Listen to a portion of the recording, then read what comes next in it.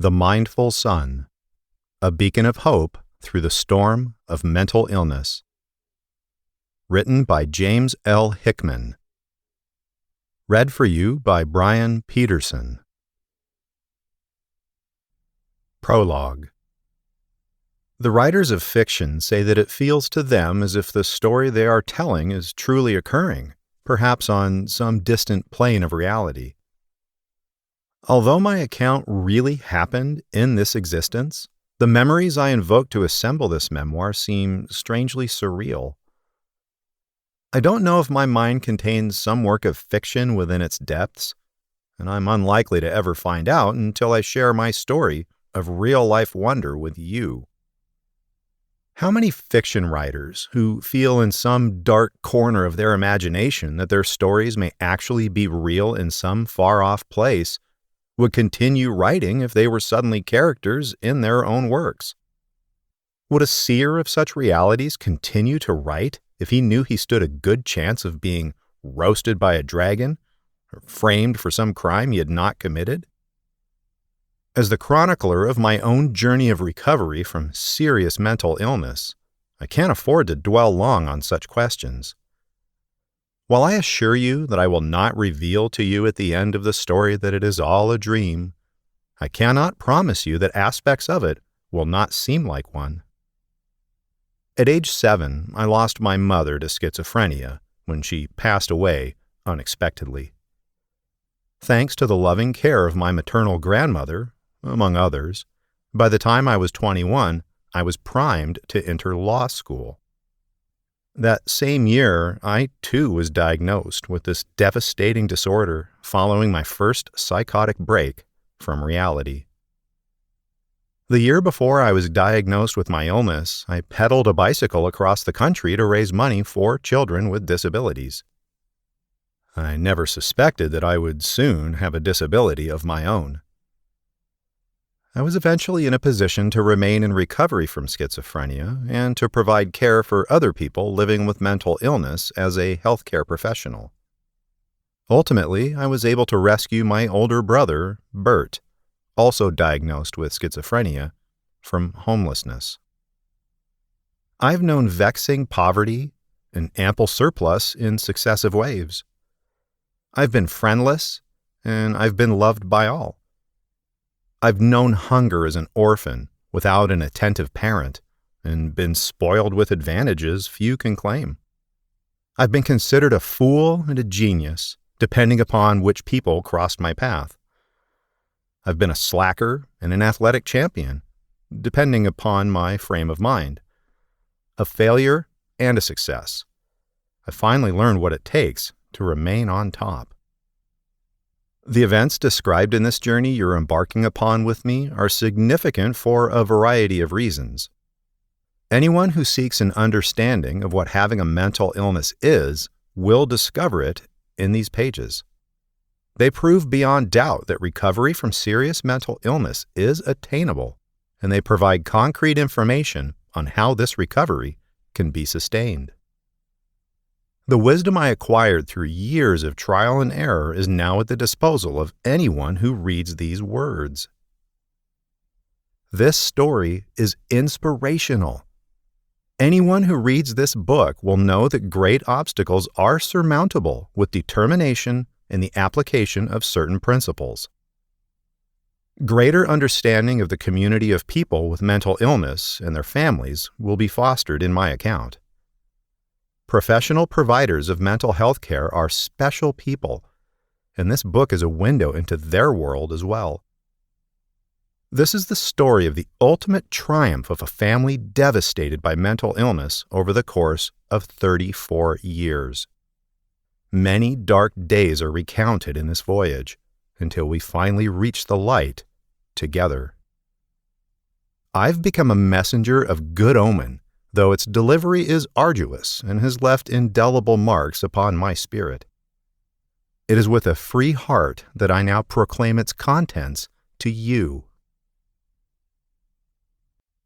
Reflections. It's the summer of 1995, and I'm pedaling an Italian road bicycle across the Texas plain. The thin tires are reinforced with a special tape to support the chubby body with which I began this journey a month ago. 30 pounds of my flesh has now been scoured and melted away by relentless exercise in the summer sun. I, along with 100 of my fraternity brothers from across the nation, have chosen to spend our summer making this trek in order to raise money for children with disabilities.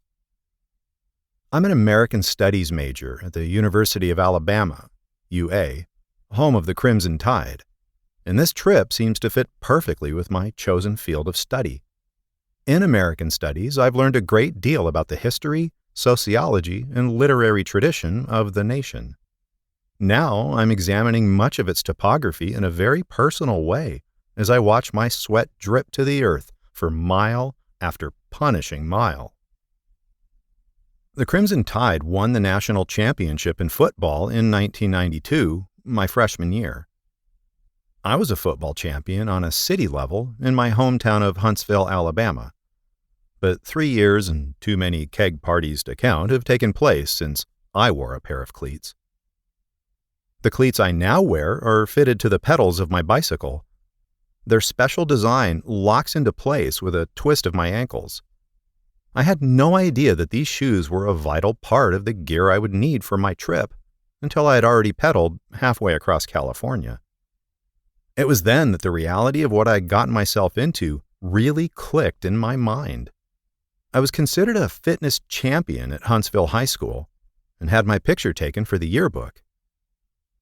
3 years is certainly a long time to refrain from any form of physical exercise.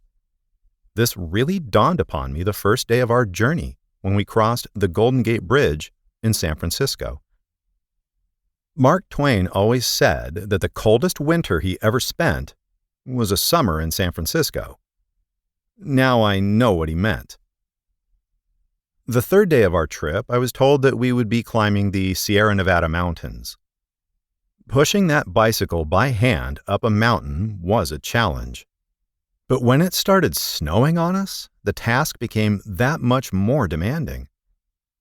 Who would have thought that snow could fall in such soul-aching drifts, and in the middle of June?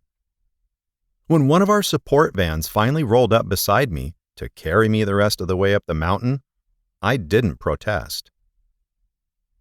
Rolled up in the blankets in the ski lodge at the top of the mountain, I still couldn't shake that cold from my bones. The next day, the vans had to shuttle all of us down the other side of the mountain to Carson City, Nevada, the state's capital. Our leaders informed us that bicycling downhill on ice at those speeds posed too much of a risk to our safety. I had no problem with their assessment, as the idea of being splattered all over the side of a mountain would not be an appealing idea, neither to me nor the grandmother who raised me. I want to attend the University of Alabama School of Law, UASL, after I graduate next year. I worked there as a copier's assistant all last year and have labored persistently to maintain a high grade point average. The UASL is extremely competitive, after all, and it'll take more than the relationships I've cultivated with many of the law professors to pave my way there. For now, I must pedal along this dreary highway, foot after foot, mile after mile. But at least I'm in great shape again, and the journey's not as grueling as when I first began. Since I began this tour, I have slept beneath a blanket of desert stars and camped by a murmuring river at the bottom of a canyon inhabited by Native Americans. I've gotten in closer touch with my dreams, and each mile I complete I know will bring me closer to seeing them coalesce into a beautiful reality. A semi-truck is hurtling past me. A rock spins off one of its tires and bounces off of my helmeted head. Another one strikes me in the abdomen a microsecond later, and I feel the sharp pain throb in my gut. A feeling of despair washes over me as I contemplate how much more of this trip I have to endure. I pedal harder now, resolved to continue on, thankful that one of the rocks didn't knock my teeth out. My mind begins to wander further now into the depths of my past, visualizing some of the obstacles I've already faced. I was born in 1974, and by 1975 my mother had been diagnosed with schizophrenia, one of the world's most devastating mental illnesses. It often strikes women following childbirth. When it struck my mother, far less than now was known about how to treat this illness, and the medication available in those years was not nearly as effective as today's. The disease coursed ferociously through my mother's mind, and she was never the same again. She constantly suffered frightening hallucinations and delusions, and was drained of energy by the disease and the myriad of medication she was now forced to swallow. My mother and father were divorced shortly after her diagnosis. At age 2, I was removed from the custody of my mother by the court on the recommendation of the Alabama Department of Human Resources. I lived in a series of foster homes until age 4, when I moved with my father and older brother to Portland, Oregon. For our first year there, my brother and I lived in relative comfort, living with a stepmother and 3 stepsisters who ranged in age from 12 to 18. We lived in a suburban environment which was entirely new and different from the rural environment I was accustomed to. Riding my big wheel through the suburban streets filled with other children and houses was a pleasure. I also saw my first movie in a movie theater, The Muppet Movie, and rode an escalator in a new place I discovered called a mall. In the second year of our life in Oregon, though, my father and stepmother divorced, and Bert and I moved into an apartment complex with our father in a poorer neighborhood. During those formative years, my primal instincts were activated as I confronted poverty, hunger, and neglect. I learned to navigate the world of older and larger children who were also impoverished, but who at least all seemed to have parents who were present in their lives. My father drank heavily and would leave my brother Bert and me to fend for ourselves for weeks at a time. After my mother had been married to my stepfather Dave for a time, the Alabama Department of Human Resources urged the court to return custody of Bert and me back to my mother. By the time we moved back to Alabama with my mother and stepfather, both of us had been altered emotionally by our experiences in Oregon, much the way our mother had been altered by her mental illness. Her appearance was usually somewhat disheveled, and she often had a look on her face as if her mind was in some place far distant from where her body was. Living with my mother, I saw her affected by the symptoms of her illness in other ways. On one occasion, she hailed down a passing police car and swore to them that somebody was out to cause harm to herself and her children. Then she disappeared for a time, and I was told that she was in the hospital. This was a recurring theme of all the delusions I saw her struggle with in my short time with her. After a year of living with my mother, she passed away. I never learned exactly what the circumstances of her death were. I was simply told that she had a heart attack. When Dave informed my grandmother and me what had happened, I went out to the dogwood tree in my grandmother's yard and just sat there, feeling numb inside. From then on, I was reared primarily by my grandmother, Collis, who was assisted by a hodgepodge of families.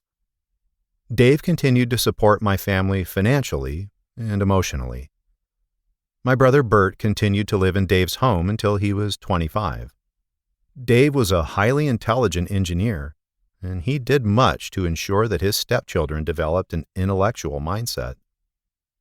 He always wore threadbare clothes that he had purchased from the Goodwill store that made him look very much like a Caucasian-looking version of Gandhi. My grandmother had formerly been a wealthy businesswoman.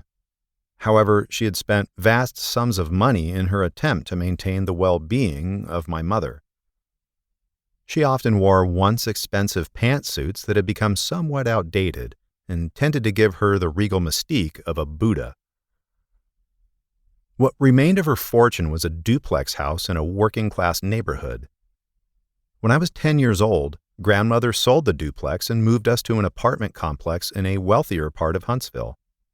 From then on, I attended those schools that my grandmother considered the finest in our community.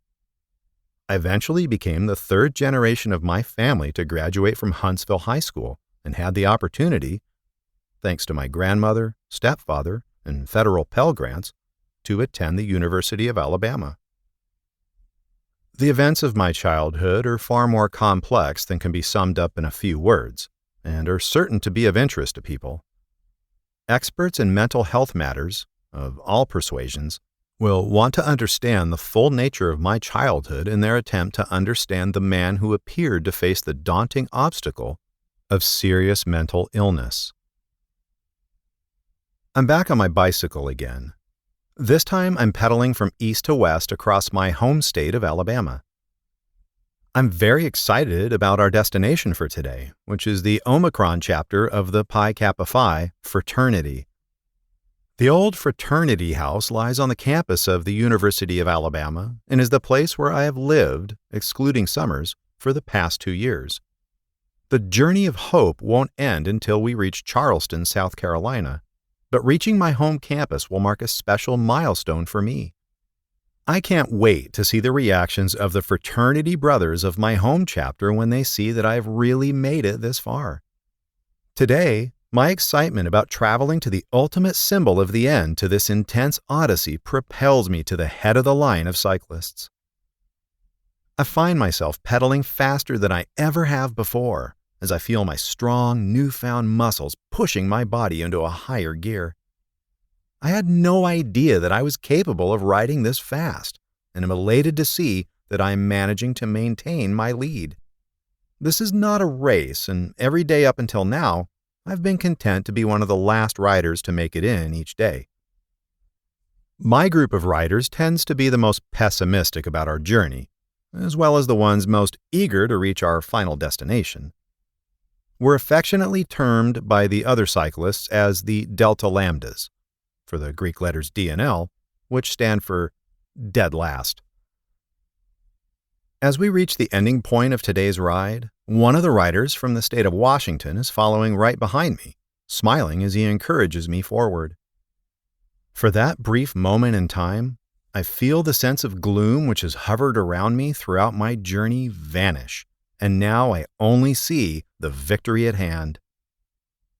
I'm proving to my friends and family, who thought this journey sounded impossible, that I can do whatever I set my mind to.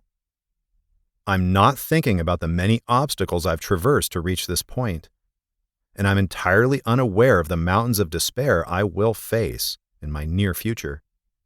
For this one sunny afternoon of pure joy, I'm aware only of the feeling of elation as I cross the finish line, home. The Unraveling. During the summer of 1996, I gazed at a bright-eyed woman in an English class at the University of Alabama, Tuscaloosa. As class ended for the day, we began a conversation. Our dialogue was perfection. I felt that I could almost hear in my mind what she was about to say before she uttered each word. Why shouldn't I hear what she said before she vocalized it? Hadn't my friend Tommy, just the other day, confessed to me that he thought that we could evolve to a point where it was possible to read minds? It was that simple.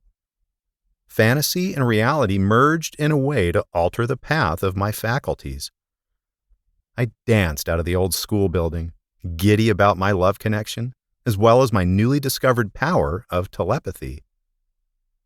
As I walked in my car across campus to make the drive home, I discovered that I was not just catching a stray thought from the woman I was wooing, but also hearing the thoughts of anyone who crossed my path.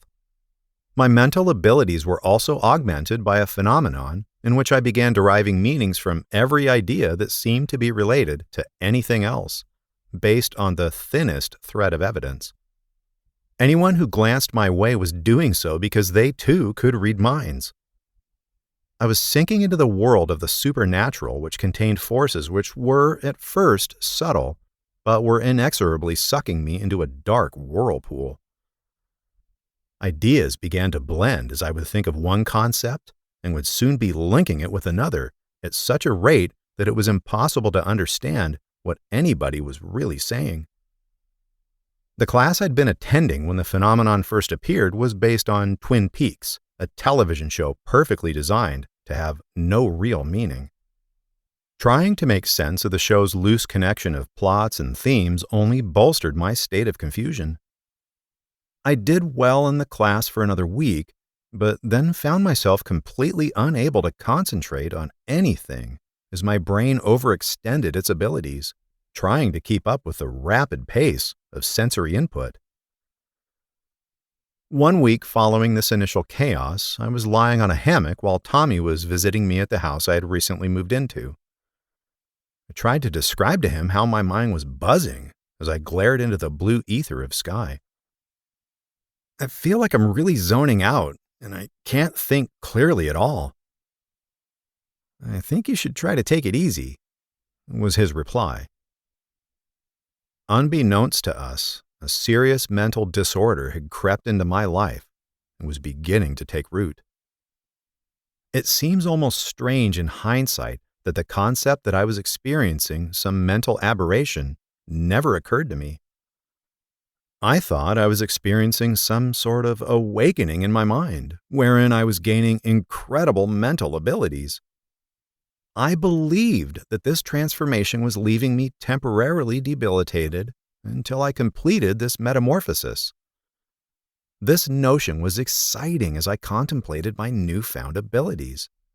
Exhilaration abruptly became terror when I made a telephone call to my grandmother a couple of days later. I was in perfect cheer as I described to her my experience of finishing college, failing to mention that I had now become telepathic.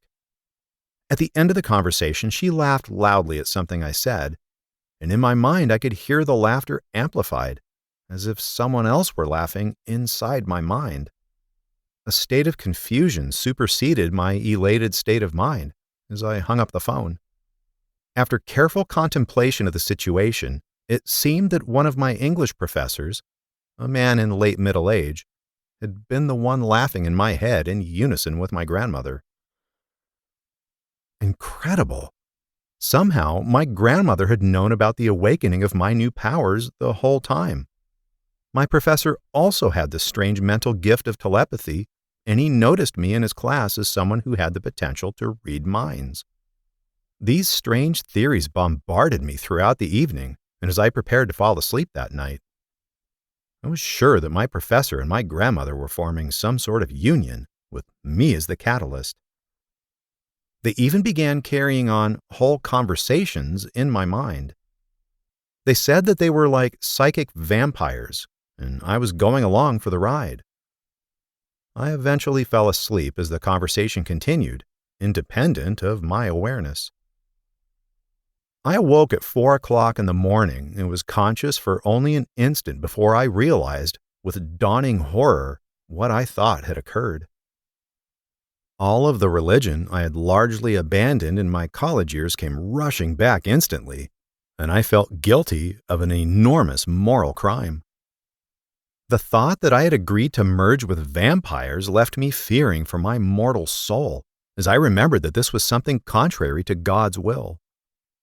My roommate was an avid hunter, and a mounted deer's head, bristling with massive antlers, stared at me from the wall opposite my bed.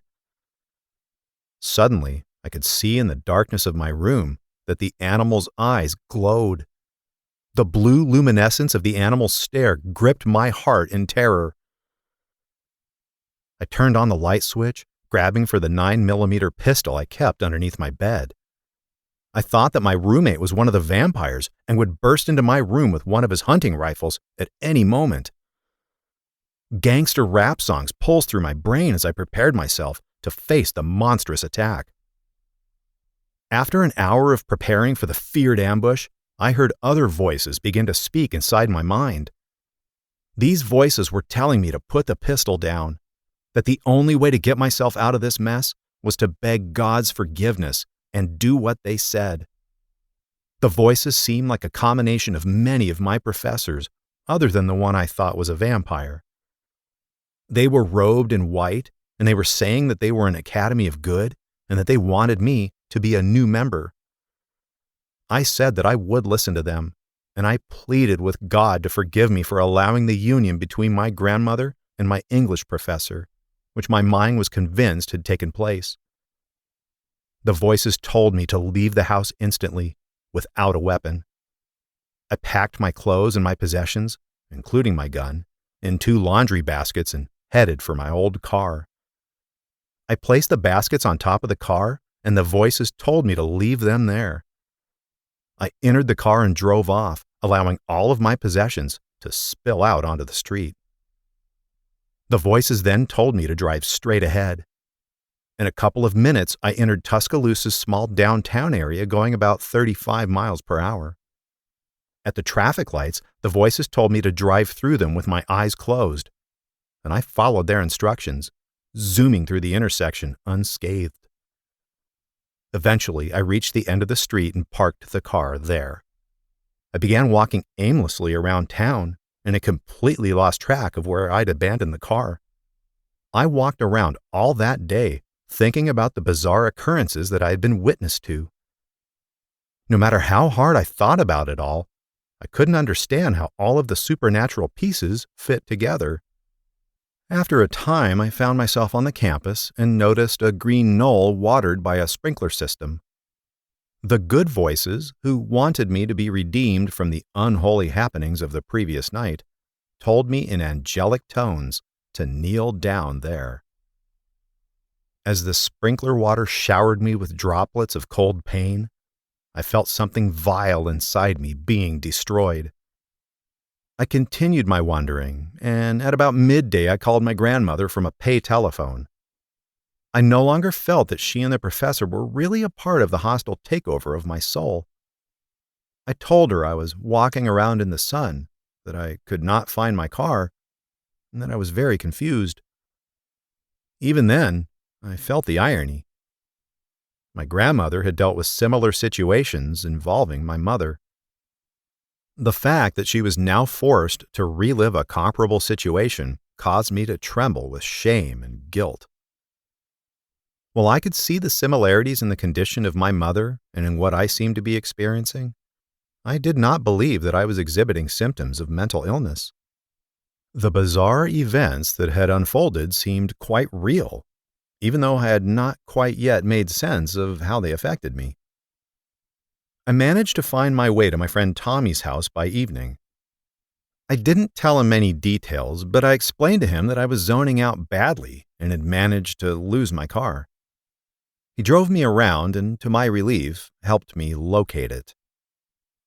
When we got back to his place, he took me to a darkly lighted room decorated in a psychedelic manner with fluorescent artwork and designs. We had a long discussion that wound up being theological in nature.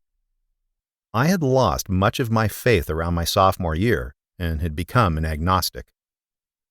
Tommy talked about how no matter how many powerful entities in the universe might exist, that there was one all-powerful and benevolent force that was more prevailing than them all, and that was God. The conversation was very helpful to me in terms of gaining some perspective about what I was experiencing, and it added passion to my decision to believe in God once again. We ate Chinese food and watched Star Trek as my mind relaxed a bit, and he talked me into going back to my roommate's house.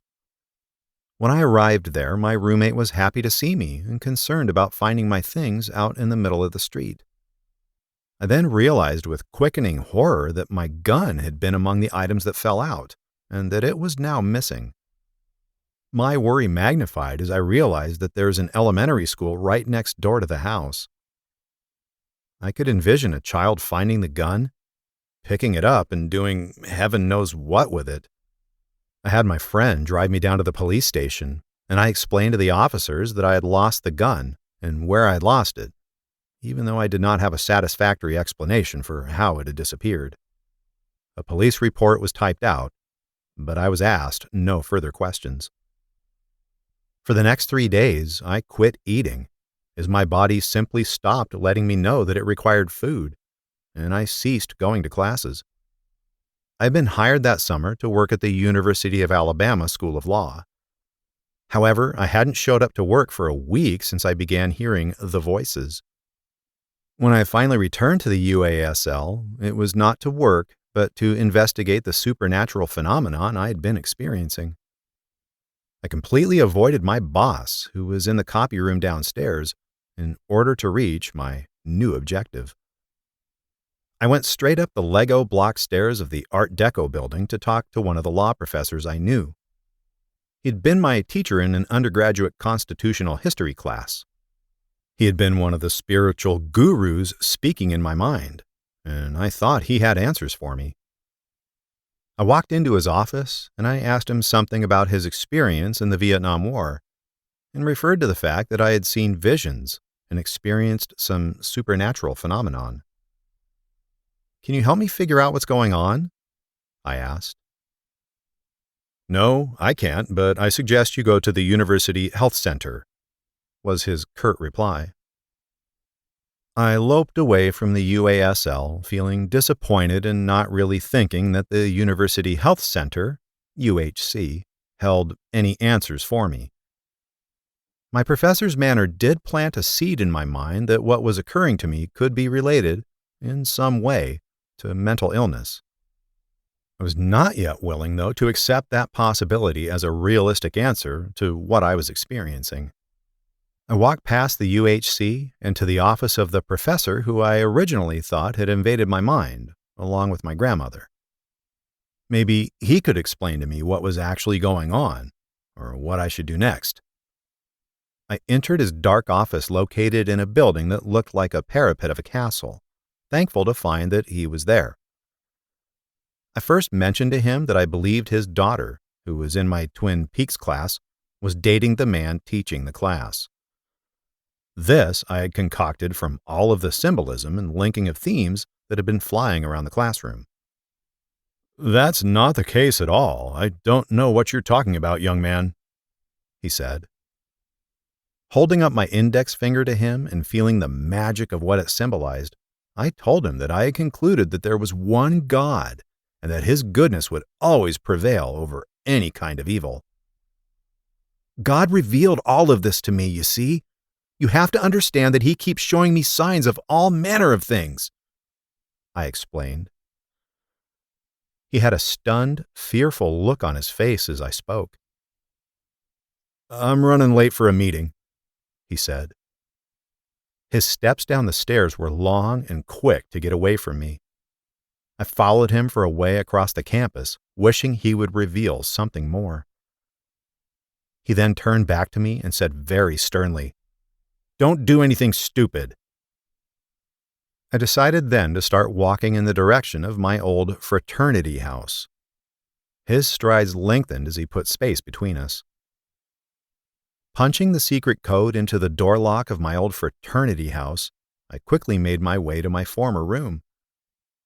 A month earlier, I'd bidden farewell to the aged mansion. I'd never expected to lay my head down in there again. The colonial-style house, closed for the summer, had no electricity. Even so, I still felt comfortable in the isolation of the small room where I'd lived for the past 3 years, except for summers. My consolation would be short-lived. As I lay on the bare mattress on the floor, I began to sense the presence of great evil that lived in the old house. The fraternal rituals I'd participated in over the years rushed back to my mind in an alarming way. I imagined the hooded spirits who wanted to destroy my soul stalking down the hallways outside my door. They were brandishing ceremonial knives and daring me to leave the confines of my little room. I felt protected somehow in my little cell where I'd worked so diligently on my studies through the years. I managed to fall asleep in the abandoned house, despite the nocturnal spirits looming. The next morning, I found a black-covered notebook with some of my scribbling from one of my classes in my closet and began what I believed to be the final test. In the middle of the notebook, which had suddenly gained profound significance for me, I wrote in large letters the word God and circled it. I left the notebook on my old mattress, not really knowing who, if anybody, would find it. I fled from the once again abandoned dwelling and began my journey on foot. It was raining heavily, and as I passed the ancient trees on the campus, I saw that lightning had splintered one. The angelic voices, which had guided me so clearly earlier on, told me I would not need my watch. I took off my plastic digital and added it to the raindrops dappling a puddle of water, never breaking stride. I walked on past the campus and became hopelessly lost in the twists and turns of the surrounding town. As the rain stopped, I came to an old storefront and saw a solitary wooden chair. One of the voices, that was neither male nor female, but seemed to be comprised of pure thought energy, told me to sit there. I sat there for perhaps an hour or two before an older man asked me what I was doing. I told him I was just sitting there, and a police car arrived soon after. The police officer told me I should keep moving, and so I did. I walked on into isolated neighborhoods that were more densely surrounded by trees, vines, and other vegetation I was not familiar with. This area was more untamed than the garden-like confines of the campus. A voice that sounded like God commanded me not to eat anything and to just drink water. I managed to drink a glass of water or two at a tiny restaurant, hidden by trees and isolated from anything else even remotely resembling a business. I was really becoming dehydrated as I made my long journey. I had not eaten a morsel of food in many days, and my mind and body felt weakened by this fast, as well as my surreal experiences. I hitched a ride for a short distance with an older man who was driving an old car, but I did not really know where I was going. When it finally dawned on the man that I had no physical destination, he said, "Well, guess I'd better let you off here." As I walked down strange roads, I thought of Jesus, Buddha, and all of the holy people throughout history. I thought that perhaps I was chosen as a Messiah to be sent to another world. In truth, there were so many theories streaming through my mind that it's impossible to remember them all. At one point, after it resumed raining, one of my fraternity brothers was driving by and happened to spot me. He called out to me. I said nothing. The commanding voice of God told me not to talk to him. He drove slowly for 5 minutes or so, trying to talk me into getting into the car, but the voice insisted that he was not a part of my journey. Eventually, he drove away. After another couple hours of walking, I made it to an area that was wooded and crosshatched by a maze of trails and gravel paths that left me completely lost. After wandering for a short time, I realized that I'd actually been here once before. My roommate had driven me out there in his truck one day to show me some of his grandfather's land, and I could see what appeared to be the same small oil wells dotting the landscape. Images of vampires and werewolves sprang suddenly to mind, so that each path appeared foreboding. I walked around in circles trying to escape the place, but everywhere I turned, there were more darkening woods. It was now twilight, and at this point I was frantic to find my way out of there. I did not want to be stuck out there at night, at the mercy of the place's nighttime denizens. I came to a stream, and God's voice said I should swim in it. I slipped first my body and then my head into the murky, chest-deep water and felt refreshed by its welcoming pull. As thirsty as I was, I could not help but gulp several mouthfuls of the silt liquid. With my thirst somewhat slaked, I began to float down the stream, allowing my senses to soak in the primeval woods and water. As I continued to drift down the stream, allowing the water to course through my system, it felt as if the animal part of my being was somehow being drawn out of the intangible spiritual aspect of myself. For a moment, I felt as if I were some sort of reptile returning to the primordial realm, which my ancestors had left behind millennia before. After about 5 minutes of floating, I left the stream and headed for the thicket of trees and brush on the right-hand bank. I crawled my way through the tangled tunnel of growth until I came to a gravel path, bordered by trees marked with orange tape. These, too, I had seen on my previous trip to these woods.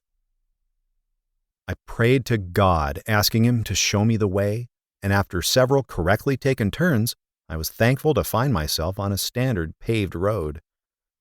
Elated, I walked down the road surrounded by even more trees until I came to an intersection. I prayed to God, asking Him to help me to make the correct choice again. I turned right and walked down the road for a few minutes before I was pleased to see a small church in the distance. Surely I would find refuge there. I quickened my pace, though my feet were aching and waterlogged. When I arrived at the tiny whitewashed building, I found it locked and closed for the day. But still, a sense of serenity settled on me in the presence of this sacred shrine. I sat on the smoothly polished concrete entrance, thinking about the old-time sermons that must certainly be held there, replete with a minister who wore slicked back hair. I was so thirsty I tried to rub the residue of a small puddle for its moisture to place it on my tongue. I was very tired and wanted my journey to end, but after God's voice told me I must continue, I resumed my trek down the road. The light faded into dusk as I came upon a row of distantly spaced one-story houses. God's voice told me to ask for the things I needed from the people along the path. I stopped at a brick house and knocked on the door. After my encounter with the river and dense forest, I'm sure I must have been an unwelcome sight. A man in his 30s wearing a ball cap answered the door, and I asked him for some water. He returned, handing me a plastic bottle of cold water. I thanked him for it as I twisted off the cap. In no time, I felt its cooling contents trickle down my throat. This idea seems to be working, I said to myself as I continued down the row of widely spaced houses.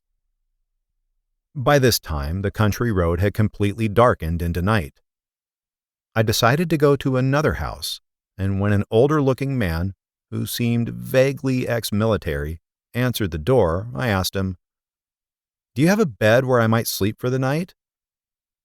"No, I don't," he said, slamming the door closed.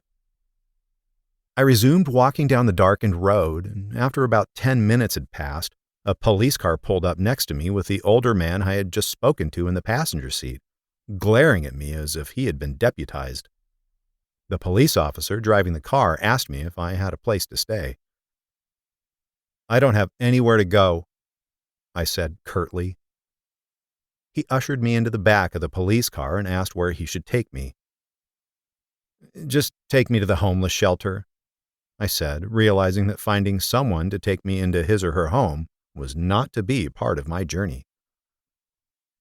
"Don't you want to go to the hospital?" the older man asked. I had not made this journey simply to end it now. "The homeless shelter will be fine, thank you," I replied. Grudgingly, they dropped me off at a small shelter in a rural setting.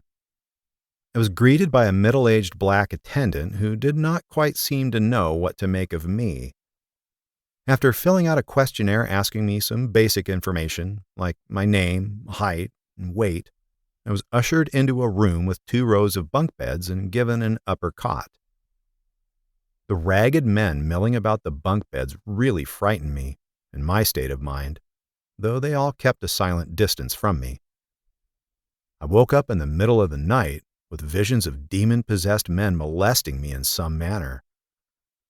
Early in the morning, without saying a word to anyone, I fled the shelter and its occupants.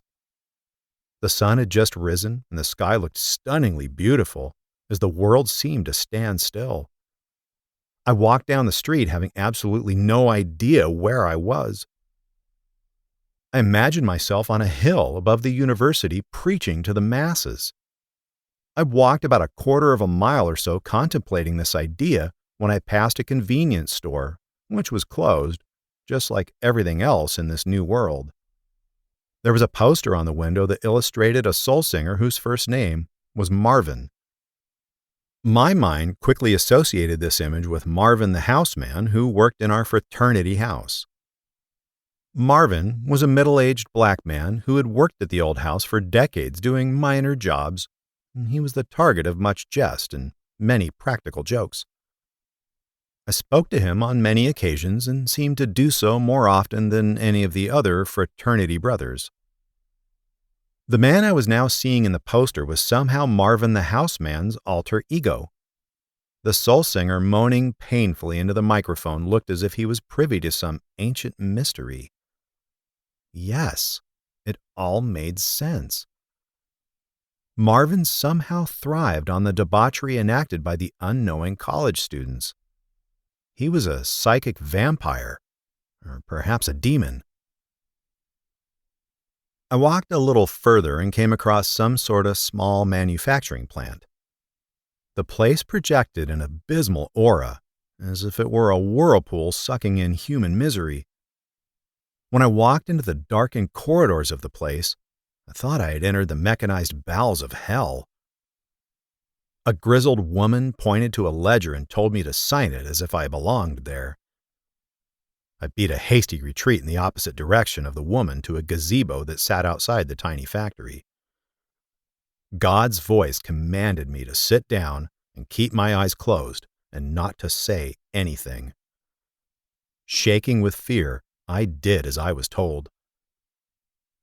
Soon I was overhearing a conversation made by what sounded to me like a black man who was talking to somebody on a telephone. He was arguing profanely with someone about the custody of a child. From what I understood, the child had a white mother. I interpreted this conversation to mean that the man was the devil arguing over my fate. That conversation died away, and I was then hearing voices of people sitting around me in the gazebo, engaging in casual conversation. Eventually, it died away, and I continued to focus on keeping my eyes closed, like God's voice had told me to. Eventually, I could not resist opening my eyes for a quick peek, and what I saw startled me. I saw a black man, about my age, sitting directly across from me. He was looking back at me and seemed to be mimicking my facial expressions. It was like a mirror reflection of me, if I were black instead of white. I closed my eyes again and kept them closed. Was everything I'd been experiencing somehow about race? I had spent a great deal of time learning about racial issues in my American Studies classes, which focused heavily on the contributions and history of ethnic minorities. I had no idea then that in the future I would have the opportunity to learn far more about these issues. At that time, all I could think was, Lord, what should I do next? I heard God's voice telling me to get up and walk away, keeping my eyes shut as I did so. After a time, he told me that I could open my eyes, and as I did, I saw an 18-wheeler whizzing by. I walked down the road until I saw a convenience store. I continued wandering toward it. An elderly black man, dressed in farmer's clothes, came out of the store. I asked him if he would give me a ride, thinking that he was surely an angel from heaven. "Where to?" he asked in a kind voice. I answered emphatically, "I want to go to heaven." The man said, "Wait right here, please," and went inside the store. A moment later, a couple of police officers spilled out of the store. God's voice told me not to answer them, and I did not, as they peppered me with questions. They began to grab my arms to handcuff me, and I resisted by merely holding my arms together. They soon had me on the ground and handcuffed anyway, and in a few minutes I found myself being loaded into an ambulance. In my imagination, these people were demons taking me to the pits of hell. Throughout the ambulance ride, God told me to keep my eyes closed if I wanted to be spared, and I heeded these words as if my soul depended upon it. I knew that I was being wheeled into an emergency room by the sounds of doctors and nurses asking me questions like, "Who are you?" and "Have you taken any drugs?" Of course, in my mind, this was a hospital of nightmarish tortures, which I would endure for eternity if I opened my eyes. The doctors and nurses begged me to talk to them repeatedly. However, I refused. Then God told me to reveal the answer to the test I had been given, which I had written on the notebook. And I did, shouting, "One God!" I opened my eyes for a moment and saw that the emergency room looked like what I imagined a standard emergency room would look like. They said that if I did not talk to them, then they would be forced to stick a needle down my penis to determine what, if any, drugs I might have in my system.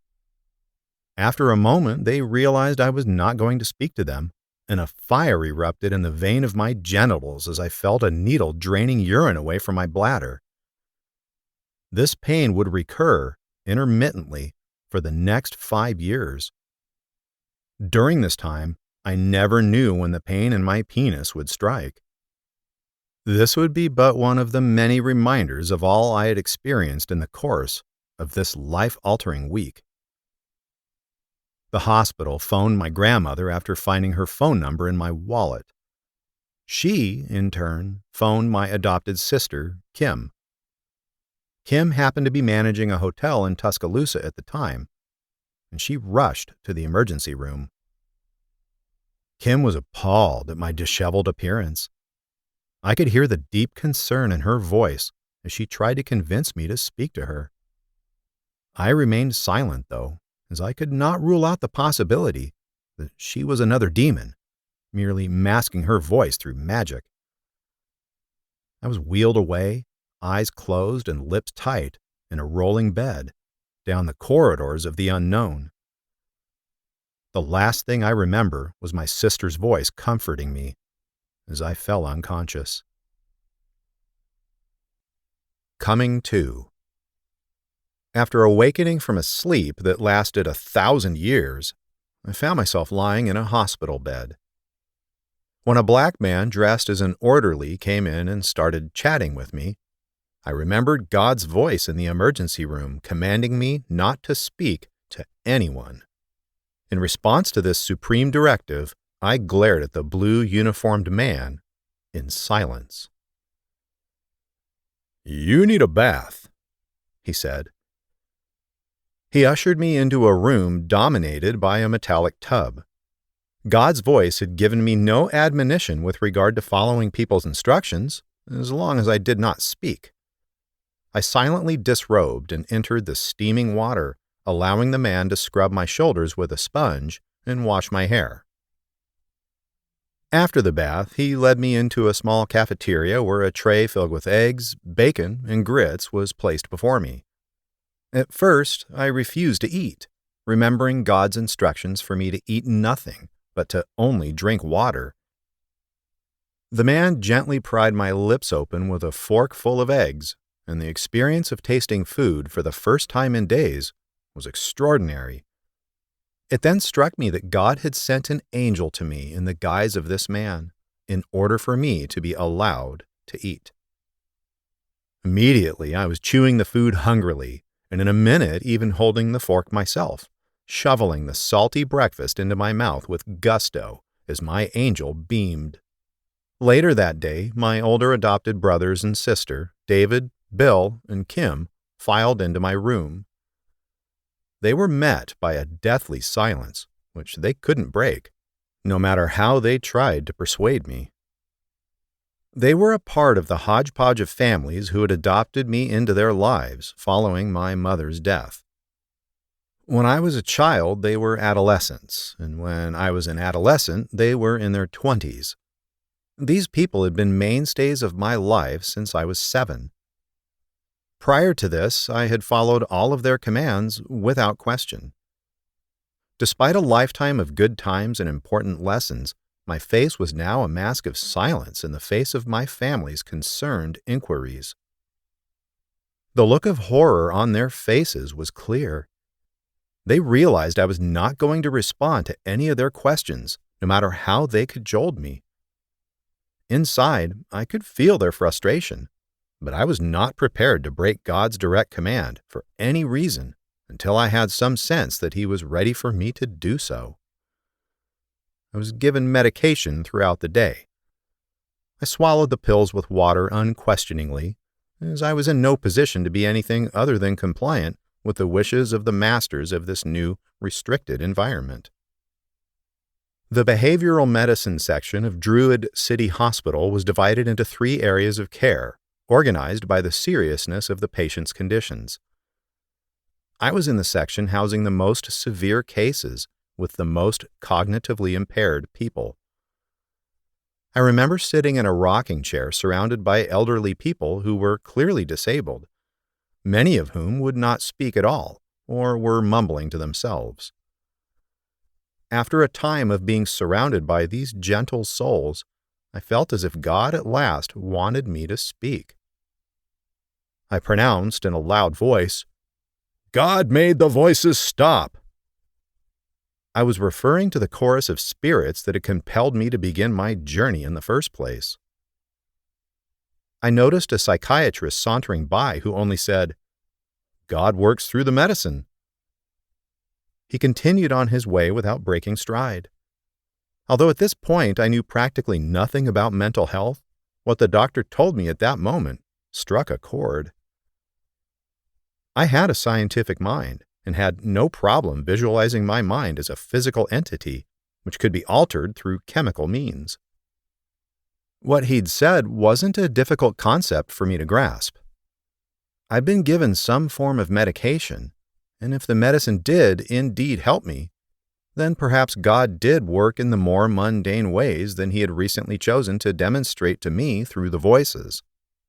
This was an effective nudge back into the more realistic philosophical underpinnings I had maintained before I had a psychotic break with reality. I started seeing the world more clearly again at this point and enjoyed the rediscovered power of speech. The only other people who were available for me to talk to at that time were the severely mentally restricted patients sitting all around, so I began trying to talk to them. They were silent for the most part, or they talked about things that did not make sense to me. My adopted brothers and sisters' eyes beamed with unconcealed relief when I spoke to them at their next visit. I was able to speak to my grandmother on the telephone, since she was too physically disabled to visit me at the hospital. To my surprise, she did not sound completely distraught over my new set of circumstances, but instead spoke more calmly than the other members of my family. After a few days of improvement, I was transferred to the second tier of hospital care, where the patients were much more focused on their surroundings. I felt like I was in the frame of mind I was in before the strange experiences began occurring. I realized that what I had been experiencing was considered a form of mental illness by the medical professionals. In my mind, though, what I had experienced was very real.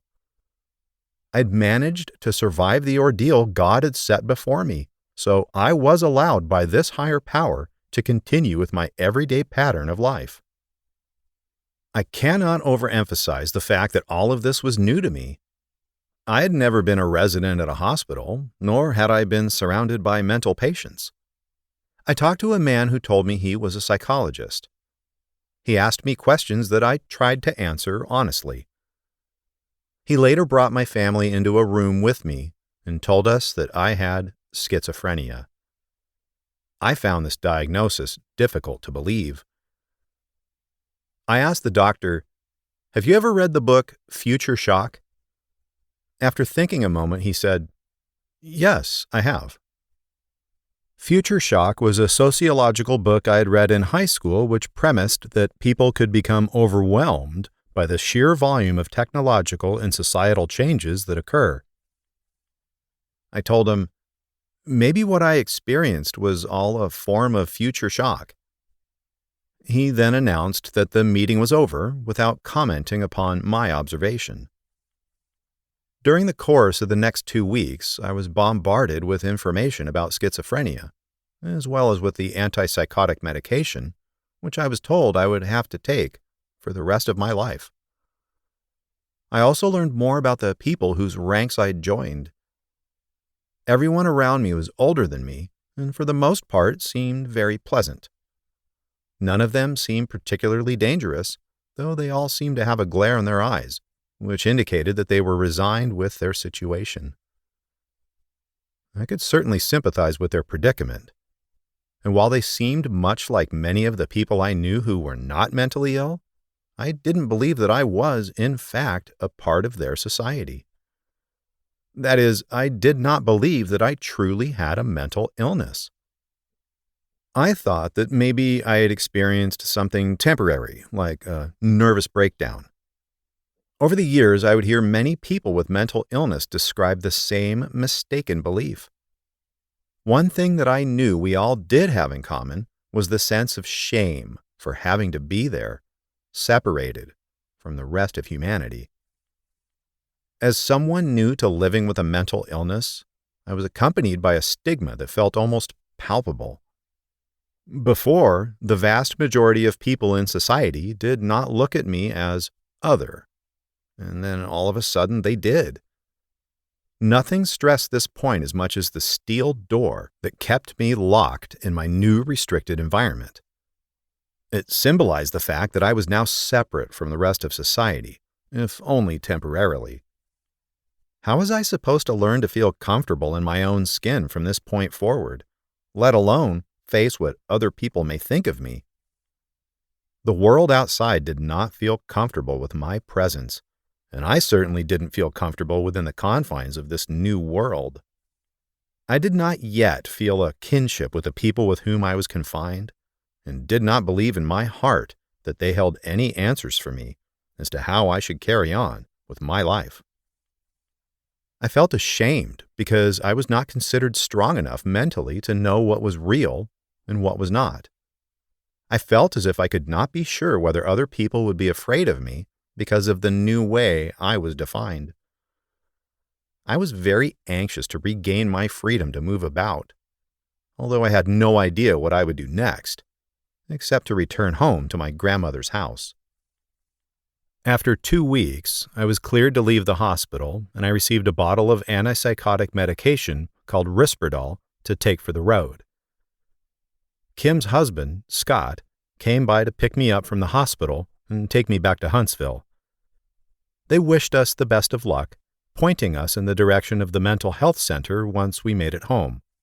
While I was completely free from the psychotic symptoms which had plagued me before my hospitalization, I departed the confines of the Druid City Hospital with a dose of humbling defeat.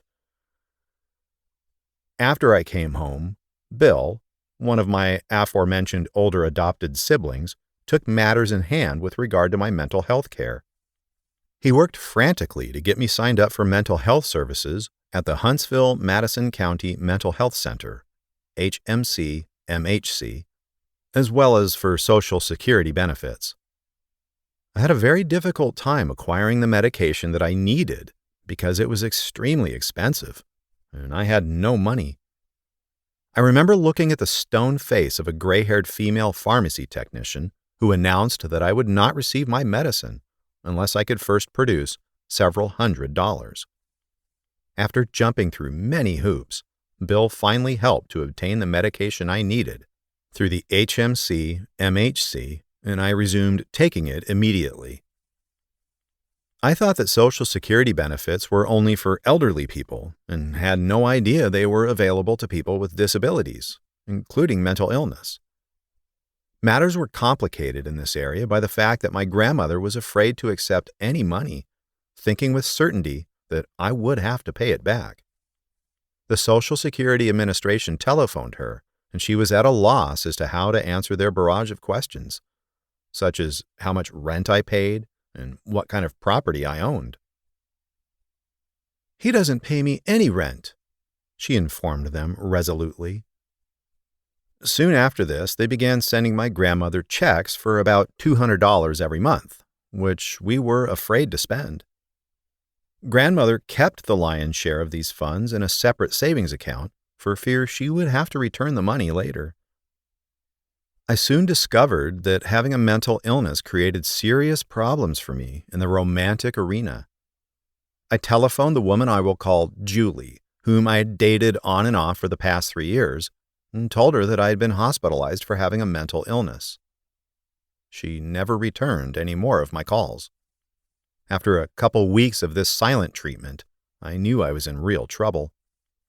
Aside from the fact that I had lost any chance of a romantic relationship with the lady I loved, the thought that I might never be able to form a lasting relationship was particularly terrifying. I had only had 2 sexual partners for short periods of time while attending one of the biggest party schools in the nation. Furthermore, I'd been unsuccessful at forming any kind of lasting romantic relationship throughout the course of my life. I'd been sustained throughout my young life by thinking it was inevitable that I would eventually form a serious, long-term bond with someone. Now the prospect of love in the future seemed much further out of my reach. I had no idea what further impact having a mental illness might have on my life. I thought that it would be very difficult for me to return to school and believed that law school was now completely out of the question. I was unsure of myself, and my compass of personal direction was spinning out of control. I thought to myself, I really don't know how to do anything, since I'd never really had to fend for myself. My vision of the future was clouded as I imagined that I might even become homeless when all was said and done. I knew, for instance, that after studying for years in college, I certainly didn't want to work on an assembly line or wash dishes for minimum wage the rest of my life. These were 2 of the jobs I had done over school vacations, and the prospect of eking out an existence in an environment of back-breaking toil was one vision of the future I simply did not want to face. Bill told me that I was now eligible for Social Security disability benefits, but to me, that sounded too good to be true. My world was shattered, and I did not even know where to begin to pick up the pieces. I soon decided that taking medication was not a solution, and stopped taking it. I did not believe that I had a mental illness, and the medication tethered me symbolically to this new world of despair and uncertainty. Bill, David, and Kim insisted quite forcefully that I should resume taking the medication. Immediately. They said if I simply took a pill, that I would never again have to experience the nightmare scenario I described earlier. But I soon found out that matters were certainly not so simple. For one thing, the medicine had a number of side effects, which I found particularly disconcerting. One of these side effects was dry mouth, a condition where my mouth was completely dry of saliva. I never really appreciated how important saliva is to digestion and overall level of comfort until it had vanished from my mouth entirely. When I tried to enjoy a meal with Bill and his family after resuming my medication regimen, I was unable to taste any of the food. I didn't understand that this side effect would go away in time, and the prospect of never being able to enjoy food again was immensely frightening. Why it didn't occur to the doctor to inform me that this side effect was temporary remains a mystery. Blurred vision was another temporary side effect that occurred soon after resuming the medicine. I did not remember having this side effect or the dry mouth when I first began taking the medication at the hospital. I had no way of knowing it would be temporary. These side effects, combined with my initial reluctance to face the fact that I would need my medicine, prompted me to quit taking my medication again after a couple of weeks. There was one part of me that thought everything that I had experienced had been real, and another part of me that thought that I had just had a nervous breakdown and did not really have a mental illness. To my way of thinking, a nervous breakdown was much more impermanent than the chronic condition of living with a serious mental illness. I was not experiencing the same psychotic symptoms but there was a total lack of energy, which was a completely new experience in my life. Sometimes I would stay in bed all day and all night in an effort to make myself sleep. I did not want to have to be conscious and think about the seemingly unsolvable nature of my new problems. Unable to slumber throughout the day or much at night, I felt hopeless and found myself sleeping for only 3 hours. It was not long before these intense feelings of hopelessness left me pondering the notion of suicide. How good would it be, I thought, to sleep forever and never have to worry about what I should do with my life? I realized today that what I was experiencing was the post-psychotic depression that often occurs after a person has a break with reality. After a few days, I decided that it would be for the best if I could simply end my life. I owned many firearms. My stepfather was an avid gun owner and had given them to me over the years. I called my friend Tommy and told him, "I'm thinking about just taking one of my rifles and using it to blow my brains out." "Don't do it, Jim," he said. "You'll really break my heart if you do." Later on, as my hand caressed the wooden stock of the rifle in my bedroom that I thought could instantly transport me away from my problems, I thought about what Tommy had said and visualized what one of the bullets would do to my head. I thought of what my grandmother would see when she walked into the bedroom and found my body, and it was something I was just not willing to make her go through. On the other hand, I thought, all of my problems would be over if I could simply go to sleep and never wake up.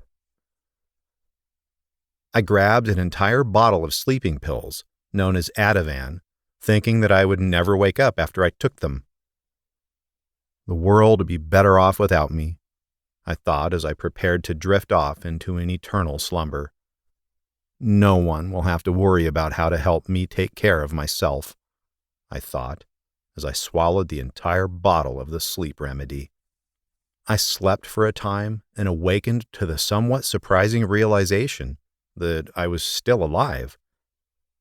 I didn't know how or why I was still breathing, but I assumed that for some reason the amount of medication I downed was not enough to finish the job. It was not a complete surprise that I awoke to consciousness, because there was always a part of me that knew this was not a sure means of death. With consciousness, all the fear and uncertainty about my future returned. I caught a ride to Huntsville Hospital and told the hospital staff what I'd done, in a desperate kind of plea for them to come up with some kind of remedy for the feeling of desperation I felt. I stayed in the psychiatric ward of Huntsville Hospital for a few days, but I discovered that the hospital was not a cure-all. And besides, the hospital staff did not seem particularly enthusiastic about having me there at all. Through sighs and shrugs at key moments, they left me with the impression that I did not have enough wrong with me to be in the hospital. When I was released, I was more uncertain than ever about what to do to escape the ever-darkening cloud of despair surrounding me. I settled into a routine of watching television with my grandmother and rarely leaving the house. I wasn't eating much because no food interested me, and I was shedding pounds rapidly. I was reluctant to talk to any of my old friends because I was so ashamed about what had happened and what I felt I'd become. Before, I'd been a young man bent on success, with enough drive to become a straight-A student and ride a bicycle across the country. Now, I felt that I'd become completely directionless and was not even sure how I would earn enough money to pay for food and shelter. I didn't have the kind of parents who could provide for me for the better part of my life, in case of some calamity. I had a grandmother in her 80s and an elderly stepfather who, in everyone's opinion, had done more than enough for my family and for me already. I'd spent the past 4 years feeling like I was on a set timetable for becoming not only independent, but in a position to be of real financial assistance to my grandmother. This new wrinkle to my life circumstances left me feeling as if I was in more jeopardy than ever, in terms of creating a responsible life for myself in a limited amount of time.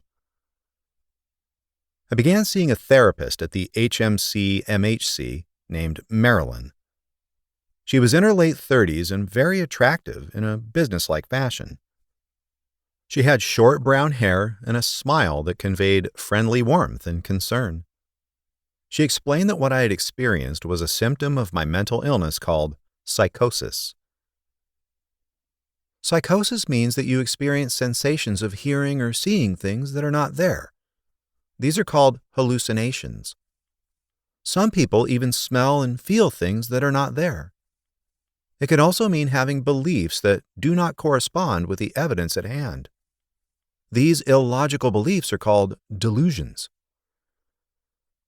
She explained that the public sometimes confuse the word psychotic with the word psychopathic, and that people who have been psychotic were no more dangerous than people who did not experience such symptoms.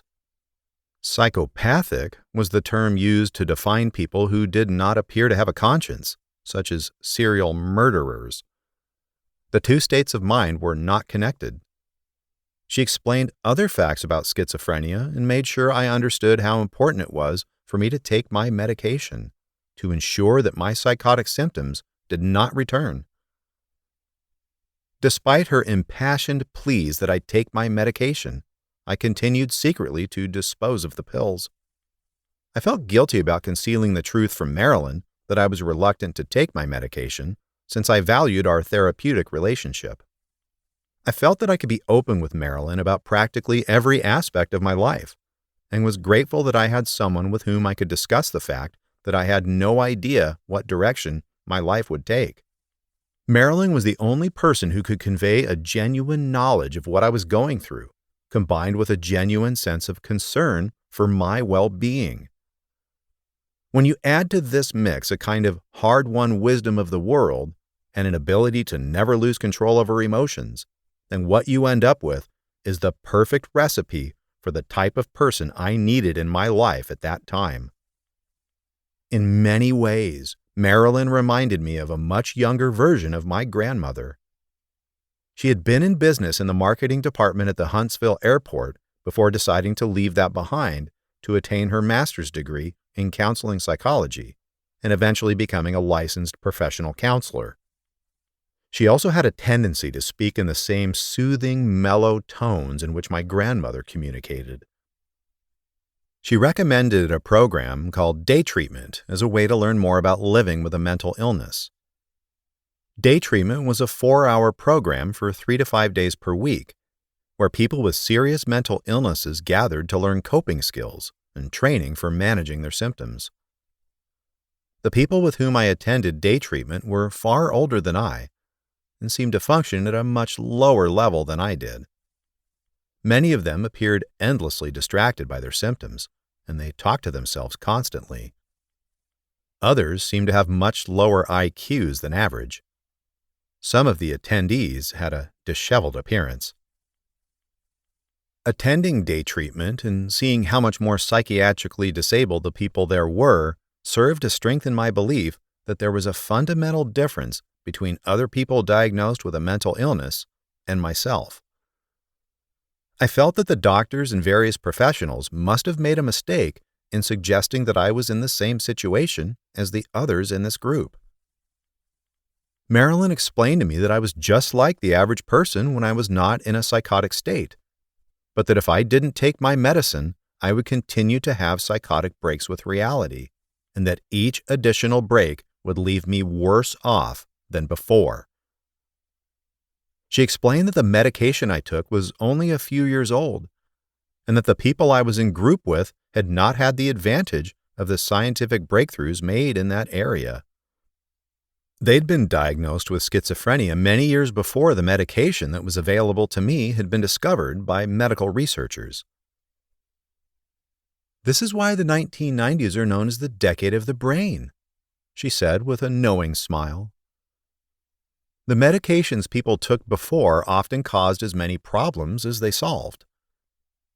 The older medications could eliminate positive symptoms associated with schizophrenia, such as hallucinations and delusions. However, they usually made the negative symptoms much worse, which included feelings of depression and a lack of motivation. Most patients had begun taking the newer medications once they were widely available, but by that point, all of the damage had been done. Some continued to remain on the older medications since their bodies could not adjust to the breakthrough medications. Although I listened seriously to what she had to say and intellectually understood it, I did not come to a point where I really believed, wholeheartedly, that I was similar to my group members. The seriousness of the situation I was in was made clear to me by the people surrounding me in therapy group, though, and I realized that if my calculations were wrong, that I could end up just as seriously disabled as they. Moving forward. I attended day treatment for about 1 week before deciding that I never wanted to return. My grandmother was content to let me stay at home with her without demanding that I return to the program. The look of dejection that she saw on my face after day treatment convinced her as much as anything I said to her. It was now nearing the end of the summer in which I had been diagnosed with schizophrenia. I took another overdose of Ativan, which I chased with alcohol this time to increase the likelihood of my own death. Following my overdose, I began wandering the streets of my neighborhood because I did not want my grandmother to find my dead body. I walked a couple of miles to a hospital where I fainted, and they took me in, thinking I had suffered heat exhaustion. When I made the blunder of telling my grandmother that I had actually tried to take my own life, I could see the intense look of hurt in her eyes.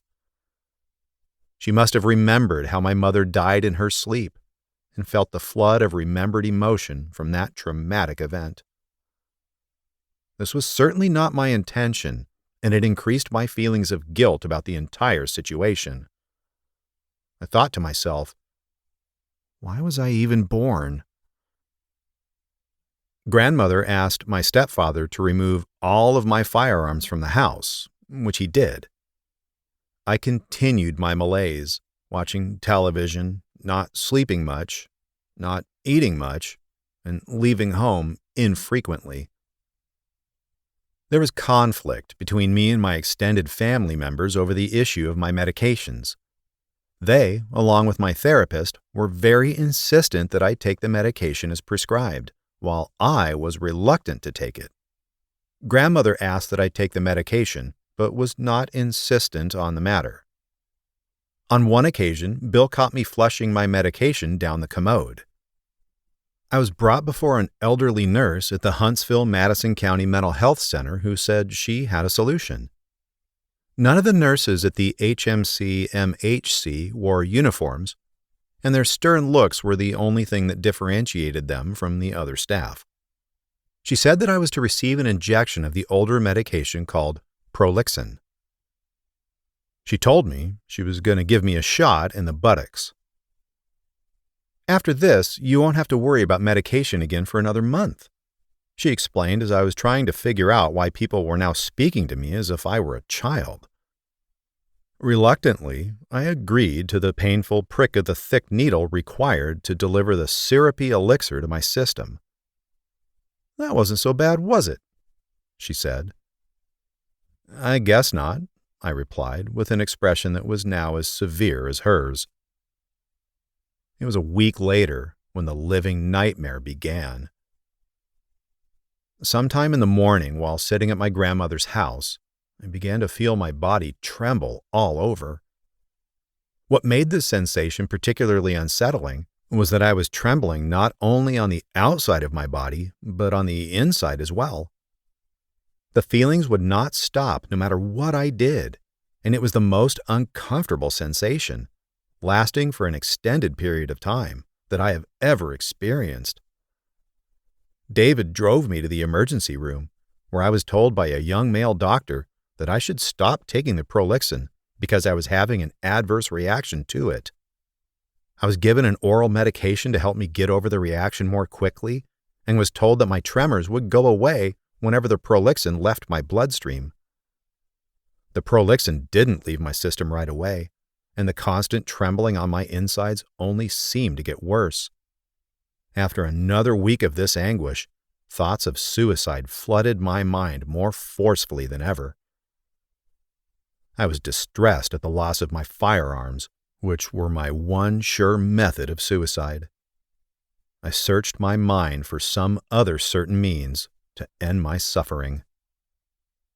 Concerns about what anyone's reaction would be to finding my remains completely vanished as the pulsating discomfort continued to throb throughout my body. Even if the discomforting vibrations disappeared entirely, I did not wish to remain in a universe where I had to deal with one strange and unforeseen calamity after the next.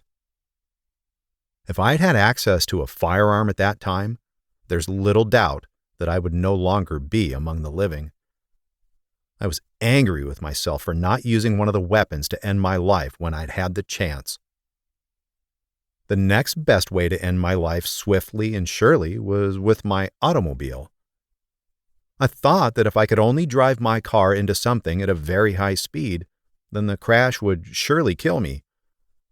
I would even have the bonus of not having to worry about what people would think of me having committed suicide, since it would look like an accident. The only thing I could think to drive into was a telephone pole. The problem with that was that all the telephone poles were up on curbs and not easily accessible. I was afraid that I would not hit the pole cleanly. My worst nightmare was that I would survive the wreck only to become even more disabled and in a higher degree of pain. This fear was enough to unscrew the courage I had fixed in my mind to ram my car into something. As my days passed in contemplation of my own end, the side effects of the medication slowly began to fade. As the physical anguish disappeared, so did the urge to end my life in such a violent fashion. The summer passed and turned into fall as I isolated myself at my grandmother's house, ruminating about my future. Gradually, I began considering the prospect of completing my college degree. I needed to pass about 4 more classes in order to graduate, and Kim offered to allow me to live with her, rent-free, in Tuscaloosa for the spring semester. In her mind, it was fate that allowed her to live in Tuscaloosa at the exact time I became ill, and she was in a perfect position to help facilitate my graduation. Her only conditions were that I take my medicine as prescribed and see a therapist at the Indian Rivers Community Mental Health Center in Tuscaloosa until I could return to the care of Marilyn upon graduation. With that goal in mind, it was far easier to make it through the fall without thoughts of suicide. I visited my sister in Tuscaloosa once before the spring semester began, and one of my friends, named Ryan, commented upon how much weight I had lost. "Wow, Jim, you look really great." "Thanks, Ryan," I said with my eyes downcast. "I haven't been eating all that much lately." "Well, you look really great, Jim," he smiled. His girlfriend and several other women from school joined us, and the good company really sparked my appetite. I ate a dish of chicken pot pie rapaciously, really enjoying my food for the first time in months. From then on, I ate with the fervor I had before my psychotic break. It was not long before my new slim physique was replaced with the heavy-set one I had maintained throughout most of my college career. I moved in with Kim and her husband, Scott, and began work on finishing my degree in American Studies. This was a far different experience than my previous academic life. Before, I was constantly surrounded by parties and mingled with people my own age on a regular basis. Now, I was content to stay at home, even on weekends. I did a number of chores, including helping with the yard work, keeping my room clean, and helping with dinner, all of which I'd never been expected to do at my grandmother's house. I was extremely uncertain about my ability to maintain good grades and successfully graduate. It had only been about 6 months since I had been diagnosed with schizophrenia. My life before my diagnosis, which had been free of doubts about my own capabilities, now seemed like a separate lifetime. I didn't think that the Jim who had ridden the bicycle across the country had a life anything like this new Jim, struggling with serious mental illness. While recovering in Huntsville from my psychotic break with reality, I initially had a much more difficult time reading than I had had prior to my illness. My therapist taught me that this was not uncommon and that I could work to build my reading ability back up to its previous level, even if I had to start with 1 line of text per day. Probably the most helpful technique I discovered for remedying this situation was to listen to books on tape. My therapist gave me a book to read called The Quiet Room, A Journey Out of the Torment of Madness, written by Laurie Schiller and Amanda Bennett, about Laurie Schiller, who is in recovery from schizophrenia. When I had a difficult time concentrating on it, I told her that I could not read it. Later, I found the book on tape at the public library and discovered that it was much simpler for me to listen to a reading of the book instead. I listened to other books on tape, which I found enjoyable, and it became a transition into reading books with my own eyes again. Though I had built up my ability to read written material to a point that I could read a simple novel, I was still quite unsure of my ability to process and analyze the complex information that would be required to pass college courses. I was also fearful that even if I passed my classes, I would fundamentally change my grade point average by making all C's or D's. I also didn't have the same zeal for the social interaction required in learning as I did before becoming ill. Following my return to college, I rarely, if ever, spoke up in class, which was something for which I had previously been renowned. Before my illness, I often surprised myself with the kinds of inspired insights I could reach in the course of a lecture. One of the American Studies graduate students who had befriended me nicknamed me Jim Jones, after the infamous cult leader from the 70s, because I spoke with such relish. I just didn't think speaking up in class was as important as I did before my illness, and I was more insecure about my ability to reason. When a person is diagnosed with a mental illness, often the emotions that occur surrounding the illness are more damaging than the actual symptoms. A person diagnosed with schizophrenia is likely to have intense feelings of insecurity. Often, these feelings can lead people to extreme isolation because they don't know if the world at large will accept them for who they are. They feel as if they are walking around with this fundamental flaw on the inside that, if revealed, will drive other people away from them. They fear that people will reject them even if they don't know they have a mental illness because of any apparent differences the illness may bring about. These fears feed upon themselves and are fueled even further by the palpable fright and disregard that many people in the greater society have for people living with mental illnesses, PLMI. Despite my fears of not being able to handle college classes, and thanks to the positive family environment offered by Kim and her husband Scott, I managed to maintain the high grades that I had before I was diagnosed with my mental illness. In the spring of 1997, I graduated from the University of Alabama. Although seeing me graduate from college was one of my grandmother's greatest goals in life, she was 82 years old and too disabled to witness the actual ceremony. After graduation, I moved back home with my grandmother in Huntsville. At this point, I lacked the confidence to apply for law school and decided to look for a job. I had absolutely no experience in finding a career and had not taken advantage of the College Career Center in Tuscaloosa while I had still lived there. I felt directionless in my quest to find work and ended up applying for jobs in many fields. After a couple of months of this fumbling approach to finding work, I finally landed a job as a front desk clerk at a Holiday Inn in Huntsville. I was not taking any medication for my mental illness and had stopped attending my appointments at the Huntsville-Madison County Mental Health Center altogether. I thought that what I had experienced when I was diagnosed was some kind of temporary phenomenon and that I was no longer affected by mental illness.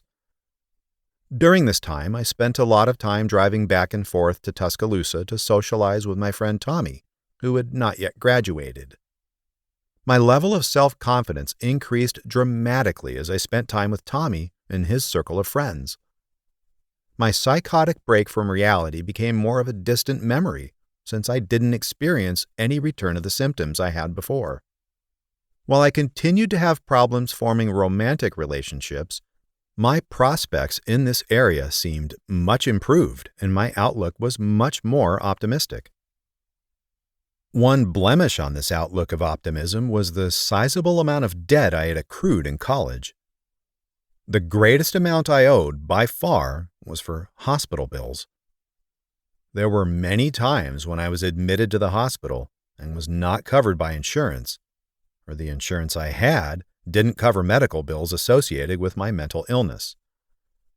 My new job was only part-time, and it didn't pay nearly enough to cover the amount of money I owed.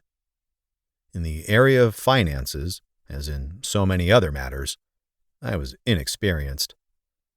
Problems with medical bills and other debts continued to plague me. While living with my grandmother during this time, I watched a lot of television. It was an episode of The Oprah Show that inspired me to start doing some walking during my free time. I decided to try it and see what happened. I began walking around my grandmother's neighborhood for 30 minutes and eventually for hour-long intervals. I discovered that it was greatly invigorating.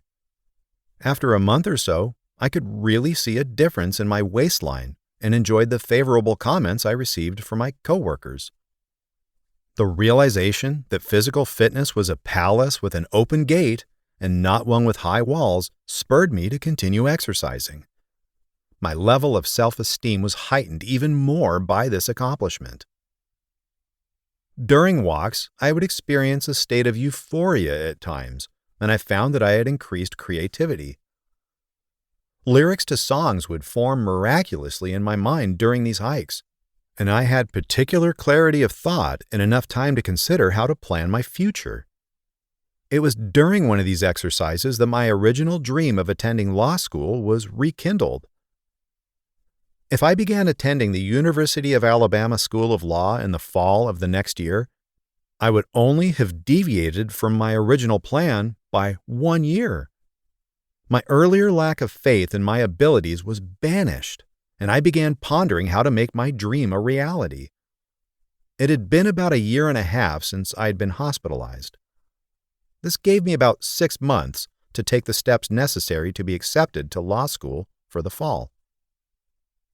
I enrolled in a study course for taking the test required for potential law students, called the Law School Administration Test, LSAT. I was provided study materials, which I spent hours going over.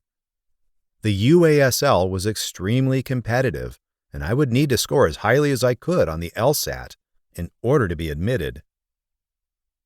The entire application process created a great deal of additional stress in my life. I worked frantically to collect everything I would need, including recommendation letters from professors. In the midst of this process, an unexpected visitor from the past made an abrupt entrance back into my life. My older brother, Bert, showed up at the townhouse where my grandmother and I lived. He was bedraggled and had nowhere to live. He made his purpose clear to me that he had every intention of living with my grandmother and me at the house. This would be the first time that Bert had lived with me since I was 7 years old, though it would not be the first time he had lived with my grandmother. During the spring break of my senior year in college, 5 months before my first psychotic break with reality, I returned home to discover that Bert had been living with grandmother for months while I was away at school. He was not living there upon my return for spring break because, as my grandmother told me, he was now a resident in the city jail, after attempting to shoplift saw blades from the local Walmart. All of this began when Bert lost his job at a concrete manufacturing plant where he had labored for years. He had failed a mandatory drug screen. Bert then resided with grandmother while taking substance abuse recovery classes in order to treat his addiction to marijuana. While in the classes, Bert continued to abuse drugs and eventually spiraled down so far that he ended up behind bars. Grandmother told me that it was now my duty to visit Bert in jail. I had never been to a jail and didn't know what to expect. I brought Bert coffee, soap, and a few other items he would need while incarcerated.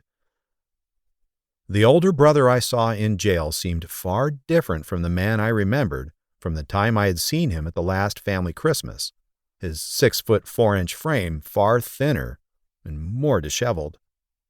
7 years my senior, Bert had earned a bachelor's degree in marketing from the University of Alabama in Huntsville. I had asked him on previous occasions why he didn't try to utilize his degree to attain employment other than sweating it out at the factory, but never received a definitive answer. After this family reunion, I returned to school to begin the fall semester with a heavy mind. Grandmother assured me, though, that Bert would not be allowed to move back in with her.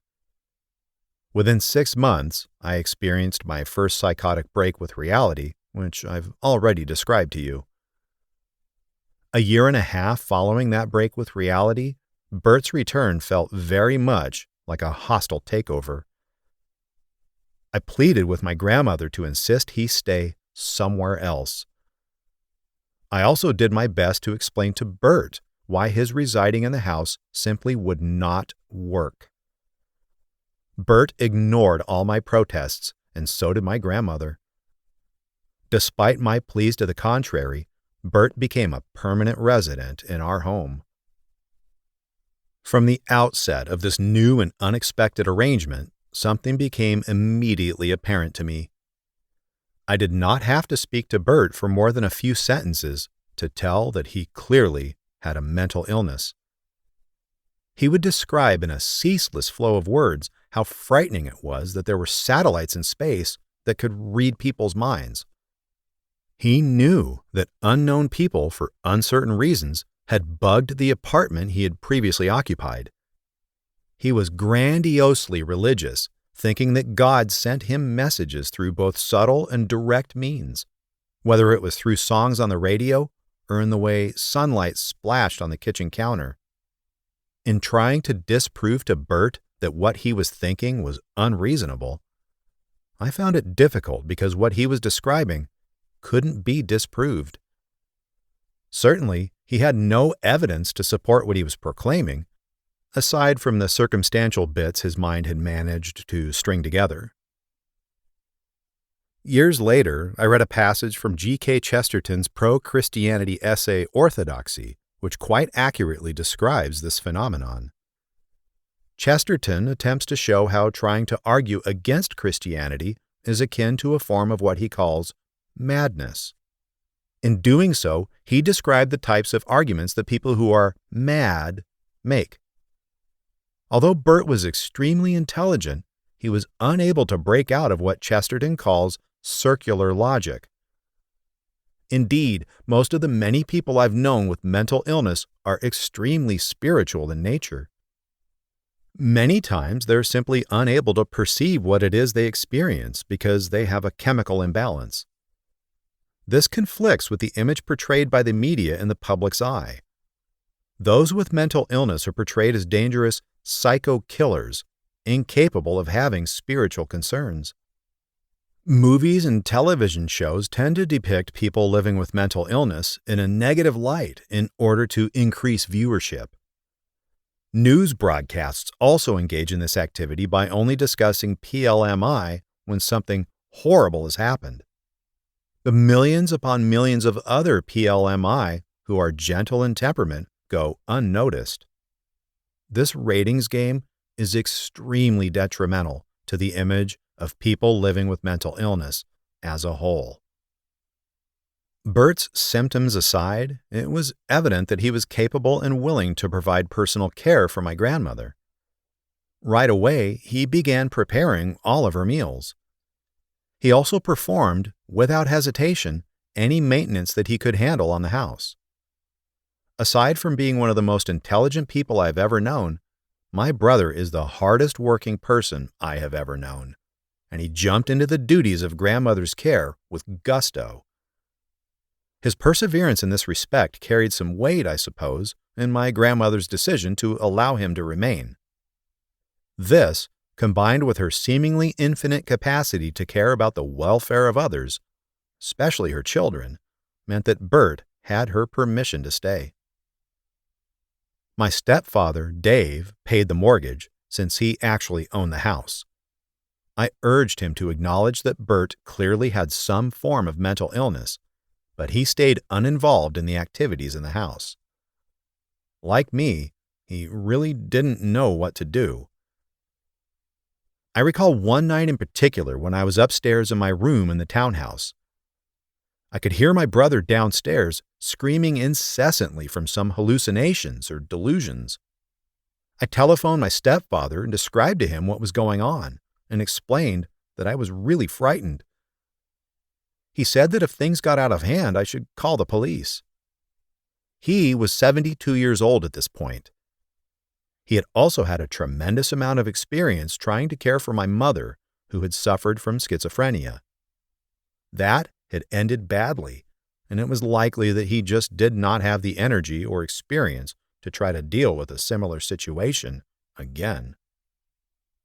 There was a mistrust of mental health in general that seemed to pervade my family.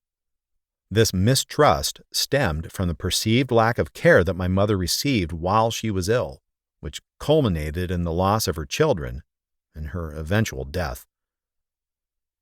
I believe that my grandmother and stepfather were, in part, convinced that neither my brother nor I had a mental illness, despite the clear evidence to the contrary. Indeed, my stepfather was considered rather eccentric by many people, in that he bought his clothes from the Salvation Army and insisted on driving cars older than almost anyone on his level of income would have driven. In a way, he may have thought Bert was simply expressing his own eccentricity by refusing to take advantage of his education and living his life as a vagabond. I telephoned my adopted brothers, David and Bill, describing the horrific circumstances that were going on in the house, hoping that they had some instantaneous solution to remedy the situation. They, too, were at a loss as to what I should do. I spent a great deal of time and an enormous amount of energy trying to convince my brother that what he was experiencing was related to symptoms of mental illness. I continued to believe that I did not have schizophrenia in any major way, since I clearly was not experiencing what Bert was. I thought that since I could grasp the concept of it being an illness, I could hold any similar manifestations of the illness at bay simply by willing myself to do so. I also felt I could do it without any need to take medication. I thought to myself, if I don't really have a mental illness, taking medication will only cause me more problems. At this point, I didn't have any access to medication anyway, since I'd cut ties with my only source of the medication, the Huntsville, Madison County Mental Health Center. With the stress of this situation, combined with continued concerns about being accepted to law school, something strange and unexpected happened. Incessantly listening to Bert's explanations of how God makes his wishes clear through haphazard signs, and how men could read other men's minds through satellite-powered methods, it began to take a heavy toll. The symptom-induced ravings of Bert slowly began to take on a greater air of reality. The many irons I now had in the fire began to burn with an intensity fueled by my brother's delusional arguments. This never-ending cycle of frenetic activity and debate began affecting my own fragile psyche. As anyone with experience with mental illness might predict, and indeed, as my therapist had foretold, thoughts and concepts slowly began to unravel for me once again. This time, it was in concert with the many psychotic symptoms Bert manifested. The year and a half I had spent trying to come to grips with my first psychotic break was merely the calm before the storm. Soon, the nightmarish psychotic symptoms I had experienced before would be snowballing, and my life would once more be out of my control. The Endless Application. Prior to taking the LSAT, a high school acquaintance that had already been accepted to the University of Alabama School of Law stopped by my grandmother's house and gave me some pointers on the application process. He told me to take particular care in how I wrote the letter describing why I should be accepted to law school. He had made a reasonably high score on the LSAT. However, he thought that he had been accepted because of the quality of his letter. He knew another candidate with identical marks who was not accepted. I was going to bars from time to time, both in Huntsville where I lived with my grandmother and Bert, and when I drove to Tuscaloosa. I ran into some old acquaintances at these watering holes, and I also met some new ones. People could feel the excitement when I described my plans for law school. At one point, I ran into a pretty blonde woman who I had dated a few times prior to my first psychotic break with reality. She told me to give her a call when I started law school. I felt even more eager and determined to attain this goal. Thoughts of all the women who might want to date me increased my drive, as I had always dreamed of being the man all the ladies wanted. Another person I met on one of these outings in Huntsville told me that he'd graduated from the UASL and had started at a job making so much money that he was easily able to pay off his student loans within a year. My whole future would be decided by this test, and I was on edge as I made my way to the examination. I took the test in a large auditorium filled with people. When I entered the auditorium, I happened to see one of my friends who was retaking the test because he had not made an acceptable score. We chatted for a few minutes about how awfully difficult the test was, and then we proceeded to sit for the examination. Excitement pervaded the room as the law school hopefuls sat down to compete with one another for the best score. Nerves tingled as I tightly gripped one of the two number 2 pencils we were instructed to bring with us. A nervous silence filled the hall as the start of the test was announced. The test questions seemed more difficult than the practice questions I'd studied at home, so I did the best I could to answer them correctly in the allotted time. I left the test feeling a sense of accomplishment that I'd completed a step toward reaching my goal, and hoped that I had scored high enough to be accepted to the state's most competitive law school. It was not long before I learned my score. I used a touch-tone telephone at Tommy's apartment to access an automated service. I had not scored as well as I'd hoped, but I had not scored as low as some of the others applying to the UASL. I had scored well enough to be admitted to many other law schools, even if I was not admitted to my first choice. My hopes were somewhat bruised with regard to my score on the LSAT, and I called Kim, who had allowed me to live with her during my last semester, to tell her about my score. She encouraged me and said that she was proud of me no matter how I scored on the test. With my confidence still shaken, I redoubled my efforts to complete, to perfection, the other parts of the application. My efforts were disrupted by an event that occurred the day after I took the test. I had a bout of celebratory drinking which led to a nasty hangover. I soon learned that a bad hangover affects driving just about as seriously as being intoxicated. I was driving a fast, gold-painted Nissan that my stepfather had bought for me. It was the nicest car I'd ever owned. However, it was a stick shift, and I was used to driving an automatic. In retrospect, I could see that the stoplight I'd driven through had indeed changed to red. Before this vision replayed before my eyes, I saw a quarter-ton pickup truck bearing down on my car and then slamming into the side of it, spinning it several times. I was not seriously hurt except from the shock of the impact. My car, however, was totally demolished. The man driving the quarter-ton pickup truck and wearing a trucker's cap appeared to be particularly relieved that I had not been more seriously injured. His truck was slightly damaged, and he drove off after the police report was filed. He seemed little interested in the insurance money that I assured him he would collect. With my freedom of mobility restricted, I then had to figure out how to carry on with my job at the Holiday Inn and how to continue my vital application to the UASL. A surprising figure came to my rescue in this matter. Bert happened to have an extra car on hand.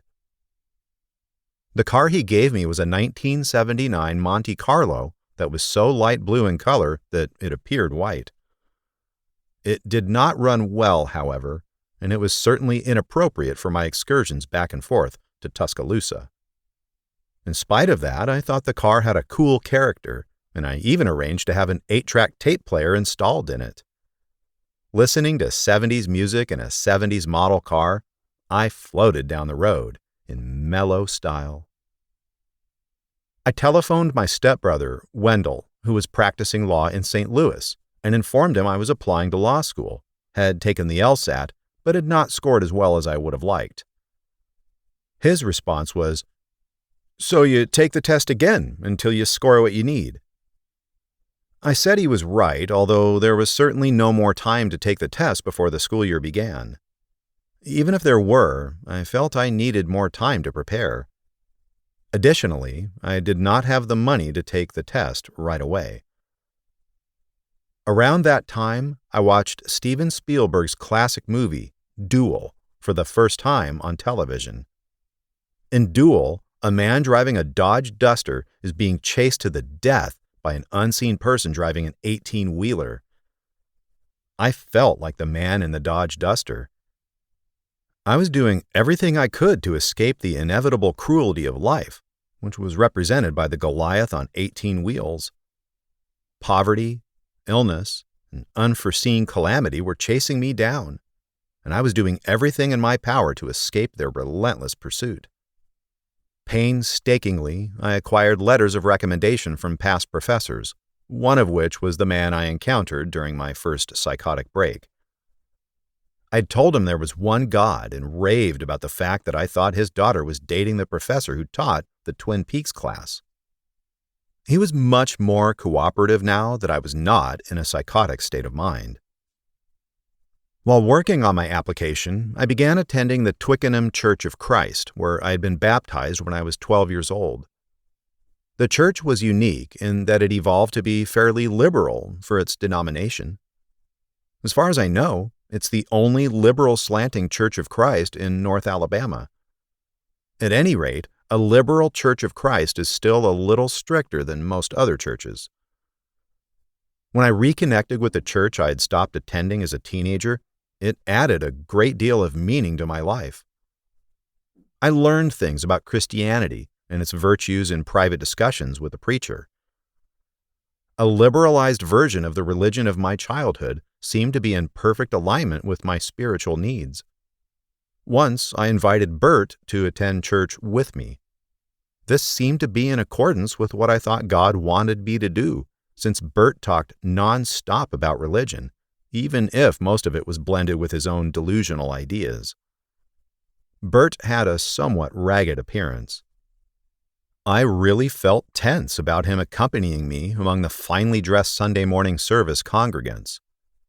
Bert continued to have his own ideas regarding the spiritual realm, despite his attendance with me at the Sunday services. Fortunately, his hallucinations and delusions did not cause him to act inappropriately while in the worship service. This story took a bizarre turn when I wrote the letter explaining why I should be accepted to the UASL. The first rough draft began as any other such letter would. The stress of the situation, however, continued to grind at my psyche, as well as did the ravings of my now ever-present brother. As I rushed to finish my letter before the due date, I found myself thinking more and more about religion. This renewed spiritual awareness, combined with previous psychotic experiences deeply rooted in religion, slowly but inexorably began to shape the application letter as I wrote it. It was more than just a letter stating why I wanted to attend law school. It became, instead, a dissertation on my attempt to prove the existence of God and His importance in all of our lives. I seriously doubt that the people making the decision to accept my application were particularly moved to permit my admittance based on this work, despite the fact that it was inspired writing. It was certainly different from what they were looking for in someone aspiring to become a lawyer. My focus now was on more spiritual matters than on the earthly matters necessary for competent legal practice. I felt compelled to turn in the paper, despite knowing the consequences of turning in a letter that was clearly not what they were looking for. My application was completed, and there was nothing for me to do other than to wait for the outcome and to keep working at my job. As it turned out, the head of the committee who oversaw admission decisions to UASL that year happened to be someone I was well acquainted with. I had met him on the first day of his professorship at the law school a few years earlier, on the day I began my copier's assistant job there. He was a distinguished black man who had left a successful practice in California to become a law professor in the Deep South. We seemed to get along right away, and I had occasion to talk to him in his office from time to time. Once, he was even a guest lecturer in an American Studies class. The subject had been the Civil Rights Movement. The book he spoke about was a very interesting one which looked at the Civil Rights Movement in an outside-the-box way. I was pleased to find out that this man was the head of the committee for determining who would be selected for admittance, since I was acquainted with him more than with any other professor at the school. It'll come as little surprise to most to know that this man was one of the positive voices in my head during my first psychotic trial, discussed earlier in this work. I arranged a meeting with him. I would have done this anyway, even if he had not been the head of the determination committee, in order to talk about my application. We were not far into our conversation when the professor told me, rather forcefully, that I should write a book. Perhaps he was impressed by the strength of my writing, even if he thought I'd used it in the wrong context. When I began asking him about my chances of being accepted to law school, he asked me in turn if it was really my dream to become a lawyer. This question surprised me, but what surprised me even more was that I had no answer for him. To become a lawyer had certainly been my goal for the last 4 years. I certainly craved the prestige and money that came along with the profession. I knew that many lawyers actually had very high ideals in terms of the social service they could provide others. My stepbrother Wendell, for example, worked to help consumers file bankruptcies and made very little profit from his profession in helping others. This idea was appealing more and more as my sense of spirituality heightened. However, I could not tell this man that being a lawyer was actually my dream. This state of affairs came as more of a surprise to me than it probably did to him. "It's something I would like to accomplish in any event," I told him. He responded by saying, "I wanted to become a lawyer throughout my childhood and worked diligently to reach my dreams." I knew that he had grown up in a home with very few monetary resources and had overcome a number of serious obstacles in order to reach his goals. We went on to talk about the various distractions that plague young law students, and he informed me that I should probably apply to a number of law schools instead of the highly competitive UASL, if law school was really something I wanted to pursue. I couldn't make a compelling argument to my friend for why I should be admitted to the program. Perhaps this was as good a reason as any for me not to be admitted. A lawyer's job is to persuade a jury, and I was incapable of persuading my own ally as to why I should be admitted to his law school. My own off-topic application was testament to my lack of focus on the letter of the law. I left the meeting feeling somewhat disconcerted, yet somehow comforted by the fact that the professor clearly thought I had the ability to write a book. I knew I was a good writer, yet somehow the notion of writing a book seemed far removed from what I was capable of at that time. It took many years to develop to a point where this dream came to fruition. After that fateful conversation with the professor, however, I lived my life with the knowledge that I was capable of writing at least one book that would benefit the people who read it. Since that time, I've discovered a genuine and altogether different dream from that of becoming a lawyer or a writer, and I've fulfilled it. It took many years more in my journey for this to happen, and most people would be surprised that it became my true dream, rather than that of becoming a lawyer. The making of this dream, and how it came into existence as a reality, will be described much further in this work. I continued to drive back and forth to Tuscaloosa. However, these repeated commutes eventually took their toll on the car my brother had given me, and it finally died completely on one of my trips into Tuscaloosa. When it happened, I was not instantly connected with the rest of the world by a cellular phone. In 1998, I'm sure that there were many people who had cell phones. However, the technology was completely alien to me. I knew just enough about cell phones to know they were probably something I could not afford. I was within a mile of the brand new Mercedes plant outside Tuscaloosa when the car's engine blew out. My friend Tommy's brother-in-law happened to be an engineer at the plant, so I did things the pre-cell phone way and walked to the plant where Tommy's brother-in-law was kind enough to allow me to use his cell phone. Who I called, I do not remember. Tommy had graduated and was no longer living in Tuscaloosa, and I'd been staying with a friend who did not have a car. This meant that I now had no car and had no way of getting a ride home to Huntsville. My level of mental stress heightened as I spent the next few days trying to figure out what I should do to make it back home.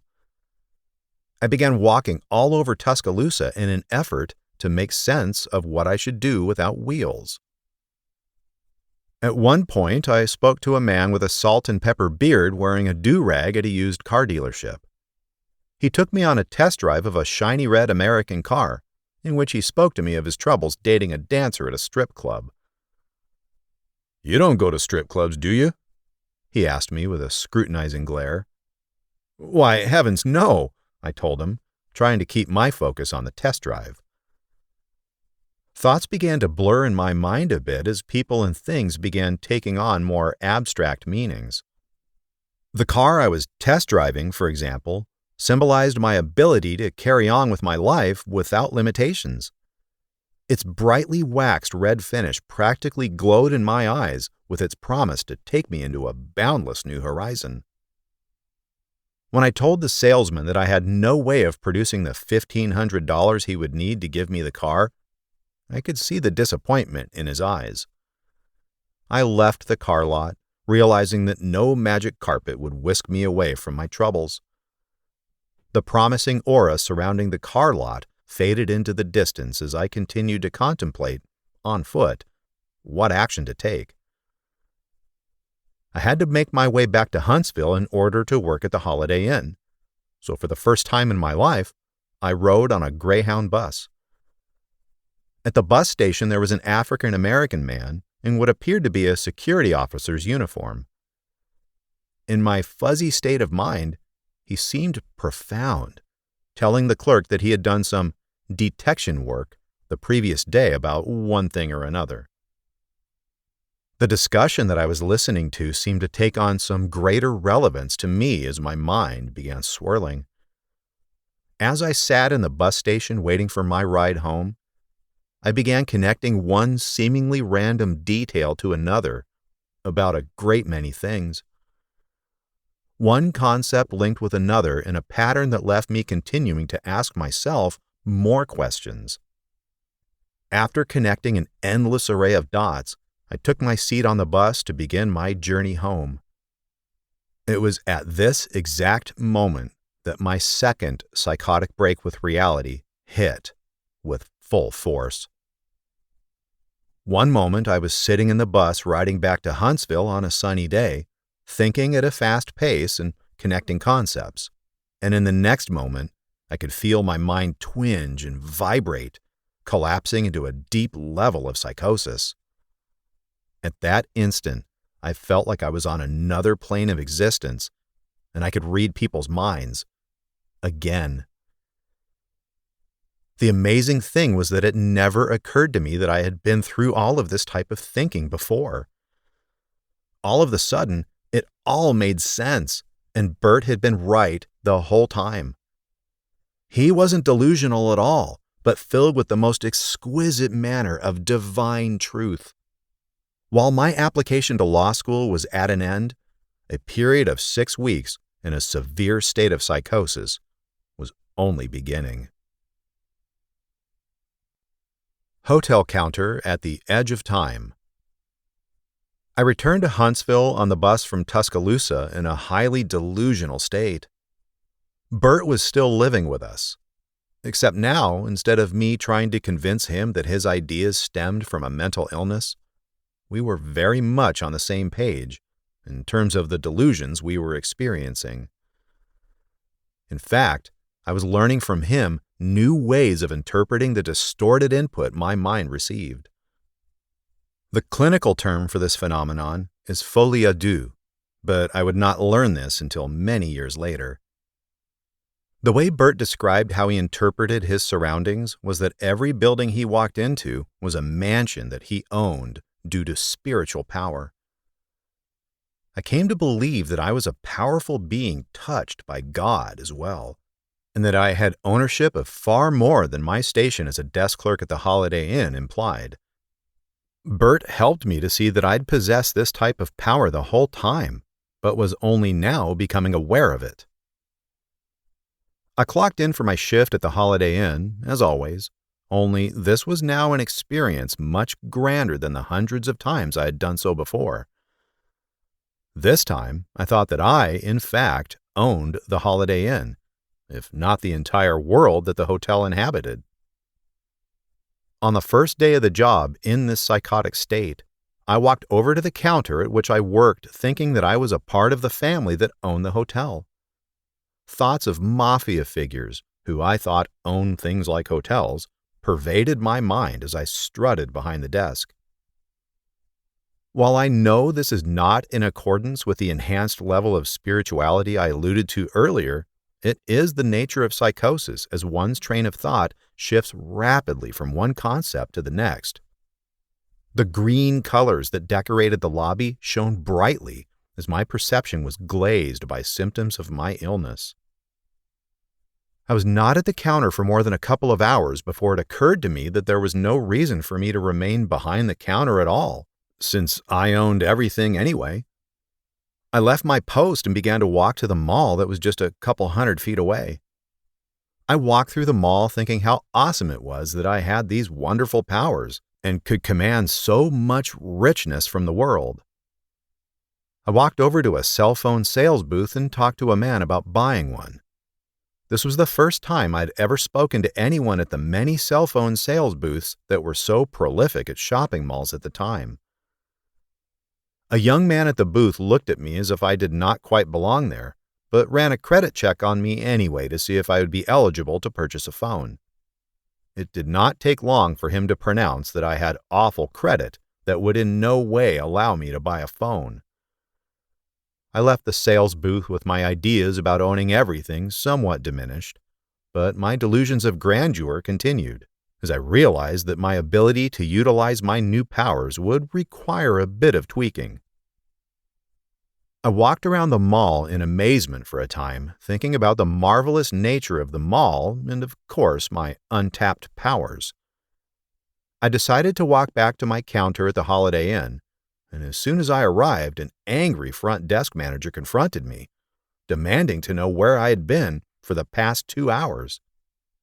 Nedra was the woman who had hired me for the job and who was now upset with my behavior. I told her I'd gone to the mall, fully expecting her to understand that this was my right as the owner of the hotel. She then asked, in an exasperated tone, why I had decided to go to the mall.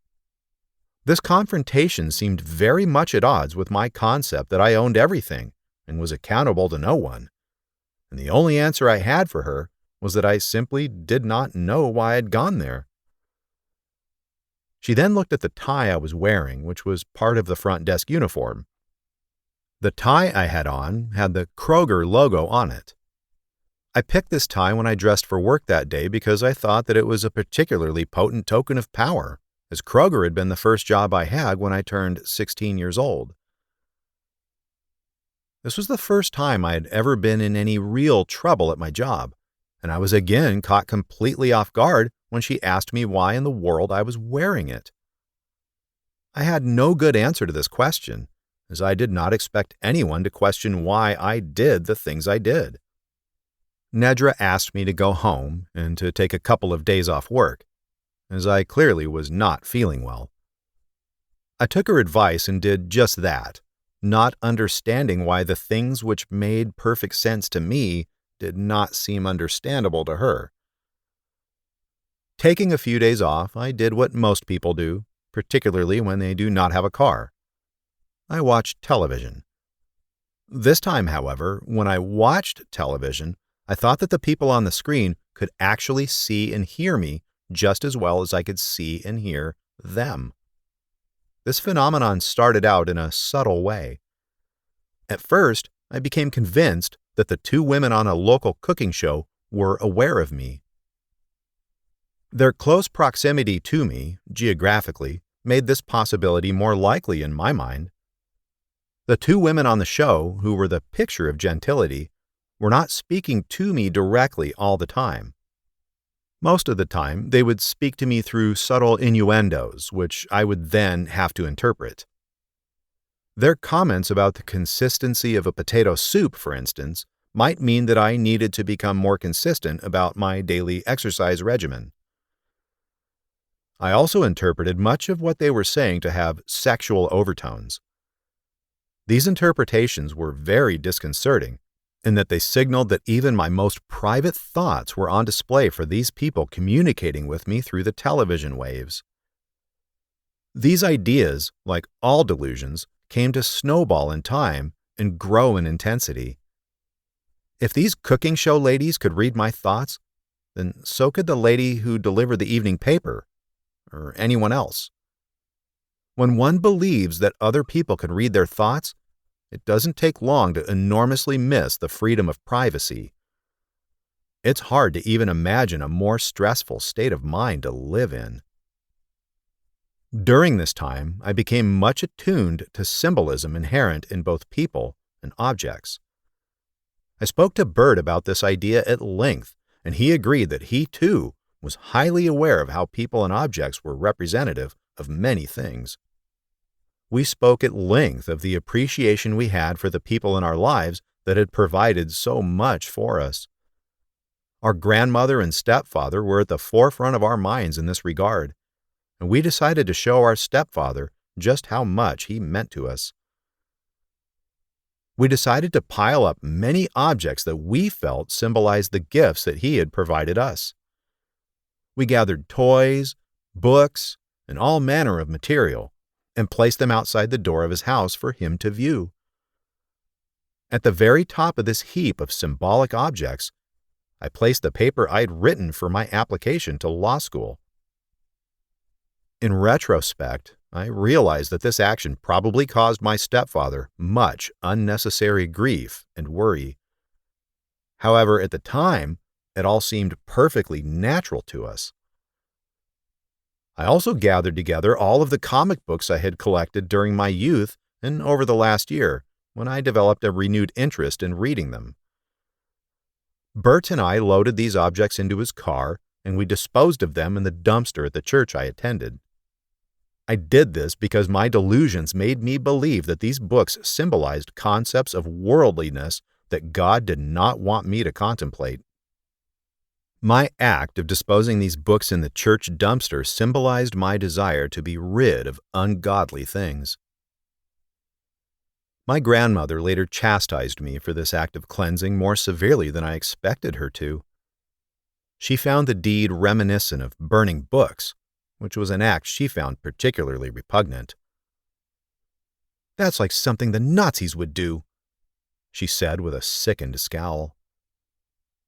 When I returned to work after a few days, I could see powerful symbolism in everything.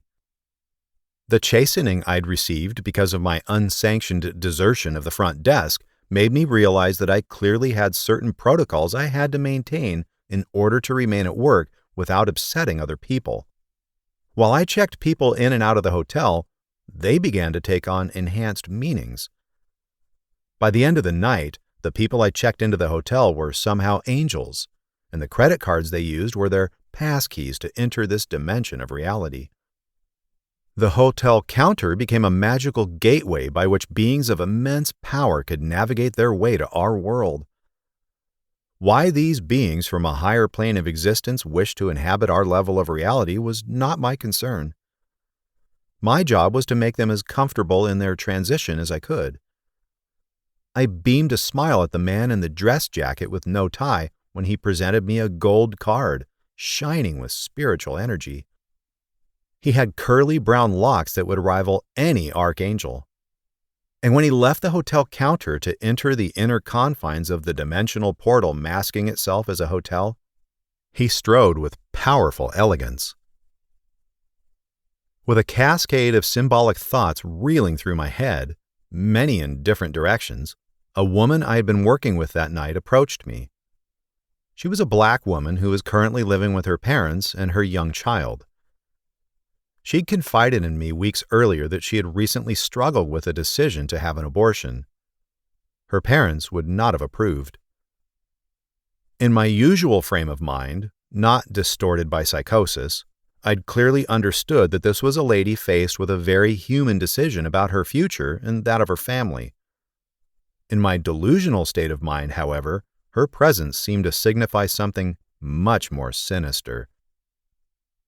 I left the hotel counter, which was the focal point of so much power, to try to sort out the conflicting concepts battling in my mind. I had to get away from everyone, somewhere, so more answers to this infinite mystery could fall into place. I wandered around the hotel and eventually made my way to the hotel restaurant. It was dark and unoccupied. Thoughts about the Garden of Eden and the enormous symbolism inherent in that tale came to the forefront of my consciousness. Weighty matters on a universal scale were trying to resolve themselves as I sensed God instructing me to sit down at a table with a booth. I did so, and he told me to close my eyes, lay my head down on the table, and not move until he wanted me to do so. I was very afraid by this time, and did as God instructed me to do. I was there for an indeterminable period of time when all of a sudden I heard a noise beside me. The woman working with me who was struggling with the potential abortion had searched for wherever I had vanished to and found me sitting in the restaurant with my head down on the table. Her arrival heightened my fear exponentially as I heard her calling out to me, "Jim, what are you doing in here?" I thought that I had been transported spiritually to the Garden of Eden, and that she had been some kind of demon sent there to tempt me to open my eyes and defy God's command. I kept my eyes closed and my head bowed, even as she touched my shoulder and whispered in my ears. I could visualize the room in my mind very clearly, and I could visualize her, although her image was distorted into something wicked. Later that night, another lady who was working the night shift after mine appeared and tried to talk me into snapping out of my trance. In my mind, she was another demon trying to tempt me, and I refused to open my eyes or utter a sound. Hours passed. I refused to open my eyes while my mind remained absorbed in trying to make sense of the mysteries around me. Finally, even Bert appeared and tried to convince me to snap out of my apparent coma. This was a complete surprise. I knew that the real Bert would never collaborate with the demons. One of the evil creatures must have been masking their voice to sound like him. Eventually, an ambulance arrived, and I could hear the paramedics as they tried to rouse me. Were these more demons trying to convince me to break God's command to be silent? By this time, I could sense the sunlight through my eyelids and could tell it was daylight outside. When I refused to speak to them, they began the laborious task of dragging the muscled bulk of my body out of the building. They held something that smelled very pungent up to my nose, and I gagged reflexively, thinking about the vinegar held up to Jesus during his crucifixion. "He's gagging so he can't be unconscious," one of the paramedics said with a tone of consternation. Apparently, they had been wondering whether I was actually unconscious or just refusing to move. I could hear them talking to Bert, but I could not make out exactly what they were saying. Somehow, Bert talked them into letting him take me home, instead of them taking me to the hospital. In retrospect, it seemed odd that he did not want me to go to the hospital after witnessing this ordeal, and that the ambulance personnel agreed with him that I should not be taken to the hospital. It turned out that Bert did not want me to have to incur hospital bills such as the ones that I had accrued prior to this incident. And apparently, the ambulance technicians did not want me to do so either. The end result of this bargain was that the psychosis continued, unabated, without the assistance proper medical care could have provided. I was stuffed into my brother's Maxima, still refusing to open my eyes or utter a sound. I was now convinced that the ambulance techs were some kind of torturers working for the demons. I thought that they were going to torture me as the centurions had Jesus, as evidenced by the vinegar they had placed under my nose. When Bert drove me away, I thought that he had been allowed to rescue me from the torture, and that I had been rewarded for my refusal to break faith and open my eyes. I kept my eyes closed as Bert drove mile after mile. After perhaps 20 minutes, I could sense the car parking. I felt Bert's touch as he placed his hand on my arm. In that moment, my eyes snapped open as if his touch had prompted them to against my will. My eyes were only open for a split second, but in that time, I saw something more terrifying than anything else I've ever seen or imagined. It looked as if I was staring at a vista of hell itself, replete with lava and showers of fire blazing out of control. My eyes snapped shut just as quickly as they had opened, and I felt horrified by what I had just witnessed. Sometime after this, I felt the presence of God telling me that it was okay to open my eyes again. I prepared myself to open my eyes, frightened by the realization that I might do so only to rediscover the horrible plane of reality I'd just experienced. Ready to snap them shut again, if need be, I opened my eyes. But what I saw was not hell at all. Instead, it was a parking lot of an apartment complex I had never seen before. The morning sun was cascading serenely through the peaceful clouds above the brown apartment buildings. "Where are we?" I asked. "I used to live in these apartments," Bert answered. "Man, am I glad you snapped out of whatever kind of trance you were in. Those guys wanted to take you to the hospital." "Where are we going now?"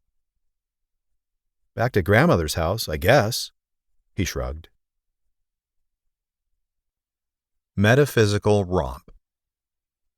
With no car and now no job, since my manager told me over the phone that she didn't know when I could return to work, I was effectively stranded at my grandmother's house with Bert. I remained in a severely psychotic state of mind, and my notion that the television was speaking directly to me deepened to a level that rendered me unable to watch much television at all without sensing a barrage of messages directed at my psyche. This perceived lack of privacy added fuel to the fire of feelings of desperation, since the law school application seemed to have been my best and final hope for escaping confinement. Two constants persisted throughout this period of psychotic stress: the need to walk and the renewed interest in religion. These two drives combined especially well with one another, particularly since I no longer had a car. On a Sunday morning, I decided it would be a good idea to walk to church. I didn't walk to the church at which I was a member since it was 5 miles away. Instead, I walked to Mayfair, a church that was only 1 mile away on the same street, Whitesburg Drive, which connected to my grandmother's townhouse. Whitesburg Drive held the distinction of being home to more churches than any other street in town. Twickenham, the church where I held membership, had split in 1979 from Mayfair. I'd never been to Mayfair before. There was much talk in religious circles, even outside of the Churches of Christ, about the split between these two congregations. From what I could gather, no one actually remembered why the two congregations had gone their separate ways. In any event, I felt called upon to attend the Mayfair Church of Christ, and so I dressed in my Sunday suit and hiked my way down to Whitesburg Drive as cars whizzed past me. I arrived at the church very early in the morning. So early, in fact, I was asked to help serve the Sunday communion for the people who could not attend the later church service. As early communion ended and the worship service approached, I was surprised to see a number of people from my childhood who had apparently decided it would be a good idea to renew their membership at the church they had originally left. I thought that perhaps the divisions between the two churches had not been as serious as people had supposed. I sat down with an elderly couple to begin the day's worship service. The church was full of people. I'd heard that for years there had been plans to move into a new building, and there was barely enough space here to contain the crowd of people. I thought that the congregation might have split apart simply because attendees did not want to be around so many people at one time. The worship service began in its usual way and proceeded normally up to the time that I began hearing God's direct commands. I was instructed to walk up to the front of the church through the middle aisle, in the midst of that throng of people, and then back down the side aisle and out the door. I was not doing this because I thought God wanted me to admonish the congregation in any way. I just did it because I thought that was what He wanted me to do for reasons known only to Him. Never one to question God's direct commands, I followed His instructions without deviation. It caused much more of a stir than I thought it would, because when I reached the outside of the building, 2 men in suits approached me. "What's the matter? You upset?" they asked. "No, nothing's the matter. I just have to leave," I said. I began to walk away from the church. However, instead of walking in the direction that would take me back to my grandmother's townhouse, I began to head in the opposite direction. The parents of childhood friends, the Perkins, lived not much more than a mile from there, atop a hill in an upscale section of town. It was not long before I was reliving the climbs I had made as a young boy up the wooded steep. I knocked on the door of their house, not knowing what to say to them exactly, but they didn't answer since they were probably in church. I began wandering through the neighborhood, not really knowing exactly where I should go. I walked past Tommy's parents' house and eventually out of the neighborhood. I can't remember if it was on this walk or one similar to it that I walked over to my adopted brother, Bill's parents' house. My mind was really humming in that way it does when it is trying to process large quantities of inconsequential information. It started raining while I was walking. Bill's parents, Betty and Wayne, could immediately see that I didn't look well, and that it had made no sense for me to walk that far in the rain. They'd never seen me in a psychotic state of mind, and I told them that I was really zoning out. My feet were hurting from so much walking. They lived at least 5 miles away from my grandmother's house. Bill's father, Wayne, wrapped a blanket around my shoulders and said he was taking me to the hospital. Wayne drove me to Huntsville Hospital and waited with me while I went through triage, waiting to be screened for admission. Those are very long waiting periods. It's asking a lot to have someone wait with you in that purgatory of uncertainty. I'm quite certain he had other things he'd rather be doing on a Sunday afternoon, yet he remained with me for several hours until I was assessed and admitted. I only remained in the hospital for a few days before I was released. My adopted brothers, David and Bill, came by to visit me there, and they were quite concerned that the hospital was prepared to release me without ensuring that my psychotic symptoms were under control. Their frustration with the situation was magnified after they talked to me in my room for a few minutes, where I confided to them I was actually a member of the FBI. This was one among the many delusions that had been coursing through my mind before and during my hospital stay. The hospital kept me there for one extra day after listening to David and Bill's protestations, and then I was released back to my grandmother's house once more. Little did I know that David and Bill would soon learn enough about the mental health system to ensure that I would be hospitalized for an appropriate period of time. But before their plans could fall into place, my journey into the unknown world of psychosis would continue unimpeded. The Long Ride. Nearing the early spring of 1998, Bert and I embarked upon a fantastic voyage of shared psychotic experience. This journey took actual shape with a road trip we made to Alabama's state capital, Montgomery, and then to the tiny town of Selma. I'd read a flyer somewhere that a conference was to be held in Montgomery related to minorities and social welfare. Though I had no business attending this conference, in my psychotic state, I felt like I absolutely had to go. While this was a gathering that likely piqued my interest more fully than it did my brother's, he did agree to drive his Maxima for the trip. In a normal frame of mind, the venture would have been something that I would have found fulfilling. In the midst of a psychotic break from reality, the excursion held more of the flavor of a spiritual odyssey. As we cruised away from Huntsville down the interstate, every color seemed far more vibrant, even though it was a cloudy day. Scenery that in other circumstances would have appeared dim now seemed to emanate a kind of bright light. A bird flew across our path, and it appeared to be moving in slow motion. It seemed as if I was able to perceive the bird's motions in extra detail. The weather seemed to change as often as the shifting tide of my thoughts.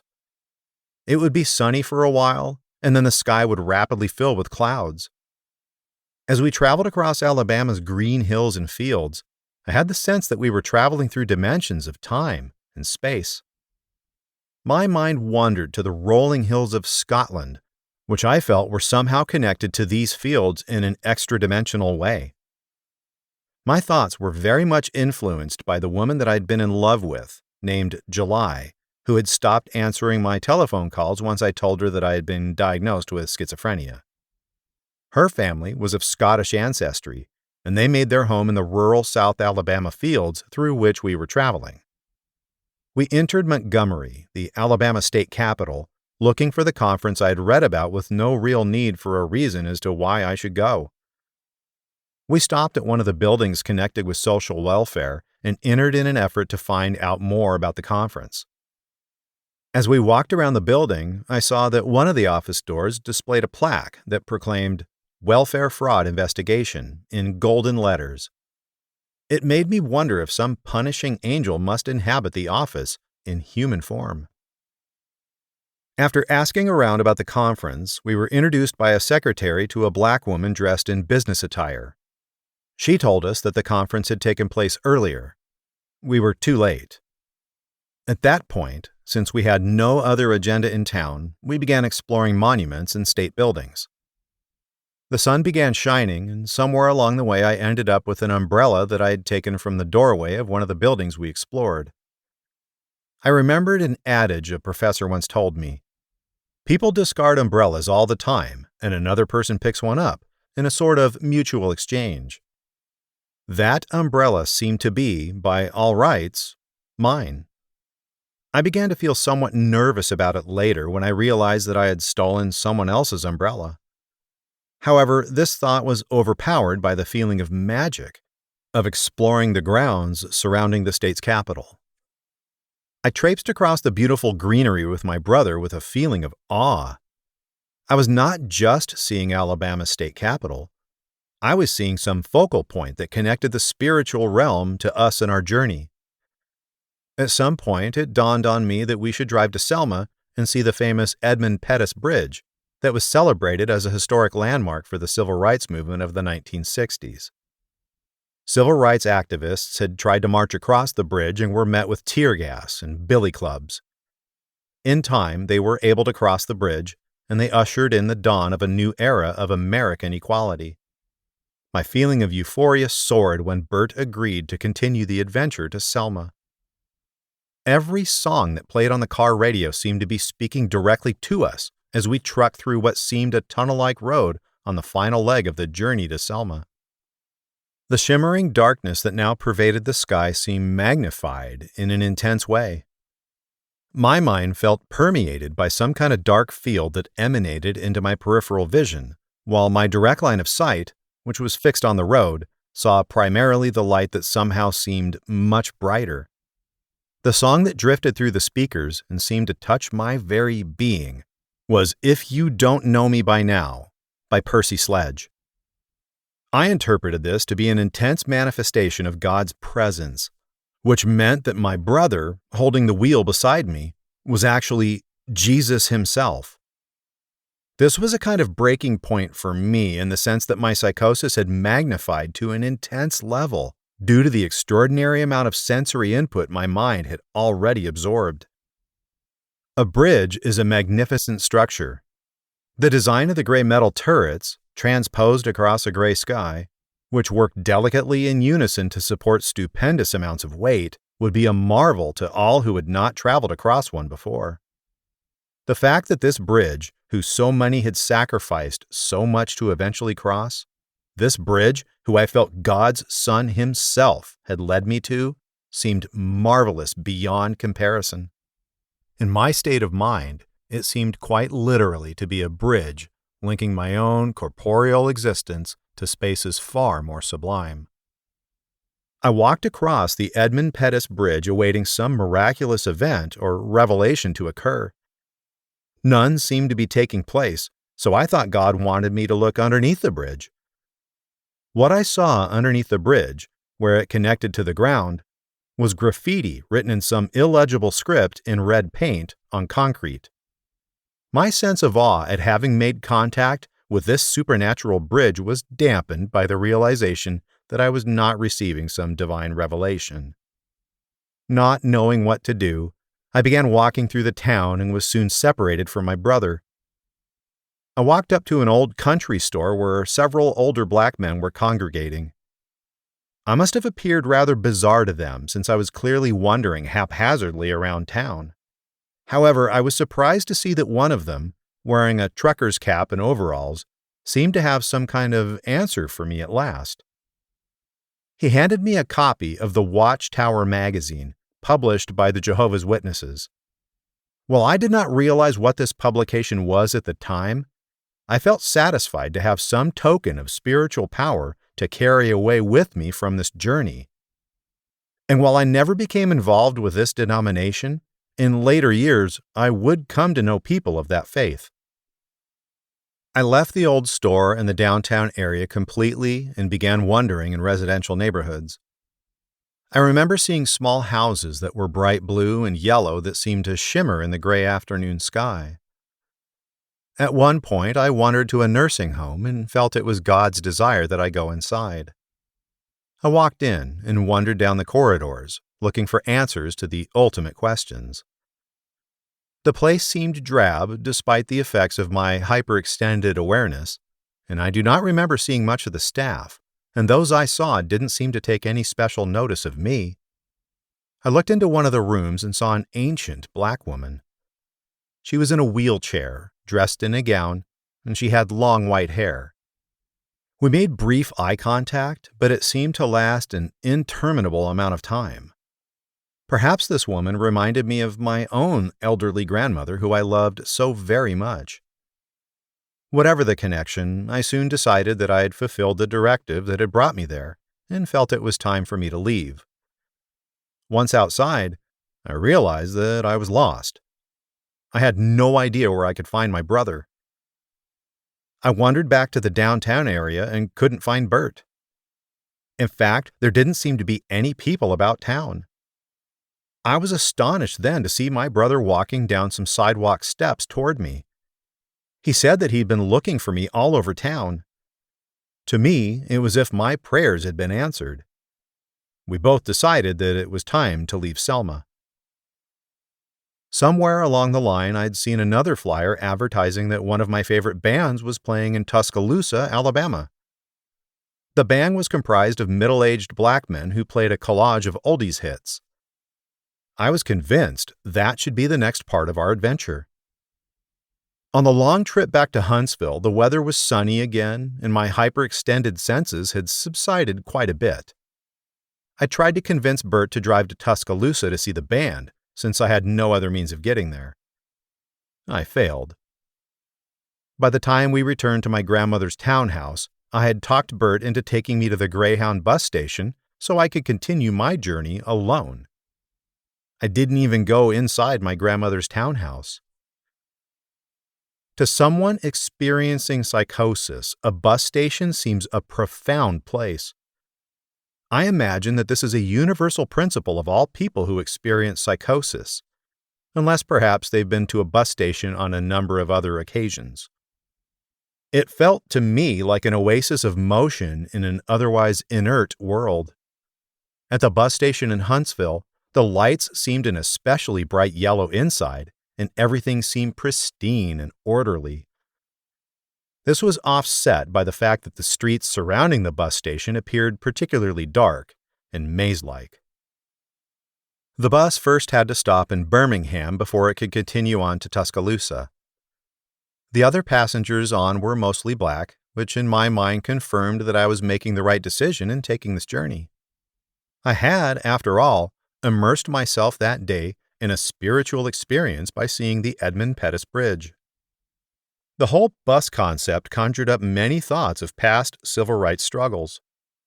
Thoughts of Rosa Parks, who played a key role in the Montgomery bus boycott, as well as the Freedom Riders, who attempted to ride in an integrated bus through Alabama and other southern states, were prominent in my mind. By the time our bus left Huntsville, the effects that the psychosis was having on my brain were becoming more tangible. My brain felt like it was pulsating and then buckling from the strain of processing all of the sensory input. I kept a bottle of medicine in my pockets as well as a butterfly knife. It seemed like a good idea at this time to take my medication, which was at the time an antipsychotic called Risperdal. I was certainly not in the habit of taking medication at any time other than when I was in the hospital, but that feeling of physical discomfort inside my skull prompted me to swallow one of the tablets anyway. It was not long after, because of the effects of the medicine and the mental state I was in, that images began to blur. As I lay back across the bus seat, I stared at the silhouette of a teenage black woman who was facing the front of the bus. Her head seemed to morph and contort in all manner of curious ways as I became increasingly drowsy. Most people don't realize that antipsychotic medication doesn't typically work instantly. It must build up in one's system over time to have the desired beneficial effect. Tired of seeing the world in this contorted way, I decided to close my eyes, and eventually I began to sleep.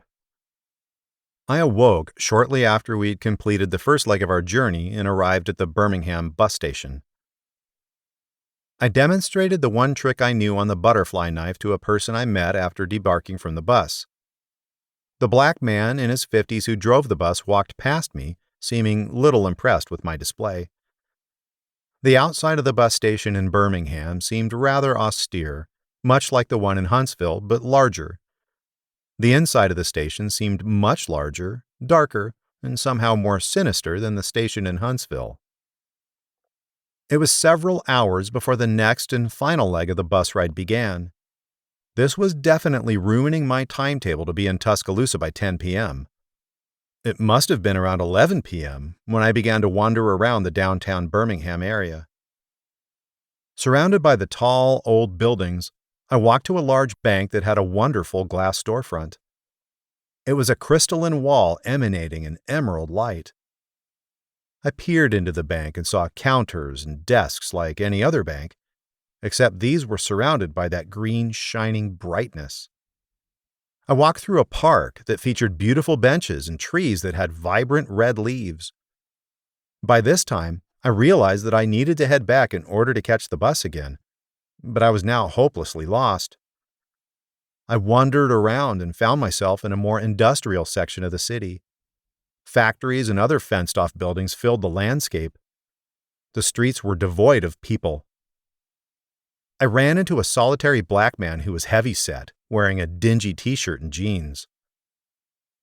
"Do you have any pills?" he asked me in a friendly tone. All I had was the bottle of Risperdal that I had been carrying with me on my journey. "This is an antipsychotic medication. You can't get high off this," I explained. He looked at the bottle and shrugged, saying with a smile, "I'll take one off your hands anyway." I gave him one of the pills, happy that he seemed pleased by the gesture. After much circling and vexation, I somehow managed to make my way back to the downtown area. I still, however, could not find the bus station. At this time, a man drove up to me in what was an older model Cadillac. He asked if I needed a ride, and I told him I was just trying to find the bus station. He said he'd give me a ride. The inside of the Cadillac had a rather ominous feel. I vaguely remember him asking me if I wanted to make some money, which I declined rather bluntly. I did thank him wholeheartedly, however, when he dropped me off at the bus station. The trip to Tuscaloosa was uneventful. I slept. The bus driver woke me to tell me we had arrived at the Tuscaloosa bus stop, and it was time for me to get off. His annoyance at having me on the bus didn't waver. I realized that I was the last passenger on his bus. When I stepped off of the bus, I didn't find the third bus station which I had imagined would be there. Instead, I found myself on the side of a strange street and hopelessly lost. By this time, it was early dawn and well past last night's 10 o'clock show. My sister and brother-in-law had moved back to Huntsville soon after I graduated, and I no longer had any close associations in town. I did the only thing I could think to do. I began to walk. My feet would be very sore by the time I stopped. My delusions at this point were not at the same level of intensity they had been before. While I continued to perceive a vague sense of beauty in the things I saw, the portentous events and emotional sights I had seen the day before vanished into my subconscious. My primary focus now was on the fact that I was lost and did not have a destination. I walked around for the entire day, having no idea where I was, but continuing my quest to find some point of reference. Thoughts about why I was there and what I would do if I found what I was looking for didn't surface as they would have had I been in a more coherent frame of mind. I simply had to find my way out of the maze and somehow rest my pained feet. On the first part of this journey, I walked around various neighborhoods and somehow came across a wondrous park that I'd never seen. It seemed to contain statues of druids as well as beautiful shrubbery. Tuscaloosa is known as the Druid City, and there is a park on the campus that has small statues of druids. This was a different park altogether and seemed to be something of a labyrinth. My memory is sketchy about this part of the journey. Perhaps my mind was so overextended by the previous day's events that my psychosis reached a new apex, where it was the journey itself that became all-consuming and not so much the sights I saw. I also remember walking down a long stretch of road, once again thinking that my feet were very sore and that I had many more miles to travel. This was a road I'd been on before and was somewhat familiar with, because I had even ridden my bicycle down this road when I was preparing for the bicycle trip I made across the country. Yet still I had difficulty finding my way to a place I knew better. At one point, I passed an out-of-the-way club I'd frequented as a student of the university, but still couldn't make out exactly where I was. I also walked into Tuscaloosa's main public library and paced down the long rows of books, desperately trying to recapture the image of how the location of the library fit in with my other memories of places in the town. By the time I found myself on the more familiar ground of the campus, it was evening. I believe this was sometime in February. However, the weather was unseasonably warm. The simple pair of jeans and button-down shirt I wore were sufficient. Now that I knew where I was, my mind was able to focus on my consideration of what I should do. The trudging journey to find my way out of the chaotic unknown instead became a stroll down memory lane, determining answers to existential questions such as, what was my place in the universe, and how did I fit in with God's plan? Then all of a sudden I realized what my ultimate point of reference should be. The law school, which I associated with order and the universal good, was the destination I'd been seeking the whole time. I limped there, grateful with the knowledge that my journey had not been in vain. The University of Alabama School of Law was open and filled with students and staff. I'd never been to the law school at 5 o'clock on a Thursday night and was surprised by the number of people there. I didn't know exactly where to go now that I had arrived, so I walked past beautiful furniture and art decor, discovering sections of the law school that I'd never seen before. Then I found myself in the law library. I'd been in this section of the building before, but not often. When I'd worked there several years before, I'd helped to make Xerox copies of books, which the school bookstore would then sell to the students. It was rare then that my work carried me to a library of books I was not helping to construct. There were a couple of carts of books being given away at the checkout counter, where I asked the librarian if I could have a book on federal law, and they said yes. I looked around for a while and left, feeling a renewed sense of vigor. With my point of reference firmly established, I left the UASL to continue my scroll down the byways of the past I associated with the campus. It had rained while I was in the law school building, and the night seemed somehow illuminated more than usual by a kind of purple-blue light. I think one can accurately describe being in a state of psychosis as a feeling of, at times, traveling through other dimensions. Once again, the dimensions I seemed to be traveling through were intimately connected to my past. Puddles of rainwater brought about recollections of a woman from Minnesota I had dated in college who was one of the great loves of my early life. The large puddles, which seemed to resonate with a luminescence of their own now, seemed to be the Great Lakes of Minnesota, which I'd heard about. I felt joy at traipsing across the lakes as if I were some Paul Bunyan-type Goliath. I experienced a deluge of other psychosis-fueled imaginings during this time, but this is the instance that stands out most in my memory. An all-encompassing sense of weariness rushed back over me, and my prime point of reference, the law school, soon began to draw me back like a powerful magnet. When I entered the UASL, again I was not seeking a source of inspiration so much as a place to rest my throbbing feet. I happened upon a student lounge that seemed to appear as a magic oasis, and stretched out to rest. Law students entered and left the lounge at different times while I propped up my legs, which had now stiffened into pillars of pain. I was primarily focused on getting some sleep. This became less and less likely since my mind continued to race from one fleeting concept to the next at an alarming rate. I continued to wonder what God would reveal to me next, as my blistered feet throbbed. I slept until about 10 o'clock at night when I was awakened by what appeared to be a sheriff with a wide-brimmed hat and a brown uniform. I wondered at the symbolic nature present in the person. He was most certainly a representative of the law and order that had made the UASL my focal point to begin with. However, he also struck within me a sense of fear with the way he questioned me and with his no-nonsense attitude.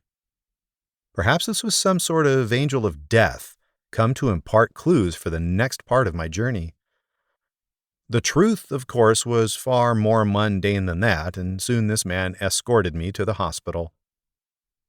I spent the night at the Druid City Hospital, and Bill, now living in Birmingham, drove to Tuscaloosa and said he was driving me back to Huntsville. On the way out of the hospital, the sheriff with the wide-brimmed hat, who had found me the night before, stopped me. He told me rather bluntly that I was not to come to Tuscaloosa again unless I had some sort of official business there. This was a difficult admonition to hear, as Tuscaloosa had been home for many years. However, I must admit that it had a powerful effect, and I've never gone back unless I have had some sort of business there. On the ride back to Huntsville, Bill said that everyone was worried and that they were afraid I might have gone to New York or another random destination.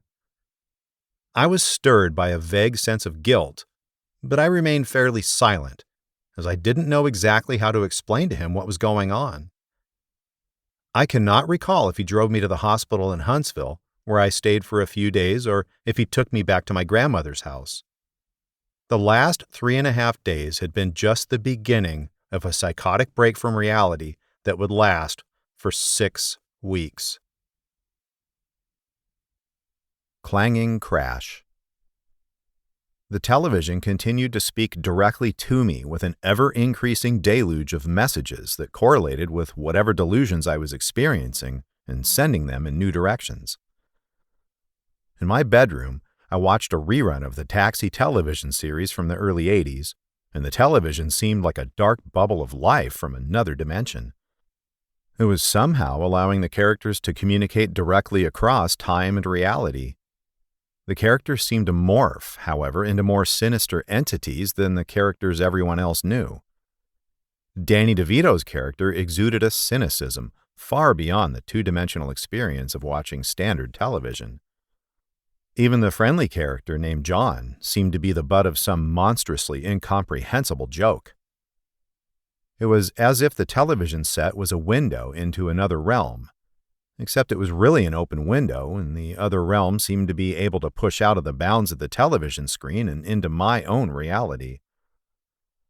Characters on television were speaking directly to whatever I happened to be thinking about and then commenting upon my delusional responses. An ancient shaman staring into a campfire for several days could not create a similar effect, even if he tried. The television set was not a campfire exactly, but it was certainly sending me messages that were causing my mind to careen in previously unexplored directions. I decided to simply keep the television turned off.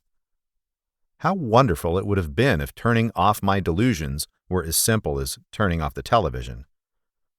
Unfortunately, it was not, and my psychosis continued, whether or not I was tuned into the television.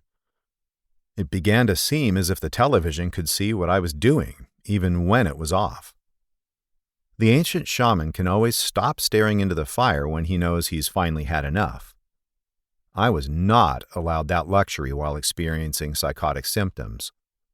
I could not stop the delusions that people were watching me. In my mind, I was in the mafia, working for the government, and some kind of religious figure all wrapped up in one. Even if I didn't know the exact details of the role I played in the grand scheme of things, I felt I was rapidly gaining clues into my own significance to their design. Bert didn't help the situation. He said he knew exactly what I meant when I described this confusion to him. He described certain people in our lives to be avatars or symbols of beings of great power. My grandmother, for instance, who was 82 at that time, was like a deity, and Bert brought her offerings in the form of trays of food. In his mind, it was not the food itself, but the act of kindness that satisfied her hunger. When contemplating this the next day, Bert's theory seemed to make a great deal of sense. It was as if I could feel her power and desire to be loved emanating all the way from her room downstairs. She was not a person in the general sense of the word, but indeed a being of great power, with no real need for a physical form. In the early months of 1998, it was expected that the United States might begin a bombing campaign of Iraq at any moment. News coverage of this crisis was broadcast constantly, and people were rather uncertain about whether or not we would soon begin a second war with them. Continuous coverage of the impending event, broadcast over my television, took on a decidedly ominous aspect. Since the television was speaking directly to me, the dramatic nature of events was exacerbated. While I had been avoiding television as much as possible, I've always been an avid current events junkie, as well as someone very interested in the fate of our nation. I found myself unable to resist the lure of witnessing what would happen next. As my symptoms persisted, this great crisis, unfolding across the land that was once ancient Babylon, grew beyond geopolitical proportions to biblical, and I became an active participant as well as a viewer. The United States needed to view my eye movements and reactions to what they were showing on the television in order to plan their strategy for what to do next. This was because I had so much psychic and spiritual power that a special government agency had selected me for their project. I could read the minds of Iraqi leadership like a medium, and this agency could read and interpret my reactions in order to understand what the Iraqi army would do next. The news anchors, who were informed by the government of what was going on, indicated this to me through subtle gestures and innuendo. When I moved my eyes, they moved theirs in ways which seemed to beckon me to provide more of my input. I felt it was my duty to continue to watch the broadcasts into the night so that the government could monitor my reactions in every detail. This was why I had been the focus of such interest via television waves the whole time. My mind continued to strain at the cascade of images from the television screen, combined with delusional thoughts, which connected everything to something else. The next morning, after having experienced being the government's guinea pig, I was no better off in terms of understanding what was going on in the realm of my reality. My grandmother left her bedroom upstairs and walked down the staircase in order to sit down in the living room for a while. This was something that she did only rarely these days, since it was very difficult for her to get around. She sat smiling in one of her antique wooden armchairs as she read the newspaper with a magnifying glass. Her eyesight was continuing to fade every year. I no longer saw her as something other than a person, however. Now I saw her as someone who could offer me divine guidance. The nature of psychosis is such that delusions change shape often, as the mind strains to discern each new reality. Grandmother told me that there had been a great mudslide in town on land that was once owned by my grandfather. This disaster was on all the local news stations at that time. My grandfather, who was my grandmother's first husband, had been a wealthy landowner, and had apparently sold land that was prone to the types of mudslides she was reading about to build houses for a subdivision. I felt it was my duty to somehow restore the family honor, which had been besmirched by this disaster, but I didn't know how.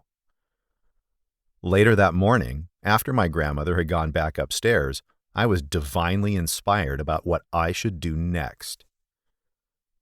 My firearms had been returned to me by my stepfather since I had not had a relapse of psychotic symptoms in close to a year and a half.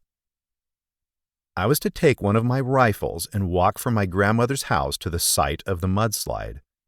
This would remedy the problem in some supernatural fashion of which I was not yet aware. I was not to load the rifle, as this was to be an act of symbolism designed to heal old hurts and not one intended to cause fresh harm. Somewhere in the back of my mind, I also realized that it was legal in Alabama to walk around with a firearm that was not loaded, or I thought that it was, anyway. Any delusion I ever experienced was also tempered by the knowledge that I did not want to go to jail. Perhaps it was this basic understanding, as much as anything, which prevented me from doing anything illegal during my psychotic breaks with reality. I had, after all, studied the law intensely in an effort to be admitted to law school. Many people with mental illnesses end up behind bars for petty crimes. I learned many years later that it was common practice, before behavioral health medicine was used in local hospitals, to arrest one for a petty crime before he could be committed, simply because there was nowhere to house them while they were in a mental state that warranted hospitalization. I was extremely lucky that I had an understanding of the law and that I was born in a time and place that prevented me from becoming one of those unfortunate people whose legal histories follow them throughout their lives. I now knew what I had to do. However, with war fever over Iraq clouding my vision, I couldn't make up my mind about which weapon would be the most appropriate to carry. I narrowed my choices down to an assault rifle, which was the Egyptian version of the AK-47, and my grandfather's shotgun. I decided to seek my grandmother's guidance in deciding which one to carry on my righteous quest. I didn't ask her this question directly because I assumed she parceled out wisdom in the same symbolic jargon as the anchors on nightly news. I handed her the breakfast that Bert prepared for her that morning, and she asked for a fork. I decided to base my decision on which weapon to carry determined by which fork she chose to eat her breakfast. Did she want the long fork, which would represent the Egyptian war rifle, or did she want the short fork, which would represent the shotgun? She said, with a smile, that she preferred the short fork, and so I went downstairs to retrieve the formal-looking short fork she instructed me to get.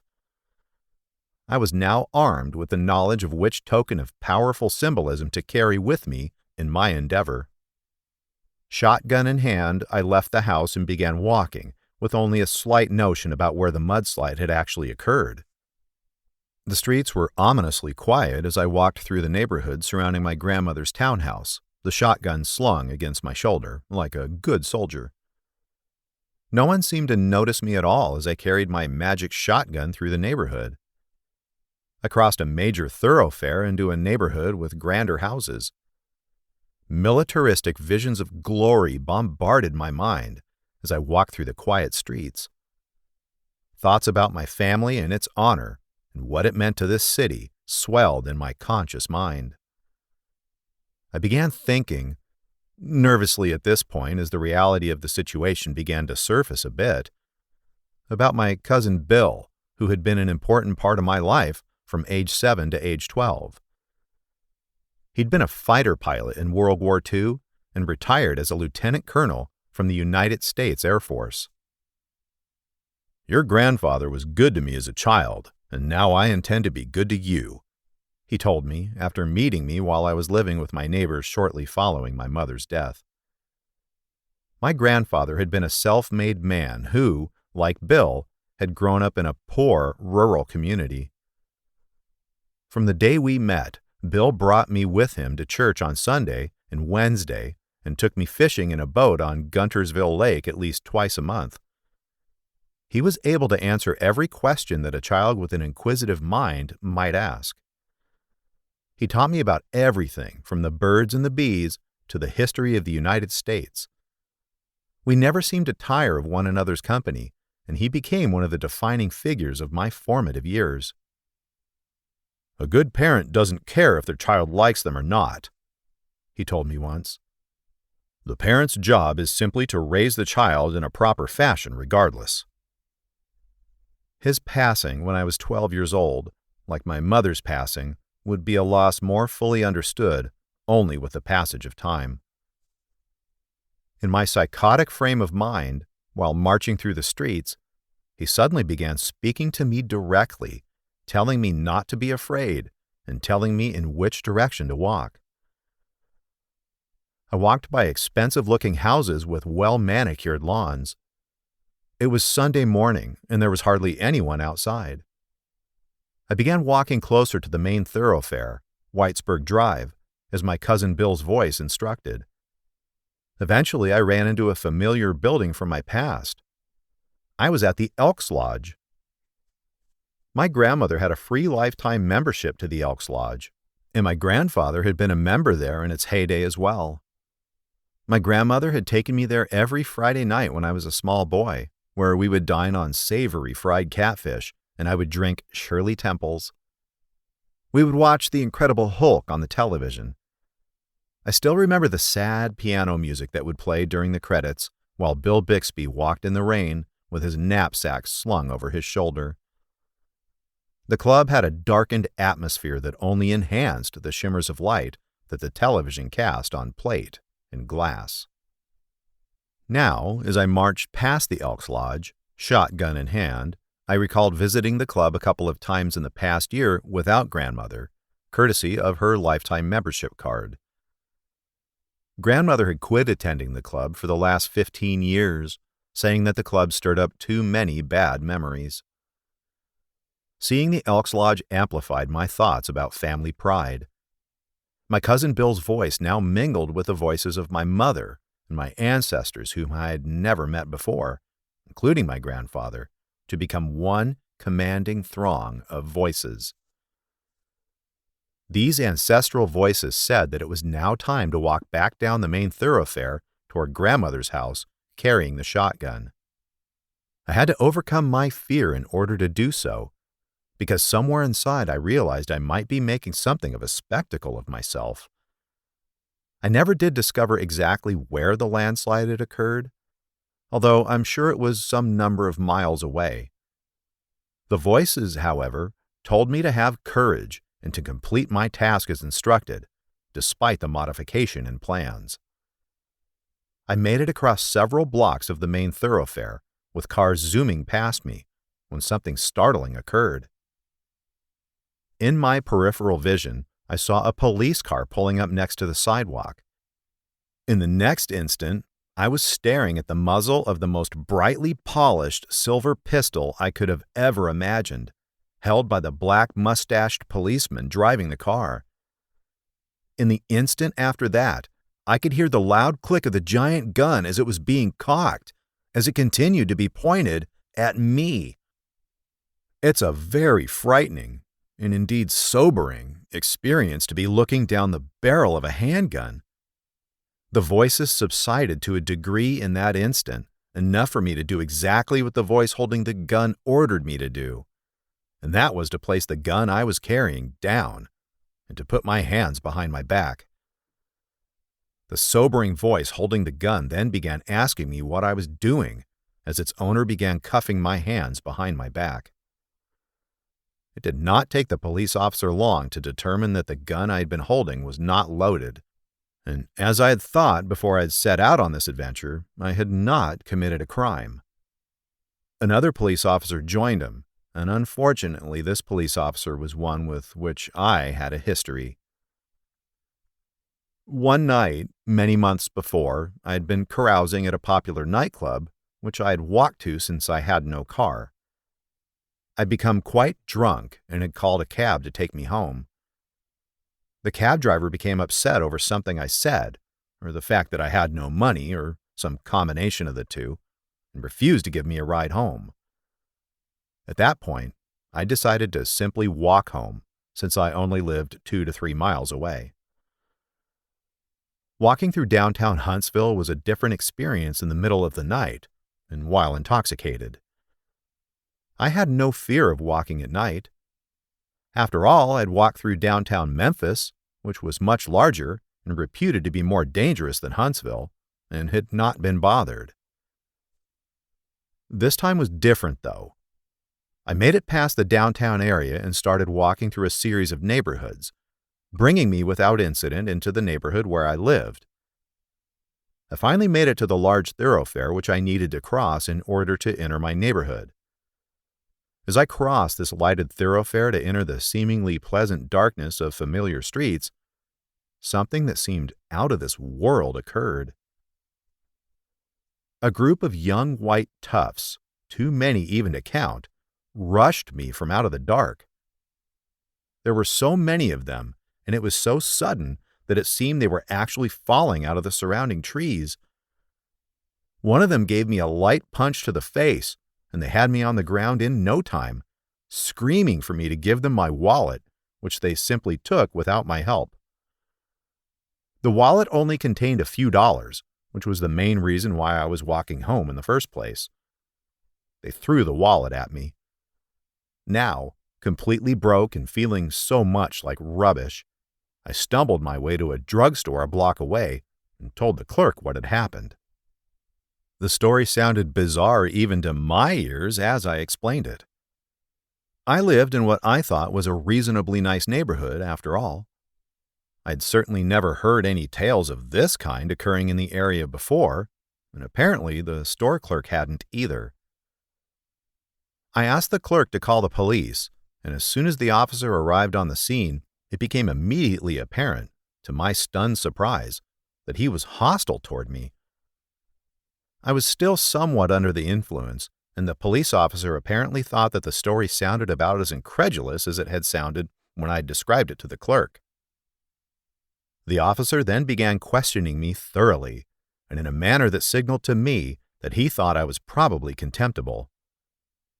I became upset with his attitude since I had, after all, just been the victim of a violent crime, and I let him know it in as much of an outraged tone of voice as I was willing to display to a police officer. This soon escalated to a point where the police officer called for backup. The new police officer had a smoother demeanor, even if he seemed to share his partner's distrust of me. He asked me to empty pockets, and I obliged him, grudgingly. What he discovered caused him to raise an eyebrow in suspicion. It was an ordinary tobacco pipe. I was not even smoking cigarettes regularly at this time. However, I had picked up the habit of smoking tobacco out of a pipe from an elderly and wise friend who I had hung out with at one of the bars I frequented. Although I thought it looked rather cool and different, it now caused me no small amount of frustration as I tried to explain to the officer that I had the pipe merely for the purpose of smoking tobacco. Although I think he believed it to be the truth after much sniffing of the pipe, he didn't really support me in any other way, or take very seriously my complaints against the other accusing officer. In the end, they would not even drive me the rest of the way to my house. I had to walk home, alone and afraid. The police officer now joining the officer who had ended my psychotic trek with the shotgun was the one who had initially answered my call following my mugging. All the memories of the prior encounter began bubbling to the surface as the gruffness of the recent arrival's voice, barking out questions, barraged my psyche further. At this point, something even more surprising occurred. Bert pulled up in his beat-up Maxima and got out as quick as a rabbit to try to see what was happening. Looking as bedraggled as usual, he said some words to them that I could not really overhear, and amazingly, he convinced the officers to remove my handcuffs and to let me go home with them. As I walked to my brother's car, however, the officer who I'd had the past experience with asked me a question that I can't remember. But the answer I yelled back to him as I entered my brother's car remains something easy for me to recall. I told him emphatically, "It's because you're a jerk." He'd give me his answer to that later, but at the time it seemed to go unchallenged. Bert drove me back to my grandmother's place. When I arrived home, I remained actively psychotic. I spoke on the telephone a couple of days later with my adopted brother David, a man who had visited me at the hospital numerous times. He had heard about the incident involving the police somehow and began questioning me about it. He asked what had happened, and I explained to him, "Grandma said that I should do it." "That certainly doesn't sound like something that she would ask of you," he said. I then explained to him how grandmother had communicated her wishes to me based on the type of fork she chose to go with her breakfast, fully expecting him to grasp this concept as something that was perfectly rational. "I'm sure that's not what she was trying to tell you," he said. "Oh, I see," was my reply. His explanation did jar me back into reality to some degree, and I understood that what I had done was clearly misinterpreted by everyone. "I'll talk to you later on," he said. I watched a mobster movie and began to think I was a reincarnation of the historical crime figure, Lucky Luciano. When Bill telephoned, the conversation led at one point to me explaining to him how I had recently wiped out on a bicycle going downhill at high speed. I actually did an entire flip, and this accident could have killed me or caused me severe bodily injury. When I told Bill that I'd walked away from the accident unscathed, I said to him, "Well, you know that they call me Lucky, right?" No one, in fact, had ever called me Lucky, in either my memory or indeed the memory of anyone that knew me, nor did any of the wide range of nicknames I'd collected over the years denote any implication of luck. I was met by a stunned silence after making my pronouncement, and this was the first time I had ever known him to be at a loss for words. Another idea that crept into my mind as I watched cable television was that the female therapist I'd seen for some time previously was in fact a sexual surrogate that would be willing to help me to overcome my sexual inexperience. With this in mind, as well as with a glimmer of real insight that the Huntsville-Madison County Mental Health Center could help in a more practical manner, I decided to make a trip there just as soon as I possibly could. On Monday, I did just that, making the mile-long trek from my grandmother's townhouse to the HMC-MHC, dressed up in a sports jacket and slacks. When I arrived, I was informed that my therapist, Marilyn, was off that day, but that another therapist, Mary Beth, agreed to meet with me for a short time in her place. She had bright, intelligent eyes and short blonde hair. Mary Beth undoubtedly had little trouble seeing the glazed look in my eyes and scheduled me to see my previous therapist in the very near future. Memory of this period is somewhat hazy. However, what I believe happened next was that when I returned for my scheduled appointment, a pair of sheriff's deputies met me. In no time, they had me in custody and whisked me away to the Huntsville hospital.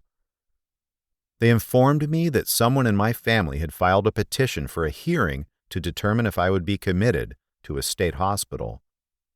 Until that hearing, I had to remain at Huntsville Hospital. The hearing was to take place in about a week. This was all very new to me because I'd never been in any kind of legal custody before. I later learned that this was quite a common practice with people who suffered from serious mental illness. I was grateful for the fact that I already had dress clothes on hand. I spoke to my stepfather and let him know what was happening, and discovered that he felt very strongly that I allow his lawyer to represent me at the hearing. He thought that would give me the best chance of not being committed. I certainly didn't want to be committed, since I had absolutely no idea what that entailed. Druid City and Huntsville Hospital had not been that bad, but I had only my grim imagination as a template for what it might be like to reside in a state mental institution. My stepfather sent his lawyer, who was probably in her late 50s or early 60s. She had short gray hair and a stern look that signified the fact that she had been a female attorney in times when most attorneys were men. She asked me if I wanted her to represent me at the hearing, or if I preferred to have my court-appointed lawyer represent me in the case. She said this in a tone that seemed to indicate that she had no real desire to influence the decision one way or another. I'd met the man who was appointed to represent me, and he seemed competent. Some intuition I had told me to go with a court-appointed lawyer instead of my stepfather's friend. Not wanting to see my stepfather's money at risk of going to waste motivated my decision. I knew the probate judge hearing the case, as he had actually presided over my grandmother's petition to adopt me when I was 16. Before I'd make a second appearance in front of this judge, however, I first had to stay in the hospital and undergo an assessment from a mental health professional who would determine if I was someone who would benefit from state hospitalization. I felt compelled to truthfully answer the man who assessed me, even telling him about thinking that my therapist was a sexual surrogate. At the hospital, I played games that a pretty woman in her early 20s facilitated. Trembling with embarrassment at the situation, I threw beanbags at a stationary target in front of her. She, like other pretty women my age who staff the hospitals, was brutally aware that I was confined there because of symptoms of a mental illness. By the end of the week, I was still delusional and readied myself for the big hearing. I think that it happened to fall on St. Patrick's Day, and I garbed myself in the dress clothes that I had on hand for the occasion. I believe the jacket was tweed, and it was a coat that I never really wore at all.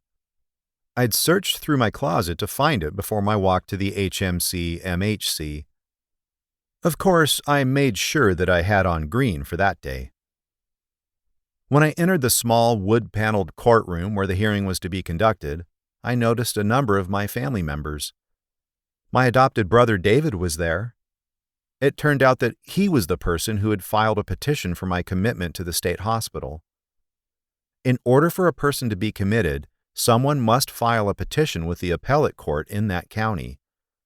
Bert, surprisingly, was there as well, looking not only as bedraggled as always, but also unusually nervous. The probate judge asked all witnesses to swear or affirm that they would tell the truth, the whole truth, and nothing but the truth, so help them God. Then they all began describing the gory details of my situation in alarming detail. My attorney informed me that I should not testify under any circumstances unless called to do so, and I knew that a person should always heed his lawyer's advice. However, I was unable to resist speaking out when I heard the police officer say something that was not accurate. The police officer said that when I left the scene after carrying the shotgun, I told his fellow officer to go to hell. The judge swore me in, despite my attorney's quiet urgings not to testify, and his eventual sigh as he resigned himself to the fact that I would. I pronounced to the court that I would affirm the truth. My religious upbringing came to the forefront then, as I'd remembered reading in the Bible that it was sinful to swear to anything aside from your own word. I told the court that I had said nothing of the sort as it related to what the officer just swore to, but that I had, in fact, called the officer a jerk.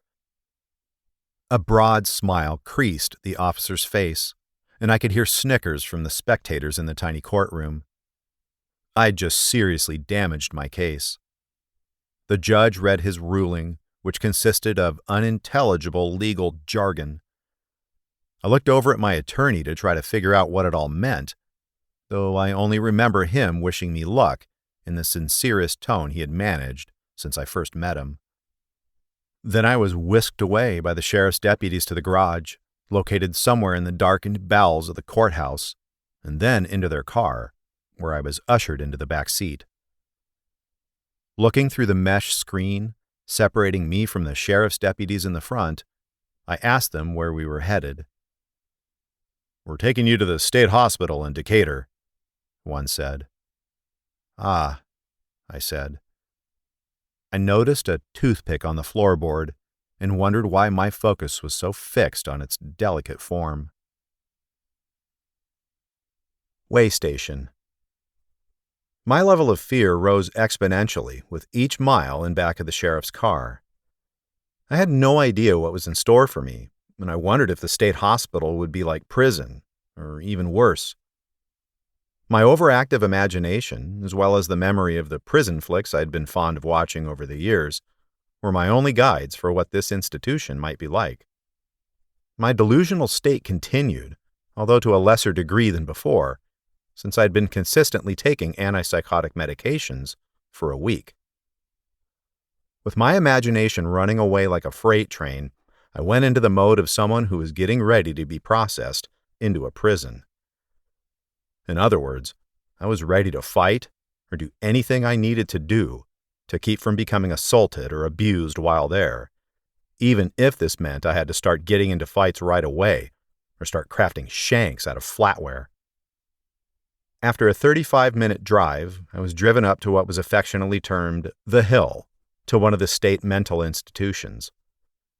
It was housed in an extremely old 3-story building and was surrounded by trees and other vegetation. An iron sign at the bottom of the hill read, North Alabama Regional Hospital, NARH. The fear of being in a prison was exacerbated, at this stage, by staff members that weighed me and took me to a shower.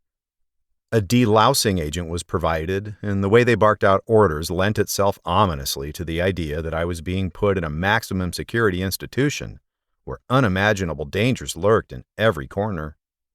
While I was in the shower, a large black man with a wild tangle of hair was taking a shower in an adjacent stall.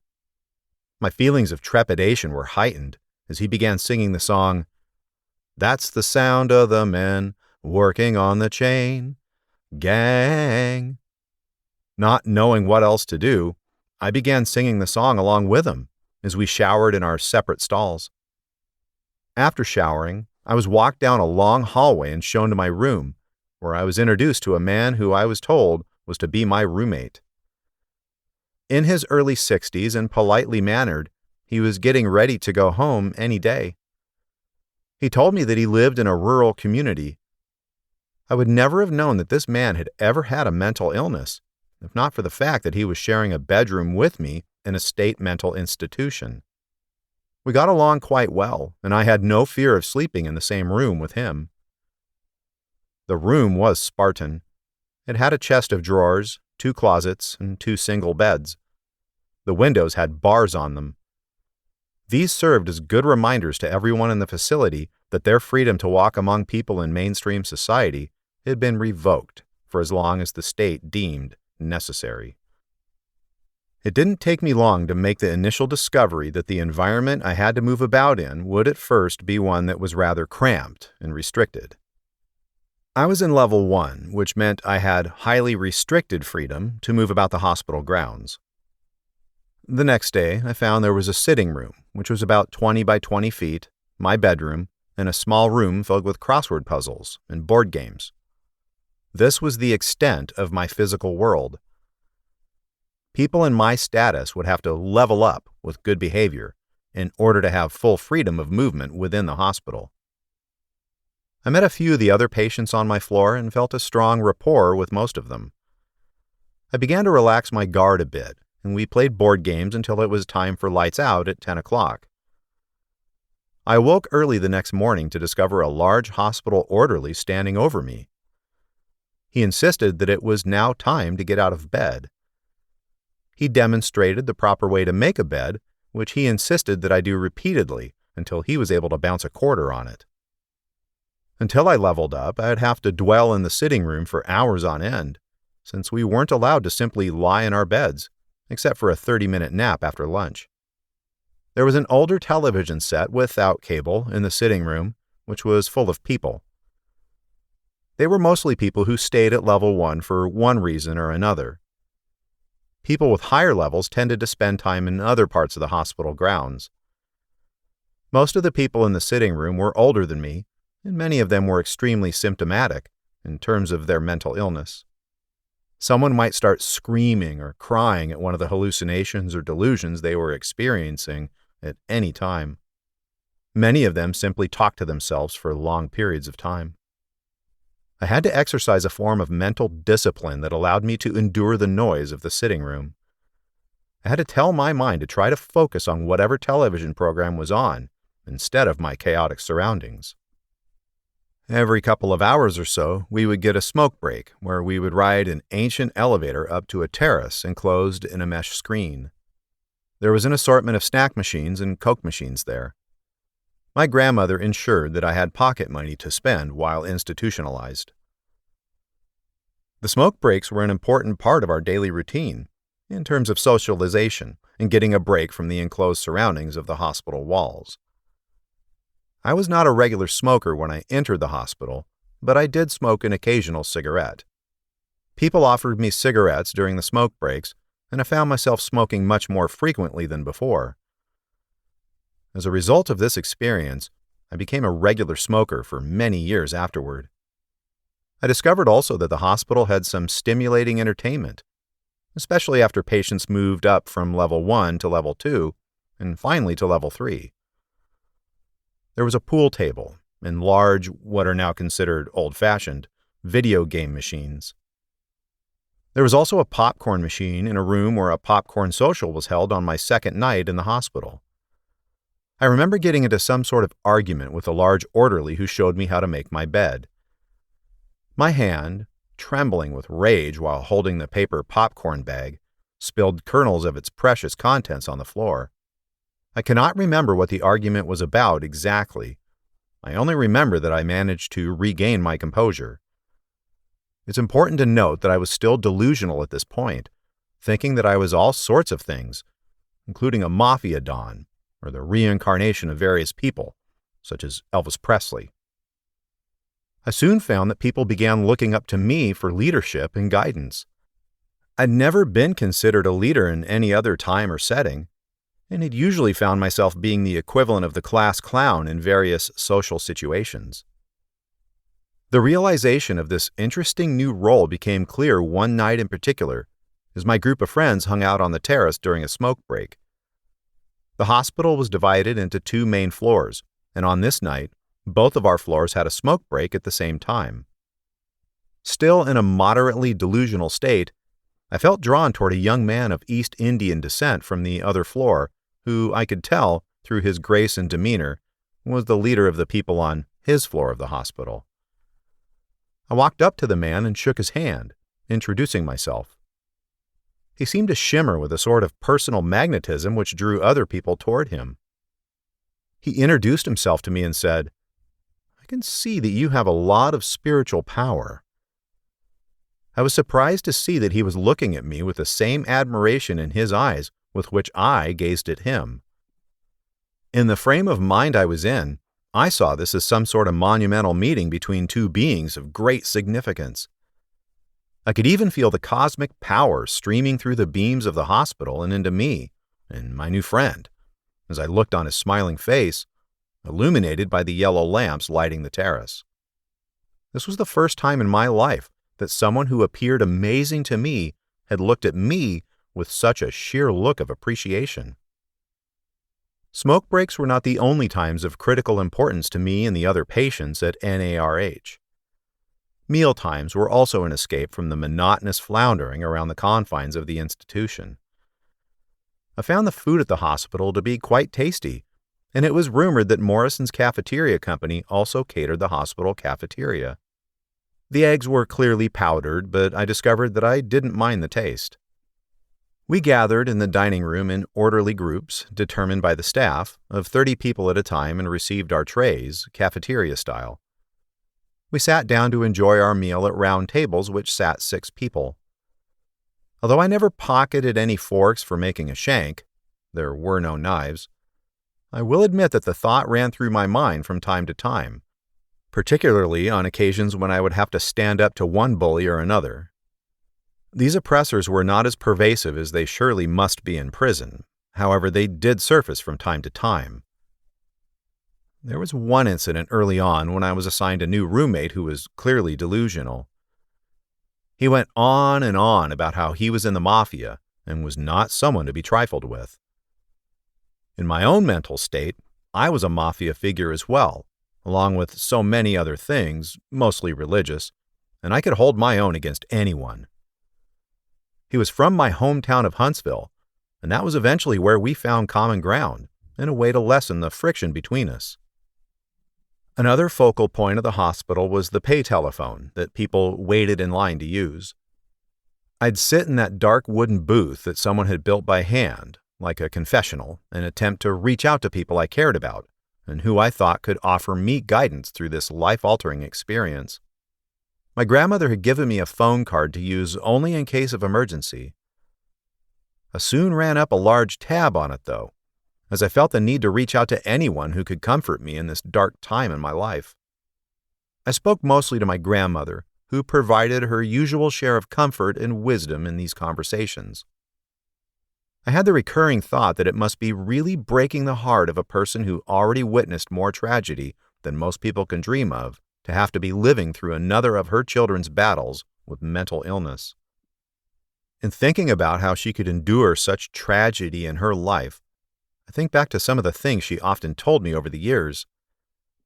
Many times I heard her make the remark, "I've traveled the world, you know." She'd been to Europe, Japan, and a number of other places few Americans, especially of her generation, have had an opportunity to visit. I think that she realized that this statement would hit home with me one day. I think that she was trying to say to me that she'd had the opportunity to live a fulfilled life. I think that she held on to memories of all the people she'd helped, as well as the other meaningful experiences which fueled a lifetime as rich as hers. Maybe this was her challenge to my future self. Could I utilize the advantages she had helped provide me to live a rewarding life? Easily, the most emotionally painful conversation that I had in that telephone booth was the one I had with one of the women I had dated off and on throughout college, whom I will call Katie. She'd been a tennis player at the university and had left that sport to pursue sorority life. Katie was from Minnesota, and her beautiful blonde hair and blue eyes lit up my nights in Tuscaloosa like the aurora borealis. A few months prior to my current hospitalization, I'd reestablished contact with Katie after having lost contact with her following my first hospitalization in 1996. We'd spoken together on the telephone a number of times since then. I decided not to let her know about my diagnosis at that time. The nightmarish situation that had followed me, telling another of my old girlfriends about my diagnosis, when I never heard from her again, guided my decision-making process in this matter as much as anything else. I decided to give Katie a call on the payphone at the state hospital and let her know everything. I felt like I needed a friend more than ever at this low point in my life. When I told her that I had schizophrenia and was now in the state hospital, she was alarmed. Her voice quavered. "You're really scaring me," she said. She hung up. Many years in the future, something called a smartphone will become commonplace, and most people will interact through something called social media. Katie and I will renew an acquaintanceship in this way and even speak on the phone again 22 years from this moment. Of course, I have no way to know any of this while in NARH in 1998. I cannot help but notice recently that the media, in commercials on television, encourages people not to end friendships with another person just because they're diagnosed with a mental illness. I wish those kinds of commercials had been broadcast when I was in my early 20s, and I can only hope that people heed the words of these ads today, so that some other young person may not experience the same degree of rejection that I felt that day simply because I had a medical condition. Instead of speaking to a beautiful young woman in the hopes of a blooming romance, I was now in a lockdown universe where another beautiful, and older, lady was interviewing me for an entirely different purpose. She was the hospital psychologist who gave me an assessment and decided what classes I would take during my stay. All patients had to take classes that focused on coping with mental illness. In these classes, I learned even more about the other people who were patients. They were of all ages, backgrounds, and diagnoses. It didn't take me long to see that I had much more in common with these people than I had differences, as we all talked about ways to prevent finding ourselves back in the hospital. After a week in the facility, the staff determined I was not a serious flight risk, and I was promoted to level 2, where I had considerably more freedom to move about. The best part about this privilege was that it allowed me to escape the psyche-smashing monotony of the sitting room. There, Bonanza continually played on the television, and I had to endure the continual sounds and actions of people who, in many cases, had lost control. I found that the library was a good place to go, especially when I didn't feel like being around other people. There was a radio in the room, and I enjoyed searching the dial for soothing music and listening to sounds from the early 80s. I had not thought much about my deceased mother in the past, but when I listened to that radio and heard those songs from my youth, I thought a great deal about her and the fact that she had been a patient in this same hospital more than once. Many times it felt like she was even speaking comforting words to me through the radio, and I couldn't stop myself from weeping. I found myself reconnected to her in a way that I had not felt since the time of her death in 1982. Our shared experience of being confined within the walls of this same institution bonded my mother and me in a profound way. After 2 weeks at NARH, continuing to take regular dosages of psychotropic medication, I completely phased out of the delusional universe that had consumed me. The greatest change to my thought processes was an internal monologue that occurred while I was still delusional. I'm surrounded by people, most of whom are all describing the same ideas that I have. and there's no conceivable way that we can all be right. Another man claims to be Elvis, and therefore we cannot both be Elvis. That man claims to be in the mafia.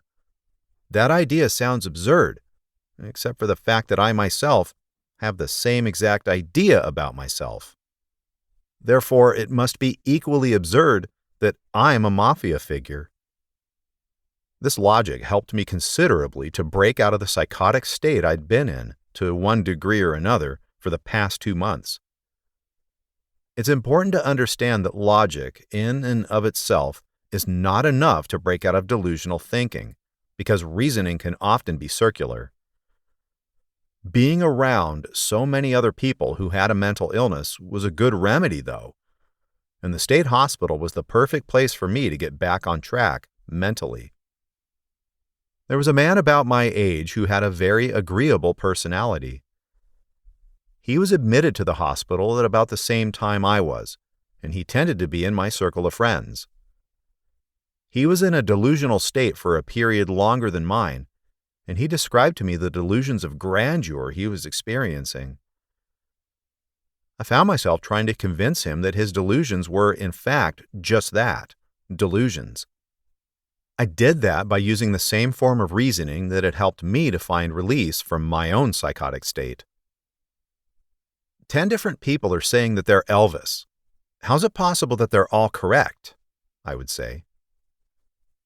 Although he was not convinced at first, it didn't take many days of my careful coaxing, combined with his heavy regimen of antipsychotic medication, for him to reach a state of reasoned thinking.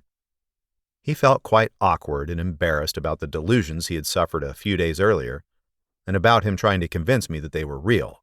But I comforted him by explaining that there was nothing to feel embarrassed about, since we were all in the hospital because of similar episodes. That experience marked a very important turning point in my life. First, I would never again experience psychoses that approached the magnitude of the earlier breakdowns.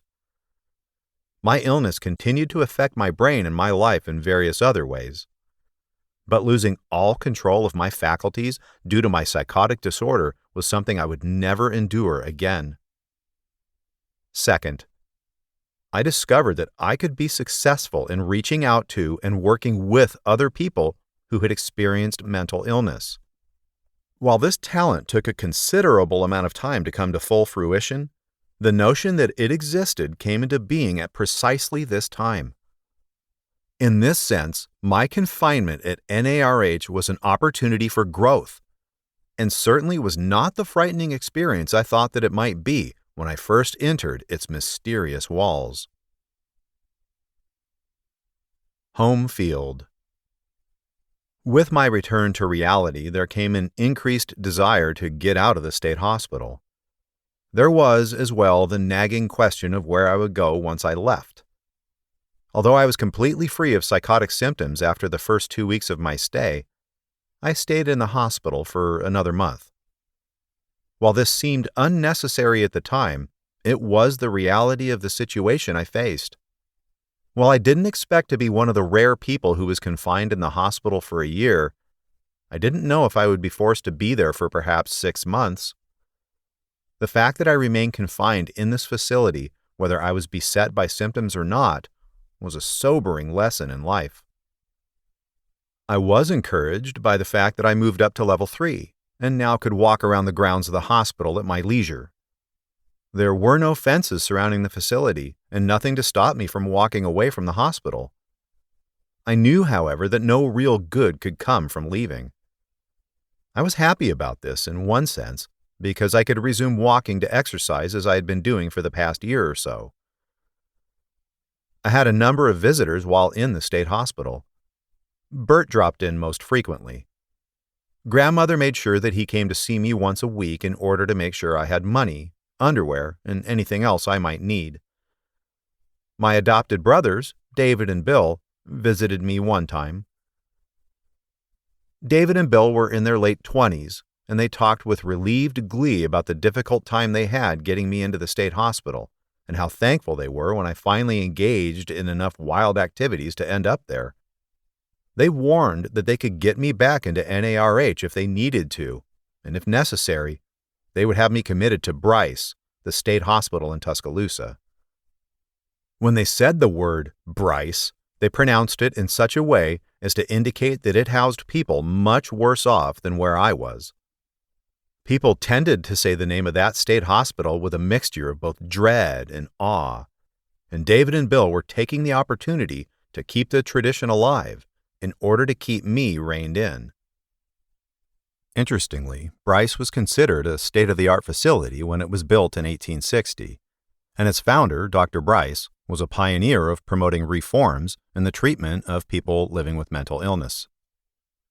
The hospital later declined markedly and became overcrowded and less enlightened with the passage of time. In the 1980s, it became more enlightened and less overcrowded again, but maintained the same, by now ancient, physical structure, which was historic in its own right, being one of the largest buildings of that design. Following the events of this story, the facility was rebuilt as a beautiful new hospital, featuring all of the latest advancements in mental health care and retaining the name Bryce. Ironically, the name is still used to invoke fear into patients not wanting to enter into a higher level of care, who, generally speaking, have no idea that it is an extremely fantastic facility to the point that it is rather luxurious, featuring stimulating game rooms, spacious courtyards with fencing concealed from view, and even a beauty shop. My adopted sister, Kim, also visited me, and her sorrow at seeing me in these circumstances was clearly visible despite her best efforts to conceal it. With every year that passes, I become increasingly convinced that this entire situation impacted her and everyone else in my extended family far more than I could have imagined. This is in stark contrast to my increasing understanding that my grandmother was able to handle all of what happened to me with a greater acceptance than I could conceive. Another heartbreaking visit was from my stepfather, Dave. I sat with Dave on the gigantic steps outside the hospital. The bitter irony that he had visited my mother at this very hospital on several occasions before her death, 16 years earlier, did not escape my consciousness for a moment. I smiled, though, and did everything I could to convey to Dave that I was in charge, not only of my faculties, but also in charge of my surroundings. I emphasized this point during our conversation. When one of my friends brought me something, or perhaps gave me a message of some kind, it clearly demonstrated to Dave that I was important to that person. Dave did manage to find a smile and began advising me in terms of how I should live my life. He began asking about the job at the Holiday Inn and what I liked about it. I began to describe the various perks of the job as well as the responsibilities. He told me that he thought it would be a good idea for me to go back to that job, and that I should try to be satisfied with having a job like that. And it was not necessary for me to fulfill the great ambitions that I had held since childhood. "It's okay for you not to take on too much stress, Jim," he said. Dave's sense of understanding could be seen in his smile, and if he was deeply saddened by having to visit me at the same hospital where he had visited my mother, he managed to do an extremely good job of not letting it show too much in his expressions. He had invested a great deal, both financially and in time, in me, and it must surely have been as difficult for him as it was for any of my family members to see my downward slope into the world of multiple hospitalizations. Somehow he managed to view me in the same compassionate light that he always had. There's an important lesson for all family members to learn from people who are hospitalized for having a serious mental illness. This does not have to be the end of the world or your relationship with the person who's ill. Someone can be hospitalized for having a serious mental illness and eventually go on to live a fulfilled life. A visit to the hospital does not have to be like going to your loved one's funeral. Another development that took place during my time at NARH was a romantic relationship that brewed between me and another patient. It was not long after I ceased to have psychotic symptoms that I met a woman, who I'll call Lorraine, in order to protect her confidentiality. She was probably in her late 40s, and she was an attractive woman. It had been a year and a half since I was first diagnosed with schizophrenia, and about 3 years since I had experienced any kind of serious romantic relationship. Those 3 years did not unfold the way I thought they would. I was athletic, intelligent, and I thought I was what most people would consider a physically attractive man. There were many moments after I was initially diagnosed with my mental illness that I longed for a monogamous relationship with someone I could settle down with.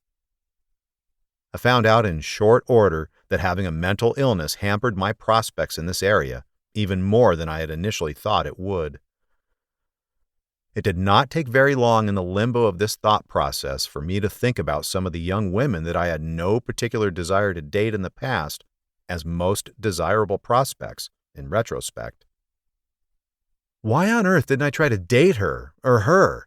If only I'd tried to settle down with her or anybody I was involved with, at least I'd be in a romantic relationship now. My thoughts ran along. I've been completely robbed of that part of my life, I thought. I was delighted to meet a woman who did not seem to have a problem with my having a mental illness, or with our age difference. We began as friends, but the relationship soon escalated into something more. She told me not long after she met me that I was smarter than the average bear, and she seemed to find that appealing. She said she had a condition called bipolar disorder, and her daughter had committed her to the state hospital. She also said she was happily divorced. Lorraine was from Decatur, the town near the hospital, and she was able to tell me a great deal about our surroundings. She said that the crumbling building that we were in was once a hospital for people with tuberculosis, and that this was the reason why I was given a TB test when I was first admitted. The only thing I knew about tuberculosis was that it was what eventually killed Doc Holliday, the legendary gunfighter on the winning side of the OK Corral gunfight. I knew it was a very bad way to die in a time when there was no real way to treat it. From time to time, the hospital van took us to restaurants or on other outings. On these occasions, she would describe the various scenery we passed. The scenery was completely alien to me.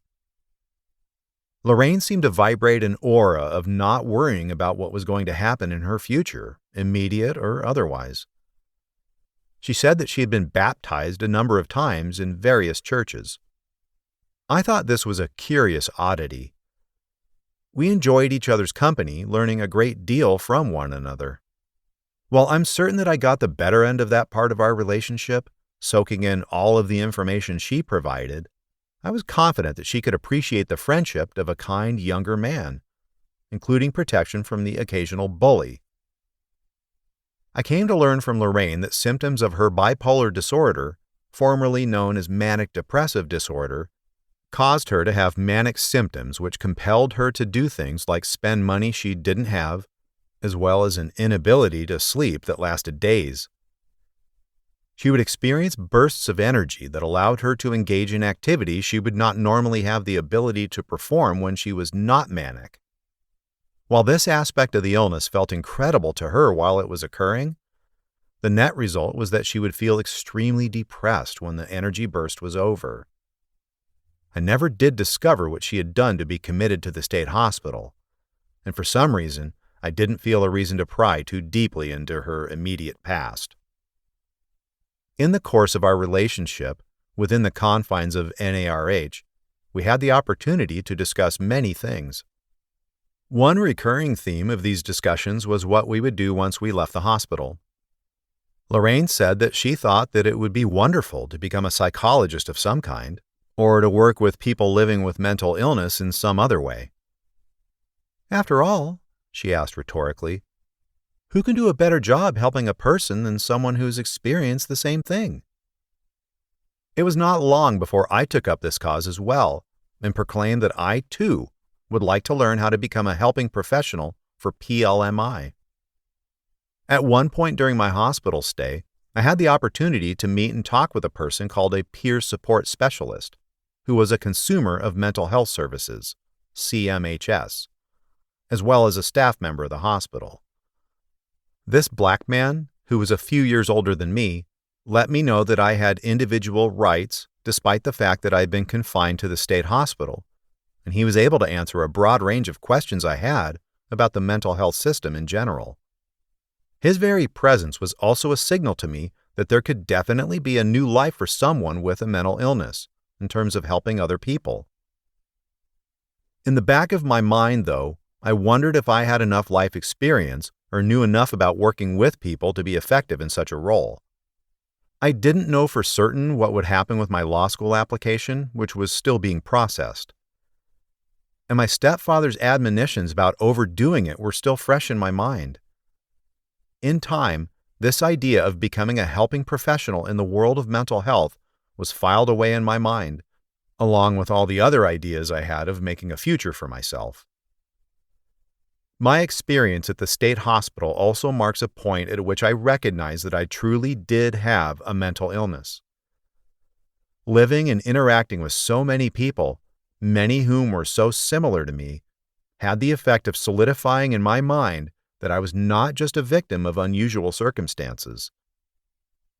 I had the opportunity to see the full gamut of PLMI and the full range of symptoms they experienced, and how the experiences they had changed over time. This was convincing evidence to someone with a fundamental belief in the laws of logic and reasoning that I was not being hospitalized repeatedly due to random chance. When I could admit to myself that I had a mental illness, it became natural to consider that I was part of a community of other PLMI as well. No desire I might ever hold in my heart to be a lone wolf, wholly reliant upon himself, would ever negate the fact that I was part of a group of people larger than myself. With the acceptance of my situation solidifying in my mind, I began to talk to Lorraine and my other friends about what their living arrangements would be like when they were released from the hospital. What I discovered in these discussions was that many people, particularly those who did not have anywhere to move back to, were expecting to be placed by the social worker in some kind of housing situation. These people stirred in my heart the flames of hope that I could find a better living arrangement than the one I had, sharing space with my psychotic brother. I decided to try to speak to the social worker who would determine where I would go upon my release. I discovered that I had to make an appointment to see her. So after a few days, I talked to my social worker, mustering all my charm in an attempt to make a good impression. She was middle-aged with a thick frame, long blonde hair, and wise-looking eyes. I described to her some of the things I wanted to accomplish in my future, including law school. Inch by inch and life's a cinch, but yard by yard, life's really hard, she told me. If you can remember that, it'll help you to make your way through life. The truth of her words is impossible to deny. I essentially had to switch to an entirely different mode of doing things, or else I would become overwhelmed with trying to achieve too many goals at once. She also informed me that since I was from Huntsville, she would arrange for me to meet with representatives of the Huntsville-Madison County Mental Health Center who visit the state hospital routinely to complete housing placement. She said that I'd meet with them in about 2 weeks. To say that I was excited about meeting with them is an understatement. The prospect of going back to the living arrangement I'd been in was horrifying to me, and the fact was that I, like many others, didn't have anywhere else to go. While contemplating this reality, it suddenly dawned on me with startling clarity. I had already been offered a place to live by the HMC-MHC. When I was first diagnosed with my illness about 18 months ago, or what seemed then like a lifetime ago, my therapist had offered me the opportunity to move into an apartment program operated by the HMC-MHC. At the time, I was very afraid of the restrictions that I felt surely would accompany such an arrangement, and I was quite comfortable living with my grandmother. I made this decision at a time before I finished college and before Bert moved into my grandmother's home. At that time, I was fixed in denial about my illness, and the thought of moving into a dwelling for PLMI was not a reality I was prepared to face. Now that I was clear-minded and able to make good decisions, I began to enjoy the added freedoms at the hospital. I roamed the grounds and made use of the facilities at my leisure. The state hospital had now become a pleasant place to be. I attended weekly religious services at the hospital, which were held by a black minister who I believe was a Methodist. Not as many residents attended these services as one might expect, but the ones that attended were fervent in their songs and prayers and listened intently to the minister's words. Lorraine attended church services in the hospital with me on at least one occasion, and she confided to me that she had a flock of her own. I do not mean flock in the figurative sense. I mean that she had an actual flock of live sheep living in her yard. She had her own home in the country where she lived with her mother. As part of her manic symptoms, she had collected a large assortment of animals over the years, and the flock of sheep was her latest addition. There was another young man in my group of friends at the hospital who I'll call Steve. He spent a lot of time with Lorraine and me. Steve had cerebral palsy as well as a serious mental illness. His palsy was so severe that he practically had to drag one of his legs behind him when he walked. He was diagnosed with the same mental illness that I had, and like me, he was from Huntsville. Unlike me, he held on to some delusions that he could not shake entirely. He believed that he had been communicating with angels on a regular basis, and that this was not only plausible, but also wonderfully true. In 1998, it was in vogue in the media to talk a great deal about angels and people's ability to communicate with them. Steve was not even willing to entertain the notion that his angels were part of any psychotic symptoms. He felt they were, in fact, the real deal. No matter what techniques I tried to help Steve rid himself of these ideas, they rebounded off deaf ears. After 2 more weeks, I was shown to a room inside the hospital where I met the people representing the HMC-MHC and their housing program. In my mind, this was like a job interview on steroids, and I really went over the top in my efforts to wow and be polite to the 2 women who conducted the meeting. Instead of a job interview, I suppose one would call this a living interview, since they would determine if I would have my own place to live. The women seemed receptive, and as I left the meeting, I had the impression that they would go to bat for me. About a week later, the hospital social worker delivered the good news. You've been approved for the apartment program. The feeling of excitement I experienced was tempered by the knowledge that what I was thrilled about was an entirely different vision than what I had thought my life would be not so long ago. Nevertheless, I was grateful to know I had somewhere to live, away from Bert. It was now just a matter of winding down my time at NARH until I embarked upon my new life journey with the HMC-MHC. I continued to spend time with Steve and Lorraine as my group of friends steadily dwindled down to just that pair. I learned that my friend Steve had also been approved for the same apartment program and that we would be seeing more of each other whenever we were both released from the hospital.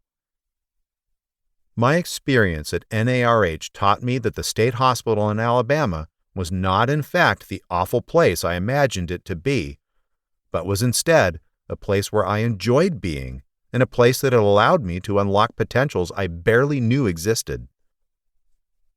While I was forced to finally come to terms with the fact that I was living with a serious mental illness, I was actually granted a kind of freedom, with the knowledge that there were institutions in place that had my welfare in mind. While my grandmother and stepfather were very liberal in their outlook, it somehow never penetrated their consciousness that housing programs for people with disabilities existed. Their experiences just didn't allow them to see that to be the reality. They had both lived through the Great Depression, and they had spoken to me often about how seriously this affected their outlook of the world and society. As stated previously in this work, I was trained to think of the world as a more fearsome place than what my own eyes indicated it to be. In this sense, having been raised by elders from a different generation had advantages and disadvantages different from that of a traditional nuclear family. One advantage was that I expected less from the world and society, and I was disappointed less often. The obvious disadvantage was that up until this time, I had been terrified of what my future held in terms of living with a mental illness. Although I continued to be highly uncertain about exactly what my future held, I knew I was getting ready to embark on a new part of my journey through life, and at 23 years old, I had accepted my role in an entirely new sort of family unit. Homecoming. My psychiatrist determined in the spring of 1998 that I was ready to be released from the state hospital and return to my hometown of Huntsville. I rode with the Huntsville-Madison County Mental Health Center staff to my new home there. I'd been a patient at North Alabama Regional Hospital for 6 weeks, and it would take some time to adjust to living in a world that wasn't restricted by bars on windows and the constant presence of uniformed staff. The Shelter Plus program had its offices in an apartment complex filled with tan, 2-story wooden buildings. There were apartments scattered throughout the complex for residents of the program. Most of the apartments were rented to the public at large. These apartments were completely indistinguishable from the units housing clients of the HMC-MHC. I lived for my first 6 weeks in the program in a building containing 4 apartments set aside for people in the early stages of Shelter Plus. Whenever I graduated from that stage of the program, I would receive my own apartment, which I would be allowed to rent at a cost based on my income. In the beginning phase of the program, I had a roommate and received a number of services designed to help me get my sea legs in terms of living independently. One service included something known as case management. I was assigned a case manager whom I will call Jill. She was a very nice woman, not much older than I, although she was infinitely more knowledgeable about how to adapt to a new environment. It was her job to work on my behalf to ensure I had access to resources that met my basic needs. One of the first things Jill did was take me grocery shopping. She told me she had access to about $40 for me to spend on a one-time grocery shopping excursion, and that I would be responsible for purchasing my own food and items for the house from then on. We went to Kroger, which also happened to be the same grocery store where my stepfather, legendary for his frugality, shopped. She led me down the aisles, showing me the price stickers on each item, and asked me to calculate the price differences of various products.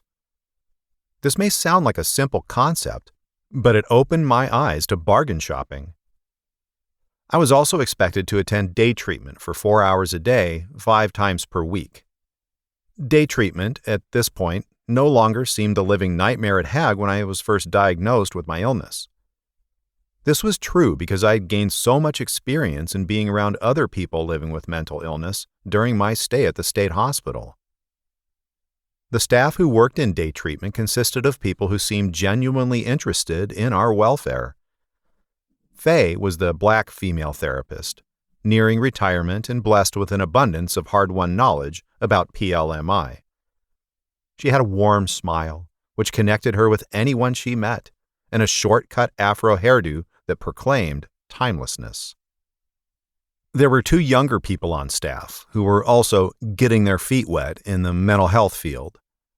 One was a young, ponytailed Hispanic man from New York named Derek, and the other was a tall, Caucasian young woman from a rural Alabama community named Megan.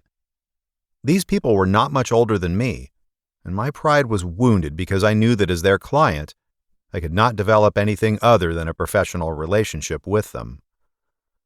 In a way, this made me feel like an untouchable. I could feel their excitement when they discussed the graduate study they were engaged in. I felt envious, in a sense, that their lives seemed to be moving forward while my dreams were at a standstill. When I saw my therapist, Marilyn, for an individual appointment, she seemed delighted to speak to me, since I was now free of psychotic symptoms. Some of the delusions I experienced during my psychotic break with reality related to thinking she was a sexual surrogate, and I was very ashamed, fearing that she would not want to work with me anymore because of this.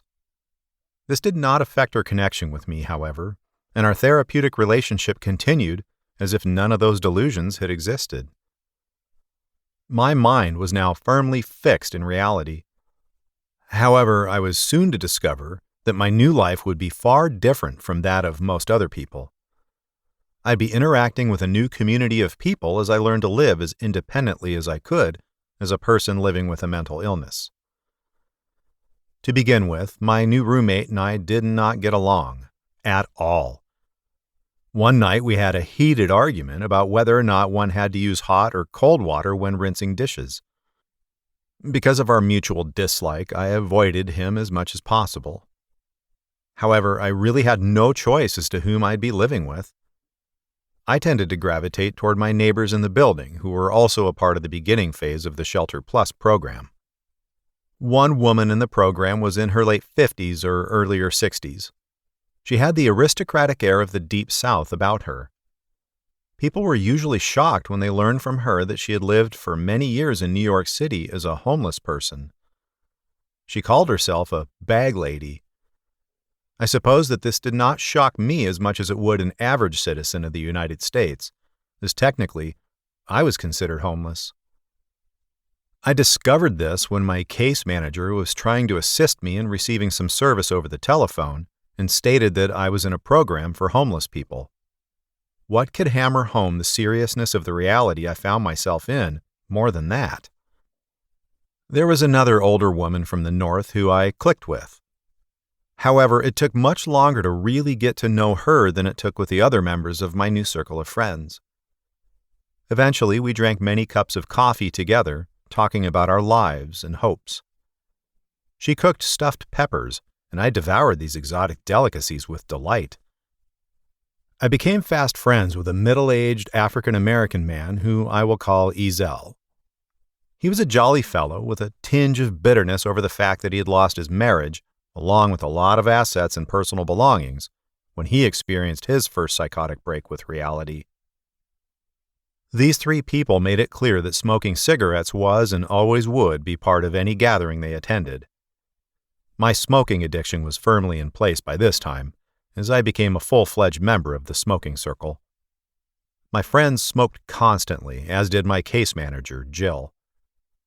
She would take drags from a type of thin cigarette that seemed like it would leave a person choking for more nicotine than ever. Her smoking preferences aside, she provided me with enormous assistance in my time of need. One thing Jill and I had to work on immediately was to take care of the business regarding my disability payments. She drove me to the Social Security Administration, SSA, office and accompanied me as I went in to speak to the staff. They'd been sending disability payments of $200 a month while I was living with my grandmother.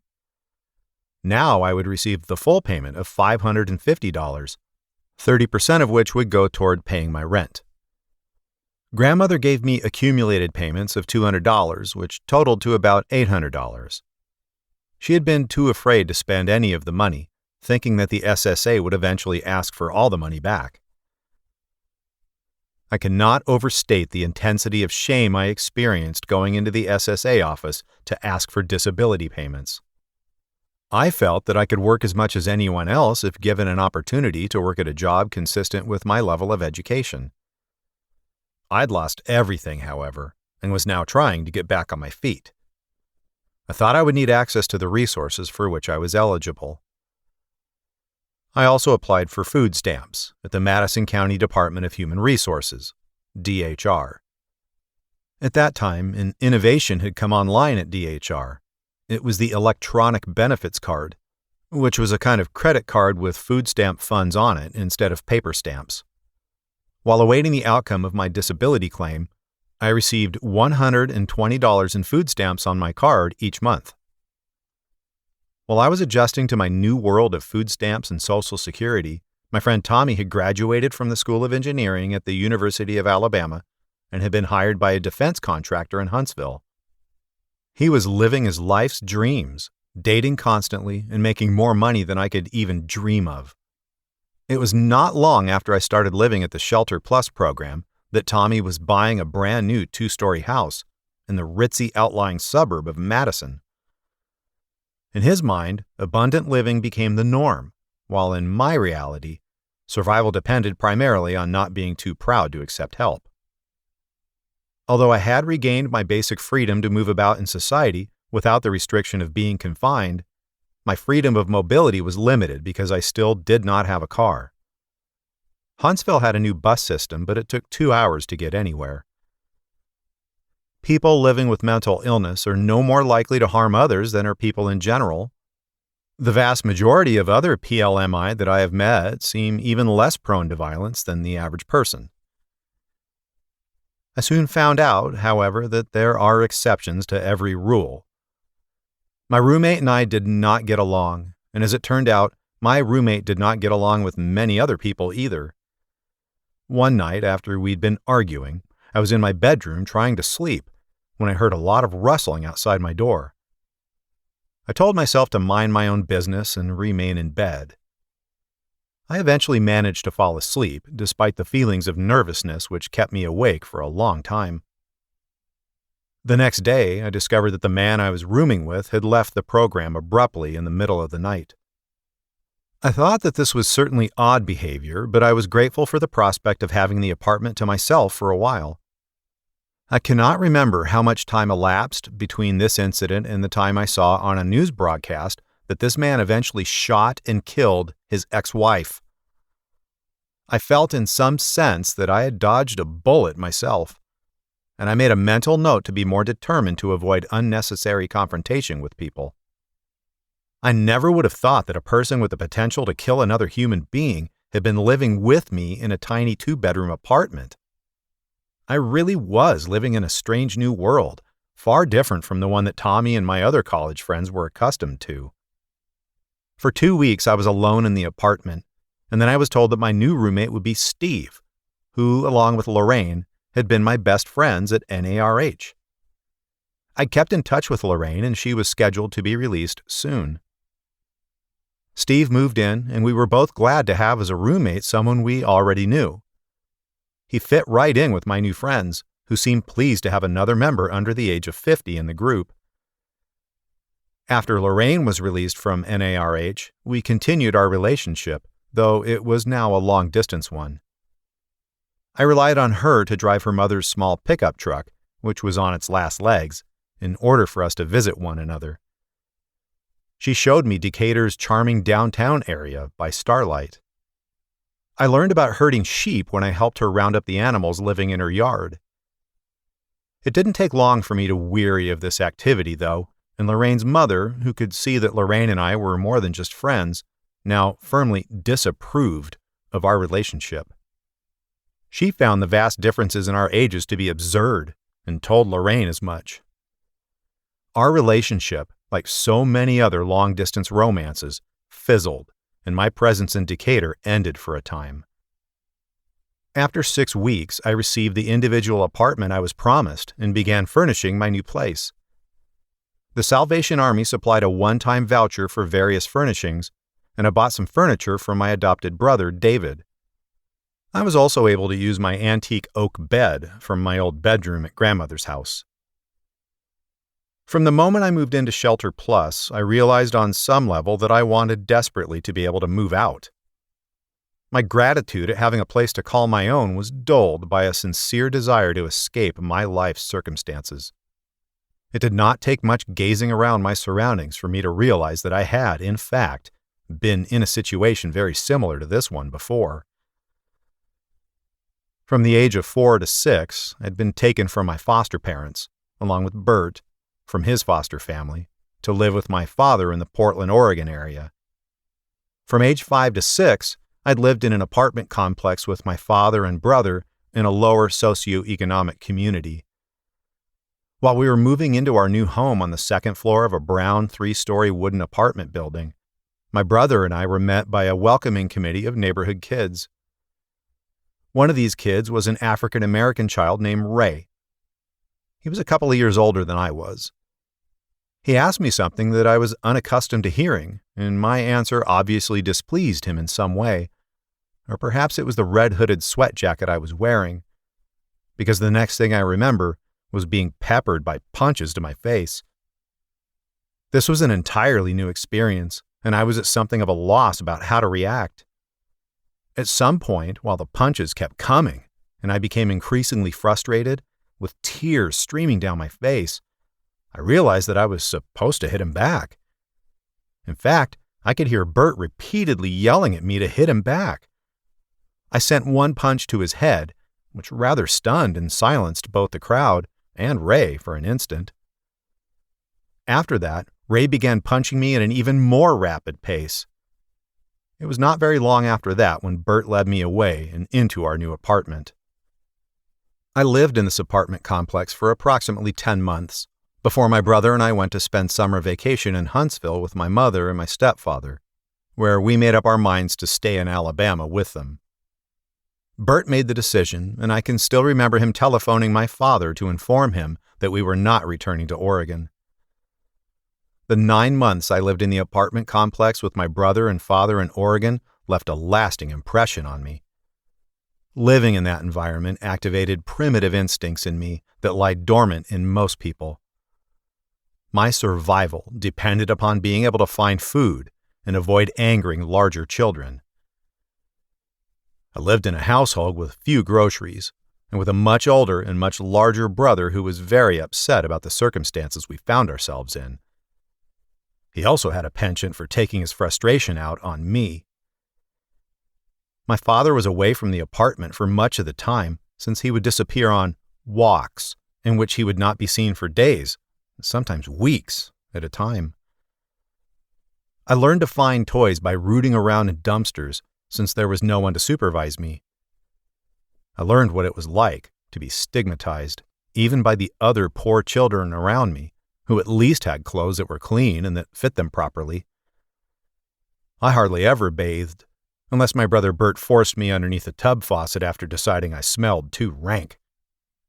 There was a boy who was about 13, Bert's age, who lived upstairs and was deriding me mercilessly one day for my impoverished situation.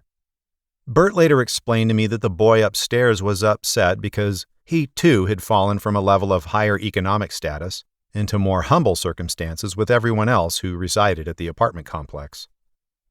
The one time my father spanked me was immediately following an encounter with this boy. He was cursing me and spitting on me down the stairwell of his upstairs apartment. I was shouting, crying, and trying to spit back at him only to discover that my own spittle simply fell back on me. My father pulled me into our apartment and punished me for being a part of the spectacle. I also had the opportunity to learn something about the group dynamics of children in the neighborhood. I remember vividly sitting on top of a hill in the schoolyard next to the apartments when some of the bigger and older children declared to me that I could either come down from atop the hill and join them, or they would come to the top of the hill and I would be sorry. It did not take me long to leave the hill to join them, although we did not spend a whole lot of time together after that. The brothers who led this gang wore the same truckers' caps, checkered flannel shirts, and work boots that the children on a small farm in the rural South might wear. One time I was in their downstairs apartment with them and their parents while they were watching a television show I had never seen before. They had a color television set, by the way, while my family did not. The television show they seemed delighted to watch was The Dukes of Hazzard. This was an action show about a family living on a farm in a southern rural community. They spent their time in sports cars, chased by the outlandish sheriff. It was kind of like the Andy Griffith Show on crystal methamphetamine. I spent then, as I did throughout my childhood, a great deal of time by myself, walking around in my ill-fitting pants and floppy dress shoes, contemplating the world of my inner imaginings. One day, I was walking around the school playground and felt an intense pain in my skull. An instant or so later, I saw the smiling face of Ray and realized that one of his thrown rocks had hit me in the head.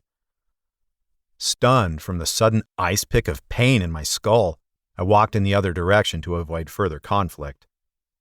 Another day, the boy who lived upstairs and with whom I had been involved in the incident for which I was spanked bullied the wrong person. He picked on one of the children who had convinced me to come down from my hill, much the same way he had picked on me. That child had an older cousin who wore a larger version of the trucker's hat, checkered flannel shirt, and work boots that his younger cousin wore. He beat the boy upstairs viciously while I stood as a witness, along with the other neighborhood children. A couple of weeks later, I was wandering through the field behind the apartment complex when I looked behind and saw a shape ducking down to hide in the long yellow weeds. When I looked behind me again 30 seconds later, the shape, which was much closer now, would duck back down in the weeds.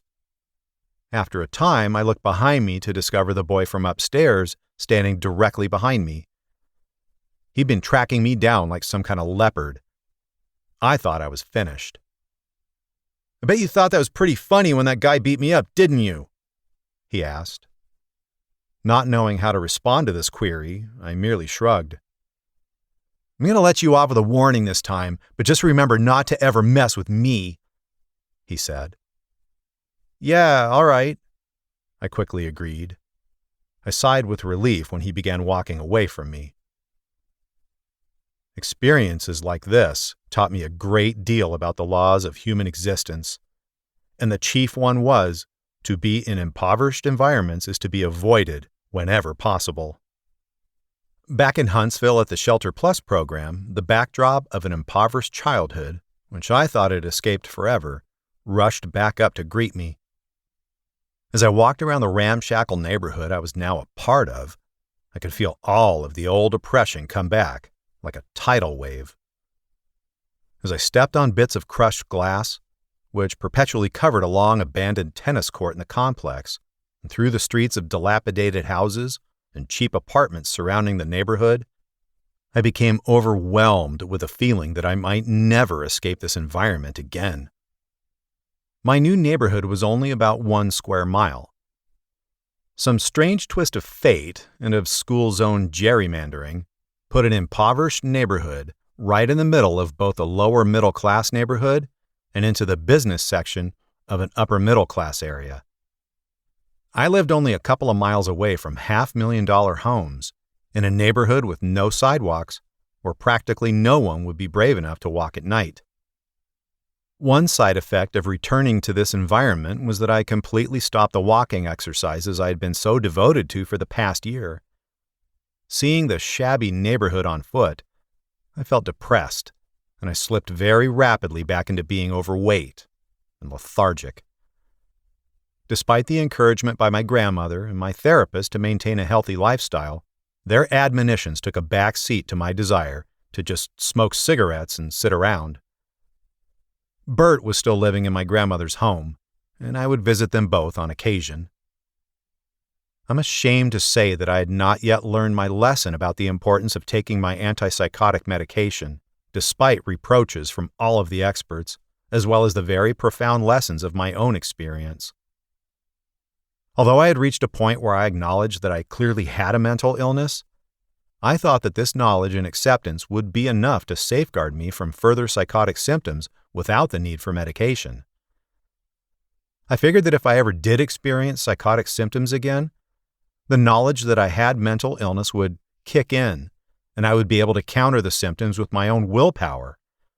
Or barring that, I would simply begin taking the medicine before the symptoms could escalate.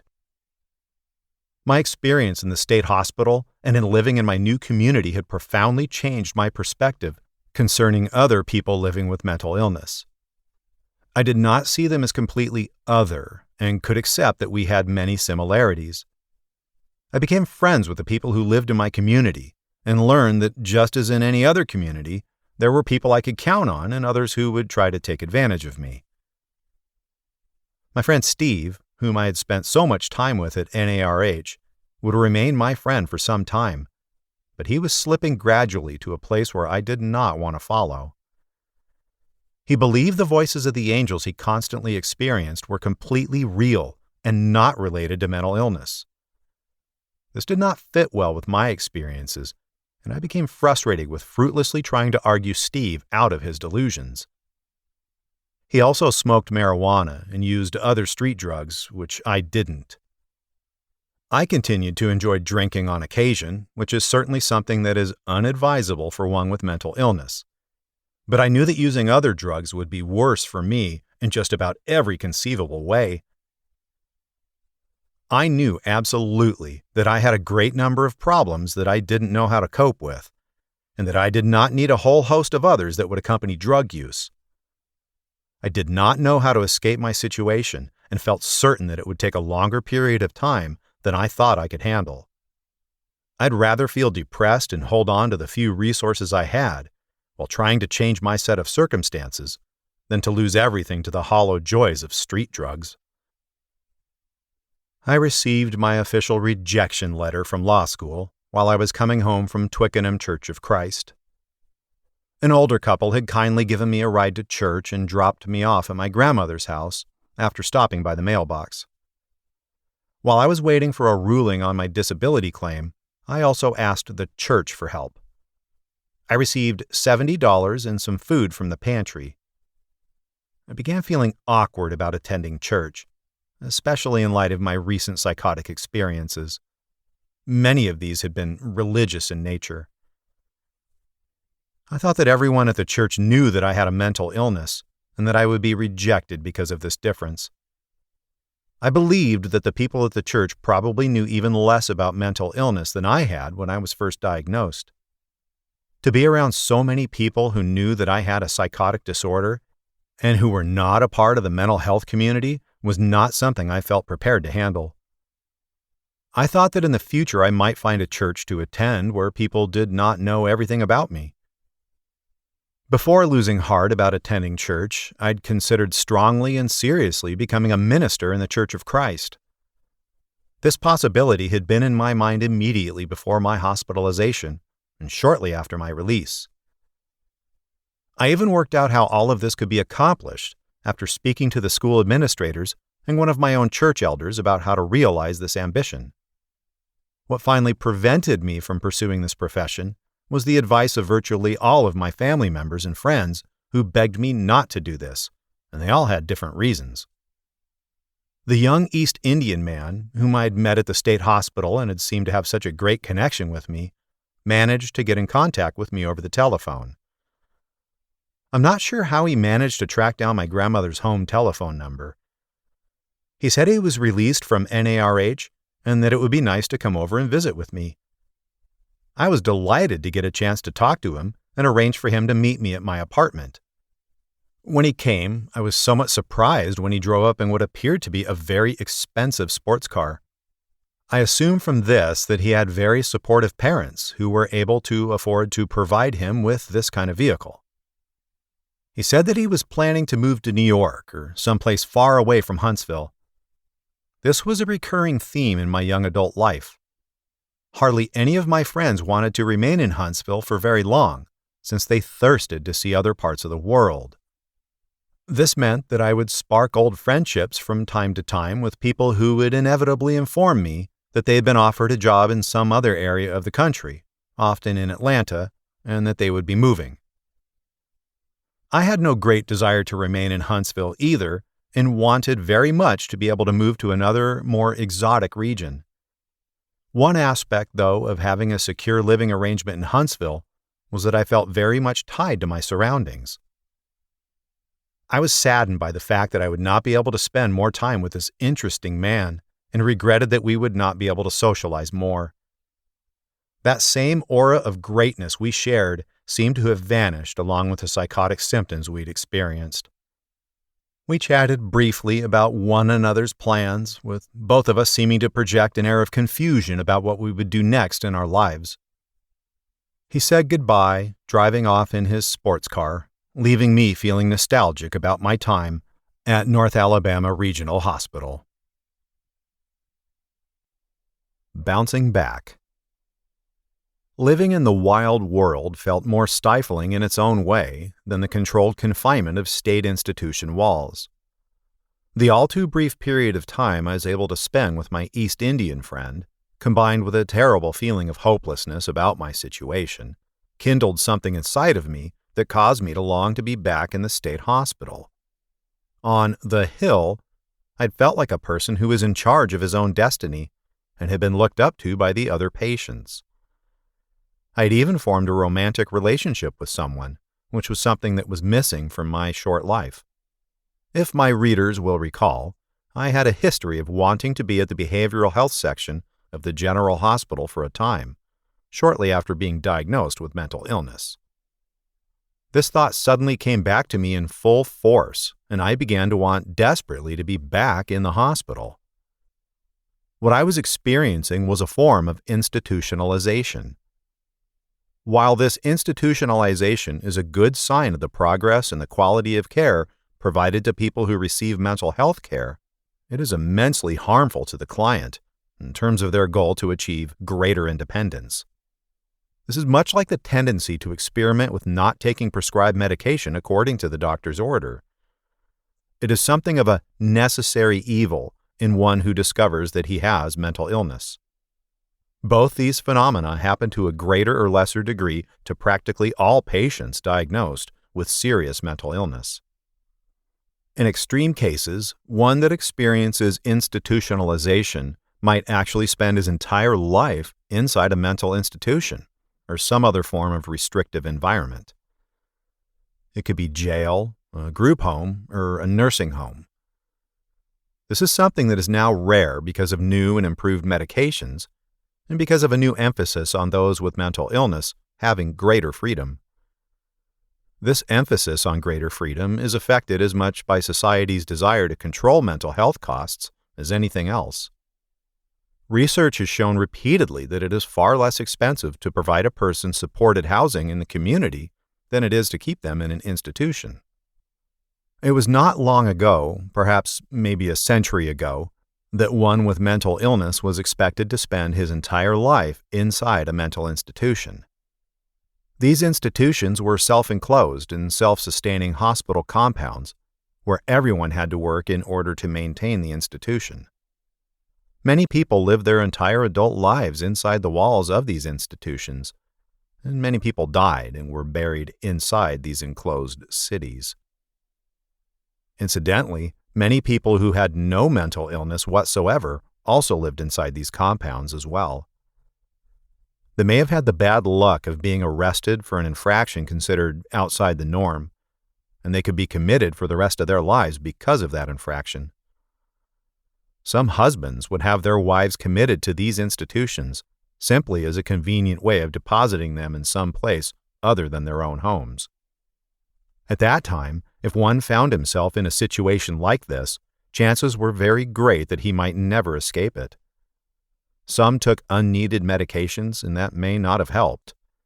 Many experienced side effects that could be as bad, if not worse, than the real or imaginary symptoms initially experienced. The medications prescribed today have vastly improved since then.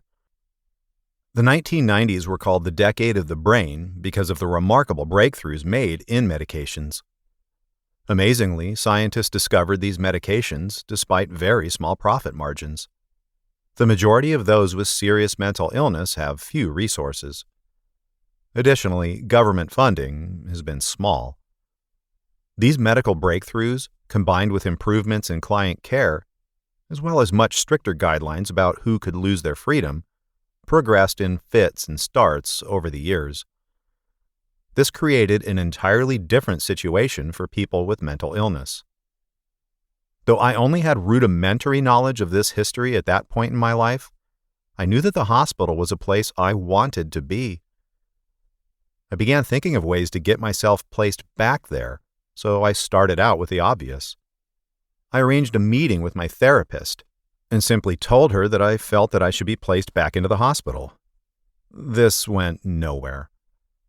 My therapist informed me that I could not go back to the hospital simply because I wanted to do so. We worked instead on the underlying factors that led to my desire to be back within the hospital walls. Later, as I saw her on a weekly basis, I informed her that I was suicidal, thinking that would be a sure ticket to the hospital. Though I was deeply depressed during this time, partly due to my circumstances and partly due to the fact that I was suffering from post-psychotic depression, I was not completely suicidal.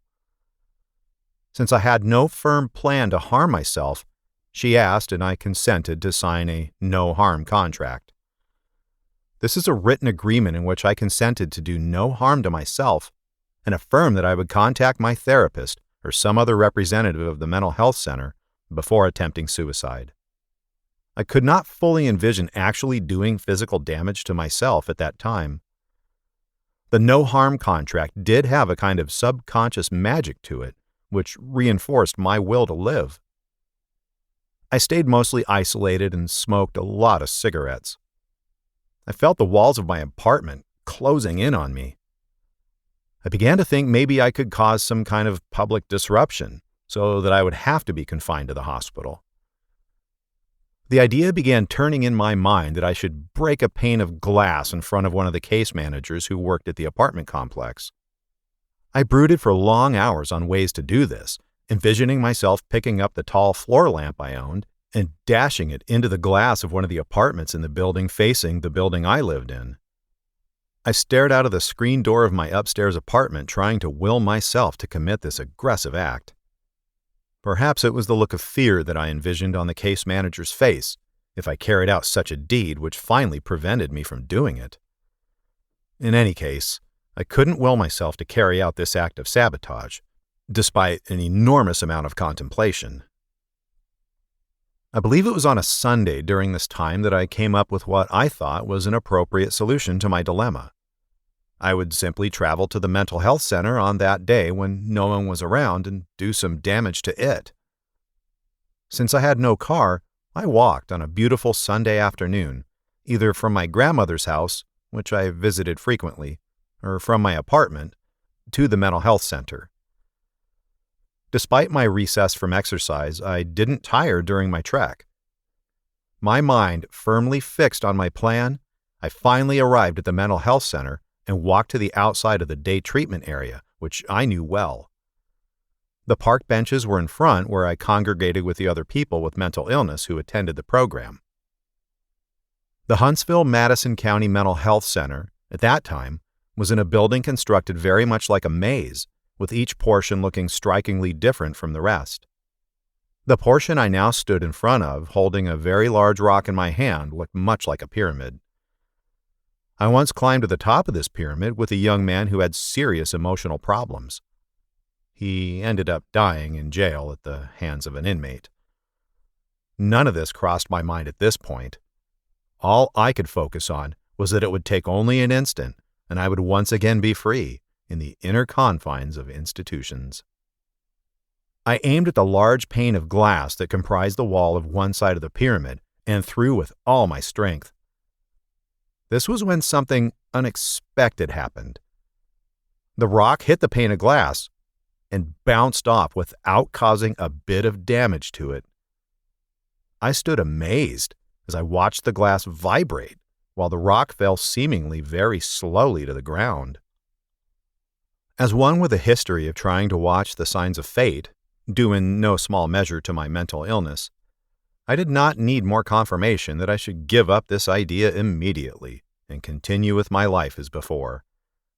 Whatever that glass was composed of, it was obviously made of sterner stuff than I had credited it with. In retrospect, I realize how extremely awful any of these acts of sabotage would have been, not only to any bystanders or to the owners of the property, but to my entire future.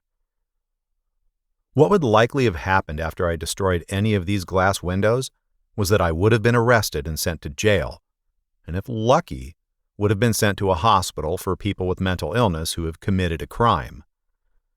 These hospitals are very highly restrictive and similar in many respects to a prison. I've seen many other patients since that time, many of which had similar ideas, and many of which had no control over their actions whatsoever. In their situations, whatever force that prevented me from committing an act of destruction to physical property did not prevent them from doing so. These people ended up in criminal hospitals or jails, and they did have a very difficult time regaining their freedom. I'm talking here about a matter of years at the very least. One result of my experience with that rock is that when I meet someone with mental illness who has committed a crime and has been in an institution for the criminally insane, I'm far less likely to pass judgment on him, no matter what the crime.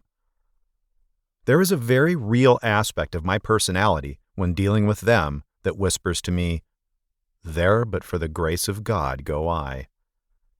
Furthermore, experience has also proven that practically all people with serious mental illness seem to share this same understanding.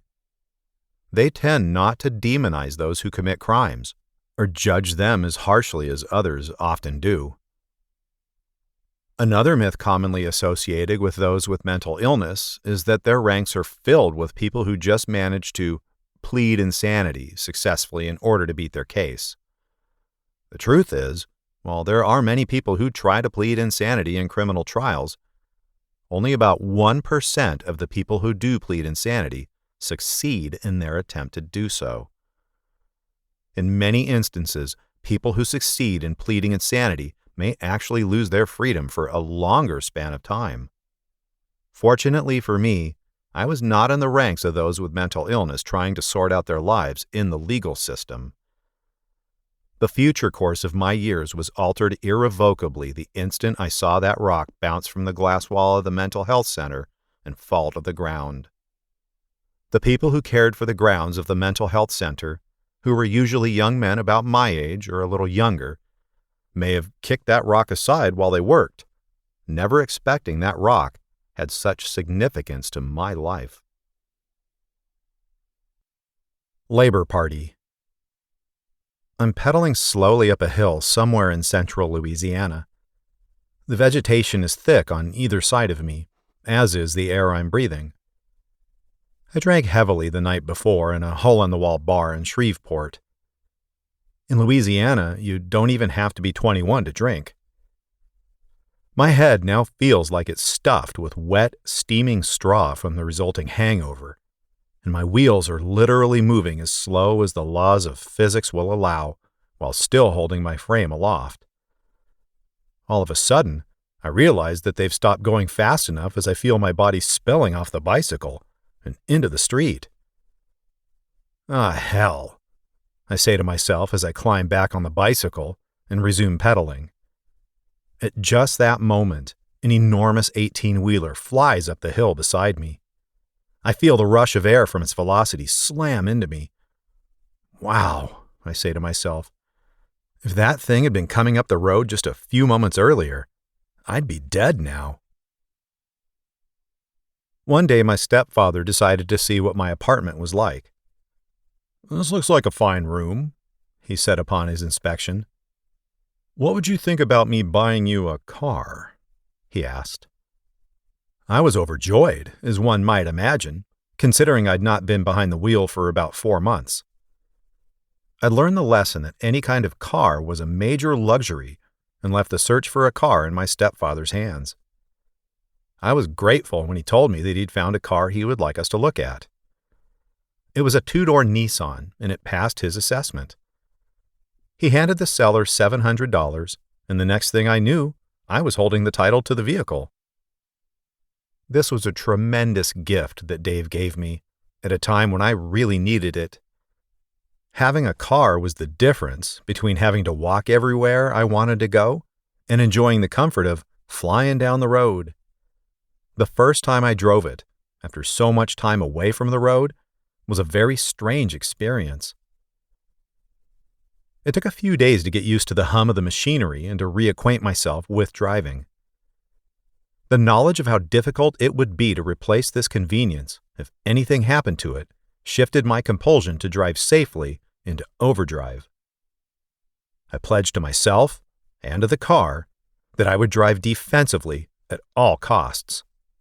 I rolled to the day treatment program in my own car, which I decided quickly was immeasurably preferable to taking the bus. After a few months of living in my own apartment and attending day treatment, I was ready to focus all of my energy on trying to make something of my future. I had heard through my friends in the mental health community about a program called Vocational Rehabilitation Services, VRS, available to those with disabilities. The purpose was to help them find gainful employment. I heard that in many instances the program would even help pay for graduate school if one was eligible to attend. I quickly inquired about this program to my therapist and begged her to refer me to it. Marilyn was still relatively new to being a therapist, although she tended to move rather quickly through the ranks, since she had a wealth of business and public relations experience before she decided to devote her life to a helping profession. When I asked her about VRS, she told me that she had not had the opportunity to learn much about the program. She did some investigating and found out that one of the people she graduated with was actually the new manager of the VRS in Huntsville. She felt very optimistic about the program and soon referred me. I kept an appointment at a local state office where I was interviewed and filled out an application for services. I did my best to impress the woman I met there, who was an older Caucasian lady nearing retirement. Her drab dress and plain-looking gray hair were worn like a badge to belie her status as a bureaucrat. She possessed an aura of business-like efficiency, which in no way revealed some modicum of concern with what my experience with VRS might actually be like. She gave me surprisingly little information and avoided my questions in a practiced manner. I did learn that VRS was a state program, but that was about all the information I gleaned from the interview. She directed me to the main headquarters of VRS, located only a few blocks from where I lived. When I went to the main headquarters, I met another woman who seemed to have a sunnier disposition who said she was in charge of testing. She gave me a battery of written and physical tests. The testing took a couple of days, and I felt that the results were likely to indicate that my aptitude was about the same or higher than the average person. Immediately after following my testing, I was introduced to the man who had graduated with his master's degree in counseling psychology with Maryland. He was a tall black man, and he introduced me to another tall black man who would be my counselor in the program. This counselor had a bachelor's degree in a helping field, but had not yet earned his master's. I could readily tell that the master's level friend of my therapist was very new to his position and was still learning the job. The other man, who looked very much like Paul Harvey, informed me that I was to be placed in a program in which I would do assembly work and would be observed for a time. After that, he would assist me in finding a job. This was an entirely different outcome than what I had in mind, but I agreed, reluctantly, to go along with his plan. My steady stream of questions regarding how I would benefit from the program were still being deftly evaded, and I was receiving no answers. Although I had visions of someone helping me create my own resume, or helping me enroll in graduate school, insisting these were the services that would help me, these men insisted that I participate in the manual labor program, ignoring my objections. I'd done a number of physically intensive jobs ever since I was 16 years old. I'd worked bagging groceries for my first summer job. The next summer, I cleaned rooms at a hotel managed by my sister, the summer before my first year of college. I spent the summer after my first year of college working in a factory that manufactured bathtubs and other plumbing accessories. I was no stranger to work and knew already that I was capable of doing manual labor. My disappointment from hearing of people who completed the program only to be referred to jobs bussing tables at the Space and Rocket Museum was palpable.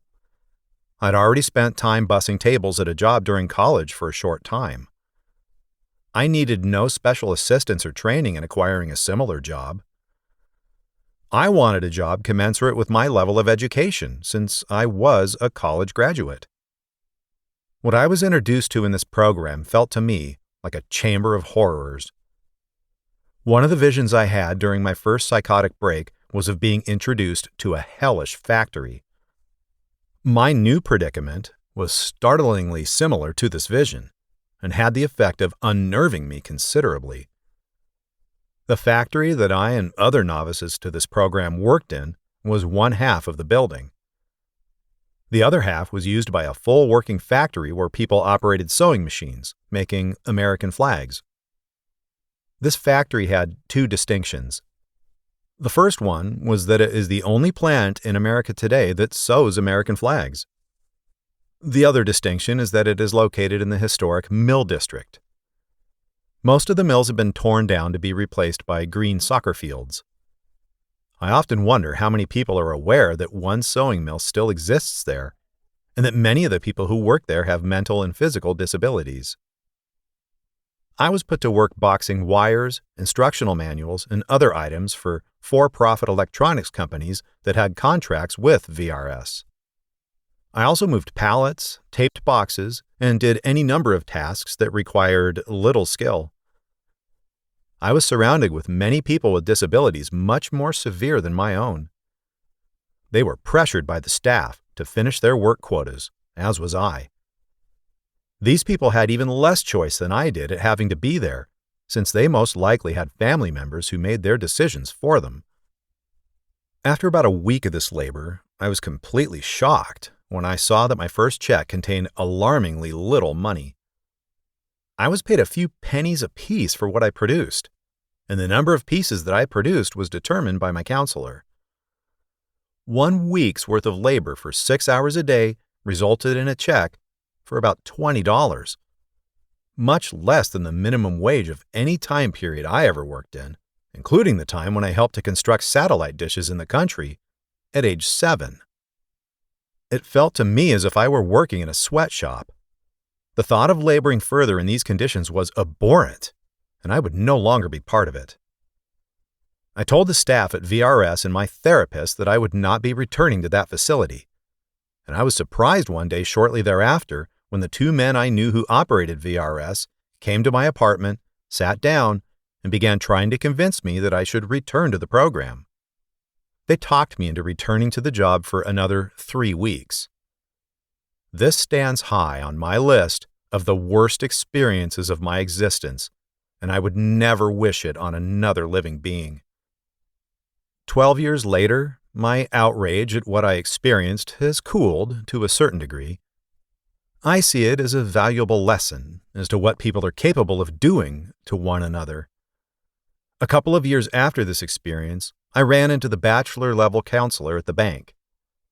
It was the sheer force of my will that prevented me from assaulting this man physically, and I'm sure he likely attributed the look of rage on my face to symptoms of my illness. I've never been, however, more in my right frame of mind, and I've never, as a rule, been prone to fits of rage. I was taken advantage of, and I resented it tremendously, as I feel most people in that position would have as well. After 1 month of laboring for almost no wages, I became so depressed about my situation that I was suicidal. I tried to hang myself with my belt by jamming the strap into the frame of my door. I did this repeatedly, and even blacked out one time, but my fall to the floor dislodged the belt. I placed knives to my wrists and tried, but could not make myself cut very deeply. If I had had access to firearms, such as the ones I used to own, there's very little doubt that I would be dead now. I described my suicidal gestures to Marilyn, and she referred me to the behavioral medicine wing of Huntsville Hospital once more. The female psychotherapist that assessed me for admission there said that I was acting childish and that I had no real reason to feel suicidal. She said that she'd worked at McDonald's while she went through college and that I did not know how difficult life could actually be. Her initial reaction was to not admit me to the hospital, but after speaking with Marilyn, decided I should be admitted after all. I think that a person who assesses an individual for suicidal tendencies has a sacred trust. It's crucial for the professional in this position to try to put himself or herself in the place of the individual at risk of self-harm. The assessor should never think about what he or she would or would not do, but what the person being assessed is likely to do. The life of the individual is more important than any notion of the medical professional regarding what a person should or shouldn't be upset about. I could have made the argument to the lady assessing me that working at McDonald's was infinitely superior to working for $20 per week anywhere, but the fact that I was feeling seriously suicidal would have remained in place no matter what was said by either of us. Later on in my life, I would encounter hundreds of people who told me they were feeling suicidal, and I took every one of them seriously. Their lives were too important to me to do any less. This point in the story marks another milestone in my life. It was the last time that I was ever suicidal, as well as the last time I had to be admitted to a psychiatric hospital. It was 1999, and I had managed to survive a series of emotional challenges which could have easily cost me my life. The home front. While I was a patient in the hospital, the psychiatrist there changed my medication from Risperdal to Seroquel.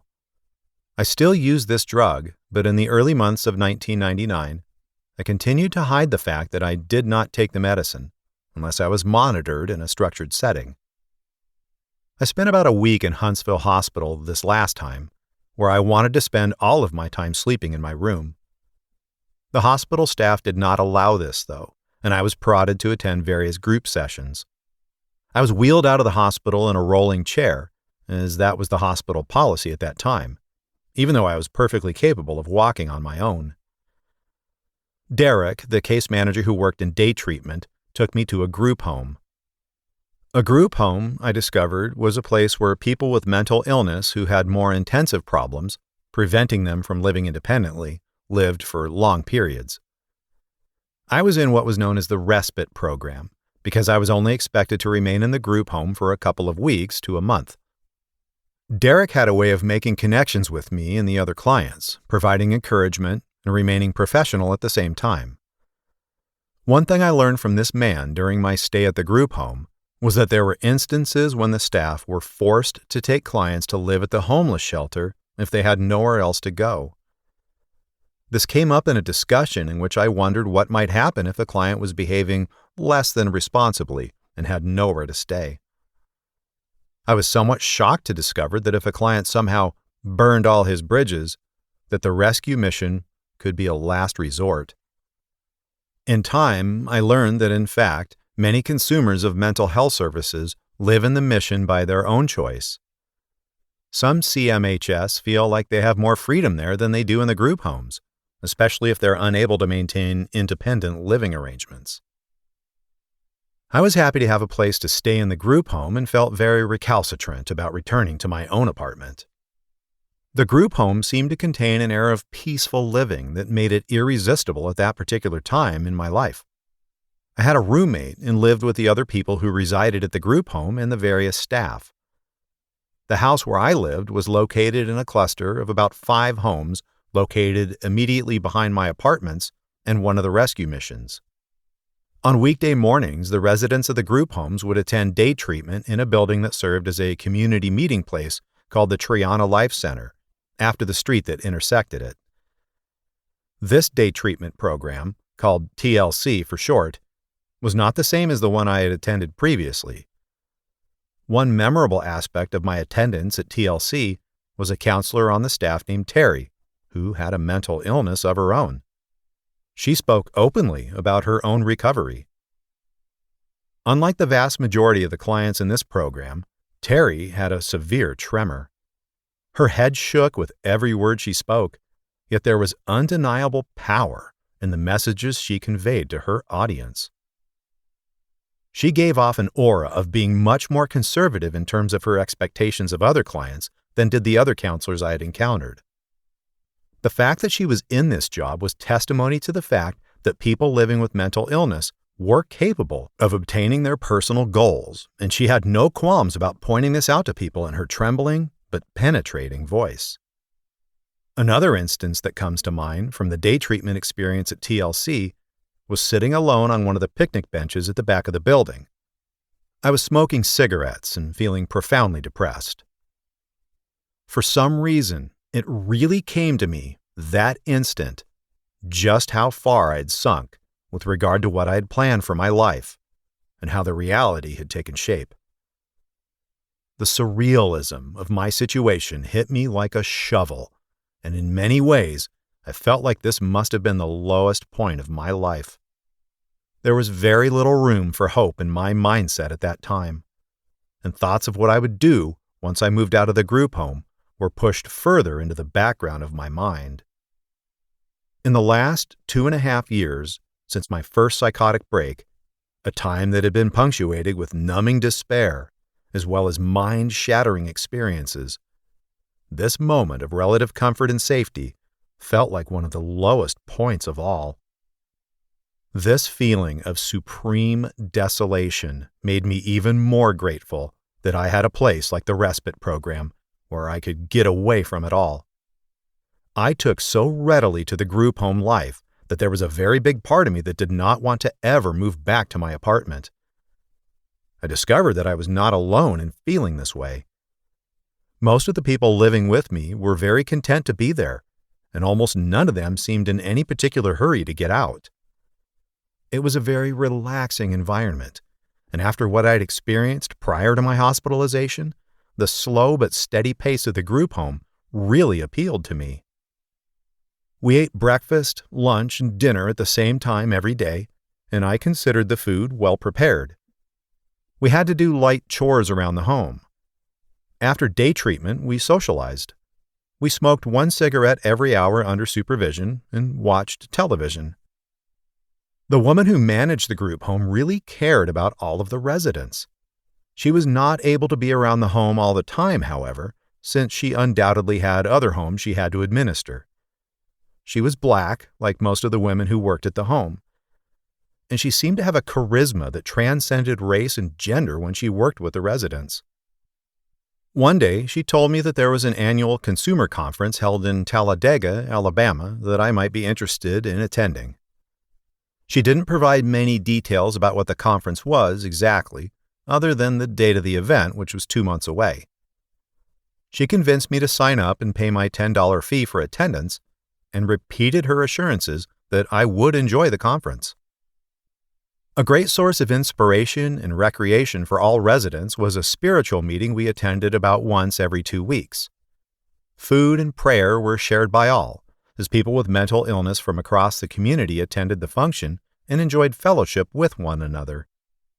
These meetings took place in a section of the Vocational Rehabilitation Services building that had been the source of so much difficulty for me. As I tried to put the bad memories aside, it was certainly good to be in that building for a purpose other than for the reason I had been there initially. After about 6 weeks of living in the group home, I was gently nudged by the charismatic group home manager back to my apartment for one day in an attempt to recondition myself to living there. She told me I was ready to be back in my own apartment. I walked back to my apartment and opened the door, and there were 14 messages on my telephone.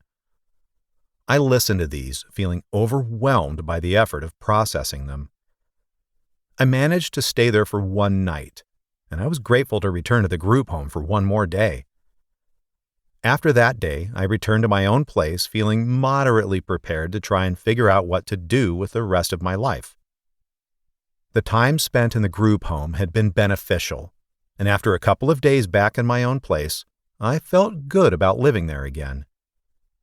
The desire I'd had to be institutionalized in a restrictive environment was banished. I made up my mind to make my way in life as independently as I could. I was not in law school as I'd planned, but at least I had privacy while I attempted to fit the pieces of my broken life into some sort of discernible pattern. While this was a long endeavor, fraught with all manner of unforeseen pitfalls, I was aided in my efforts by the fact that I never again required the intense structure inherent in life at places like the hospital and group home. Home away from home. Once again, I was traveling to the Huntsville-Madison County Mental Health Center in my car to attend the day treatment program there. One surprising development that occurred during this time was my appointment to the Consumer Council at the HMC-MHC. The reason why this appointment was surprising was that I was the youngest member on the Consumer Council. The other members of the council had been there for some time, and they wore the hardships of surviving with serious mental illness, decade after decade, on their faces like finely polished masks. Some of the 6 members, other than me, lived on their own while others lived in permanent group homes. The primary purpose of the Consumer Council was to give the clients of the HMC-MHC a voice in the operations of the organization. Meetings were once a month and gave me further opportunity to interact with people who had successfully coped with the best and worst that the mental health system in Alabama had to offer through the years. The main discussion of the council at that point focused on providing support for one another. It was an honorary position, and no serious discussion on mental health center policy was ever had. I couldn't figure out why I was chosen to have a place with people who had endured so much, while I was decades younger and still struggling with my own identity. One member of the Consumer Council was a man in his late 50s named Louis Burkine. He had been the president of the Manic Depressive Support Group for some time. Before the onset of his illness, he was a married executive of a bank in Auburn, Alabama. Now, he was a single man who focused all of his energy on maintaining his recovery from his illness and supporting other people in their efforts to do so. He was kind enough to provide me transportation to the consumer conference in Talladega. I accepted his offer, and we drove through miles of open country in order to reach the Chaco Springs Baptist Conference Center. I had no real idea about what the consumer conference was about. All I knew about it was that it was something related to mental health. I knew this because the manager of the group home I had lived in had encouraged me to fill out the application form for the conference a couple of months earlier. Located in an Eden of natural splendor, Chaco Springs was the site of many religious retreats. The large central building, which served as the compound's nerve center, contained ping-pong tables, conference rooms, and galleries displaying works of art created by people living with mental illness. A Christian gift shop and bookstore attached to this building had a steady flow of customers. Another point of interest in this building was the gigantic cafeteria, which had a seemingly inexhaustible capability to seat and feed hundreds of people. The quality of food was superb. This central building connected to a number of buildings on both sides that formed a sort of semicircle. These vast buildings all contained several floors that were virtually hotel rooms. But they were somewhat different from typical hotel rooms in that they contained no televisions, no telephones, and no amenities such as soap or shampoo. The first thing I encountered as Louis and I arrived was about 100 people congregating around tables filled with sugar cookies and lemonade. Louis introduced me to a number of people he knew, and in short order I found myself feeling at home in my surroundings. I soon began to explore the area on my own and discovered that there were PLMI of all ages and on all levels of functioning. People from mental health centers from all across Alabama and other states had come to the consumer conference. It was not long before we went to a chapel area where the opening sessions were held. Ashtrays, which usually were not necessary, were placed everywhere in an attempt to preserve the neat appearance of the grounds, because the majority of the attendees smoked. The opening ceremonies were of a spiritual nature, and I was surprised to find that the Serenity Prayer was a part of the services. The Serenity Prayer is usually associated with Alcoholics Anonymous. For anyone who's not familiar with it, the prayer goes like this: God grant me the serenity to accept the things I cannot change, the courage to change the things I can, and the wisdom to know the difference. The white-haired spiritual leader of the conference, conducting this phase of the gathering, seemed to believe that the Serenity Prayer was an equally powerful instrument for addressing the needs of PLMI, who were not necessarily associated with Alcoholics Anonymous. I won't attempt to describe all aspects of the conference, for there is no substitute for actual attendance. There were amazing educators and speakers speaking on a wide array of issues that affect PLMI. Additionally, participants had the opportunity to socialize and spend time with one another, learning from each other's experiences ways to be successful in recovery. But I came to understand that the most powerful and important component of the movement is spirituality. It was the force meshing the tiny individual voices of PLMI into one powerful whole.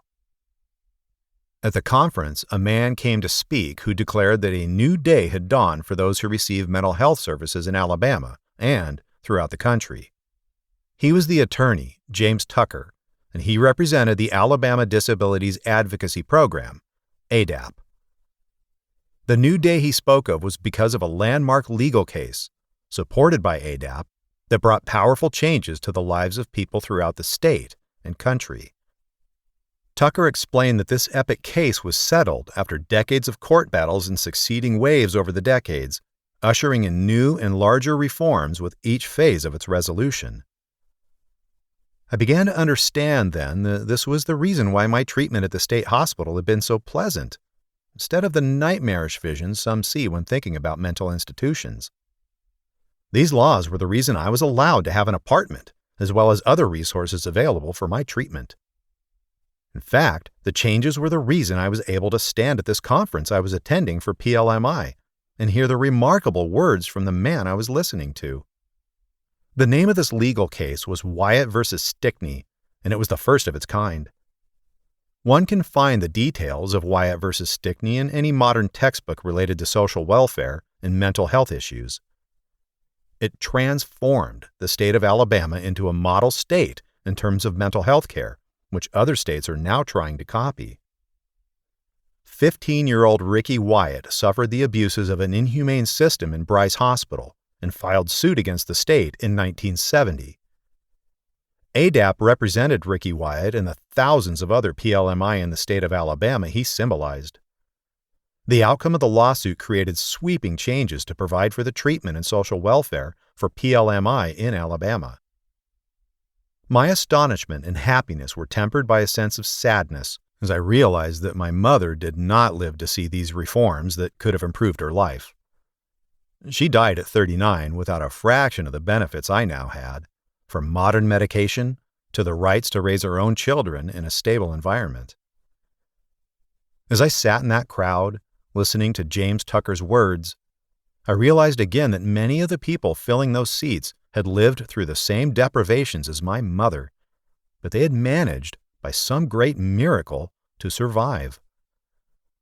When one lives in the dawning of a new age, they rub elbows with some highly esteemed company. I rode home with Lewis, grateful for the experience of attending the annual consumer conference at Chaco Springs. Life at my apartment now found me spending time with others who I would not likely have had the opportunity to meet had I not experienced having mental illness.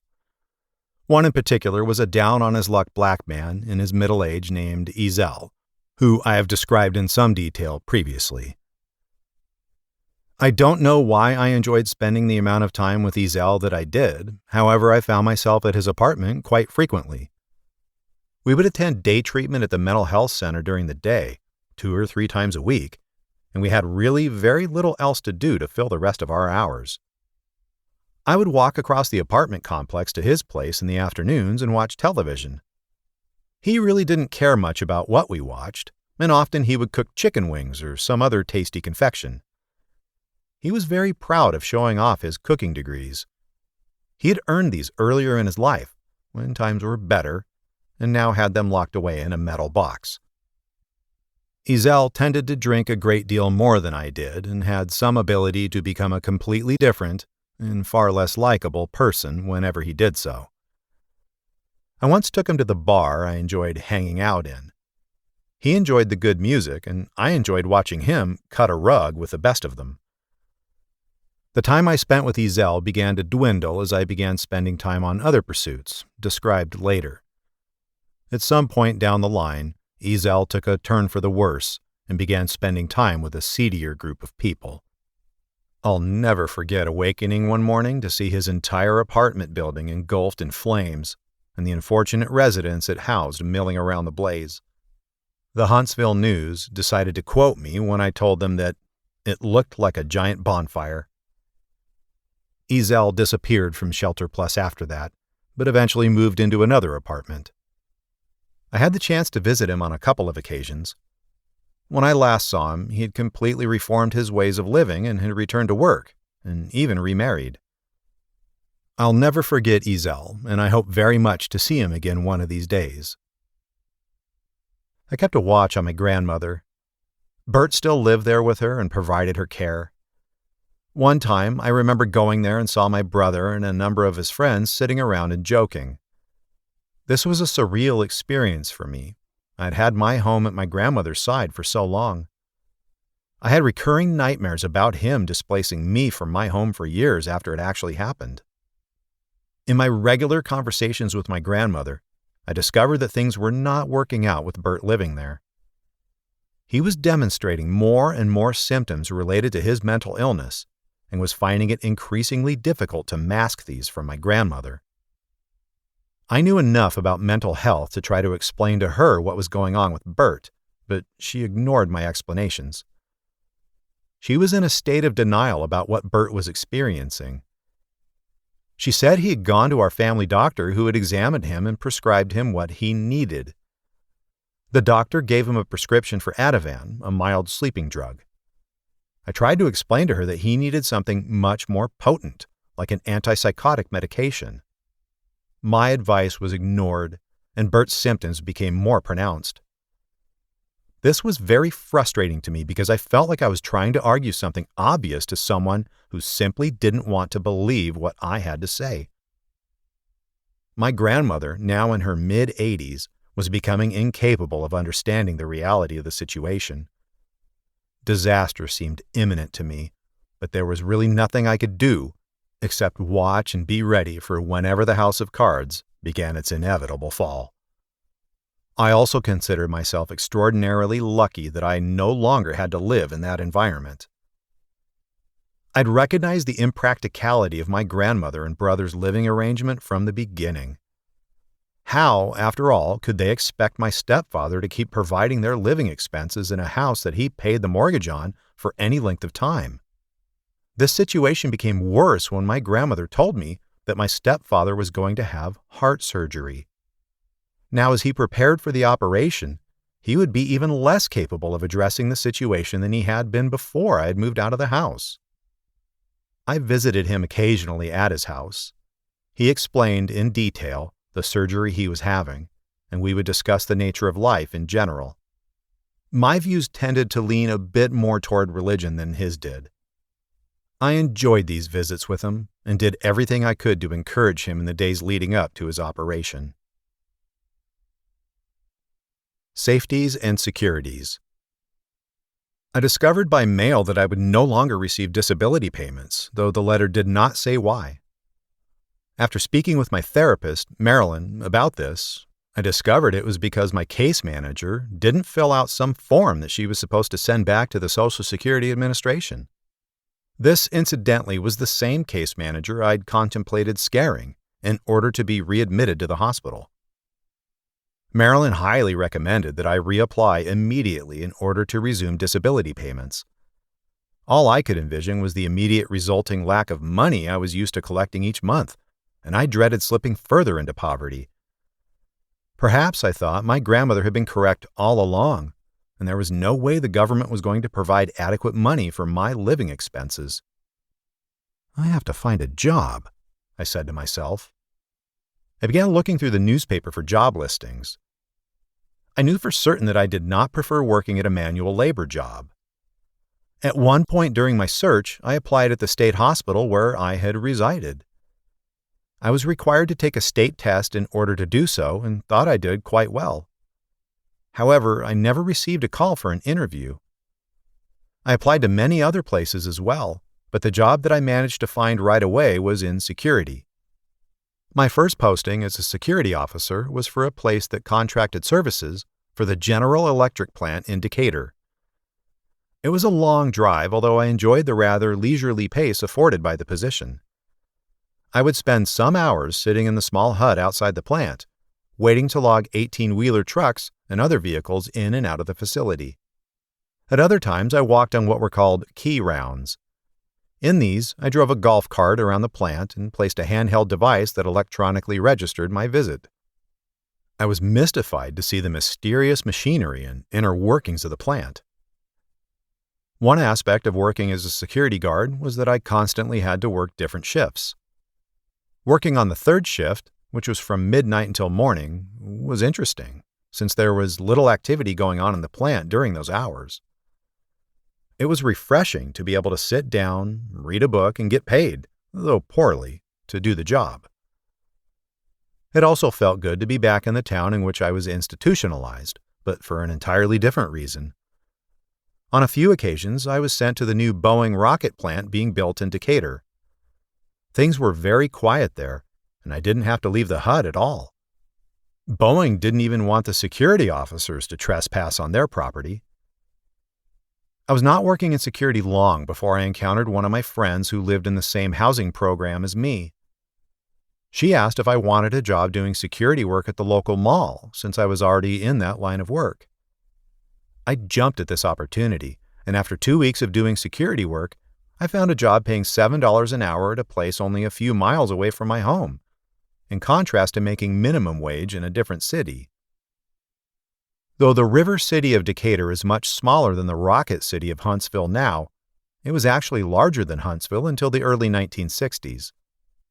My grandmother was a very prominent woman in the Huntsville community in the 60s and 70s, as the secretary of the Expansion Committee of the Huntsville Chamber of Commerce. For 12 years, she worked diligently helping to make Huntsville a growing city, working along with partners to attract the National Aeronautics and Space Administration, NASA. The Space Shuttle and many of NASA's rockets are designed and built in Huntsville. This led to Huntsville evolving into the Silicon Valley of the South. This work had a rippling effect on Decatur, which hosts Boeing and other aerospace companies.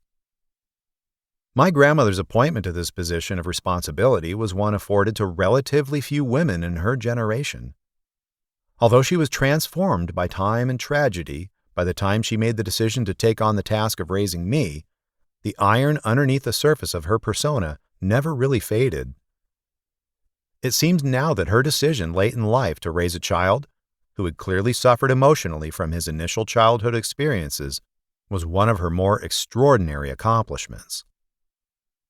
One effect my upbringing has had on me is that I admire and respect women in positions of authority.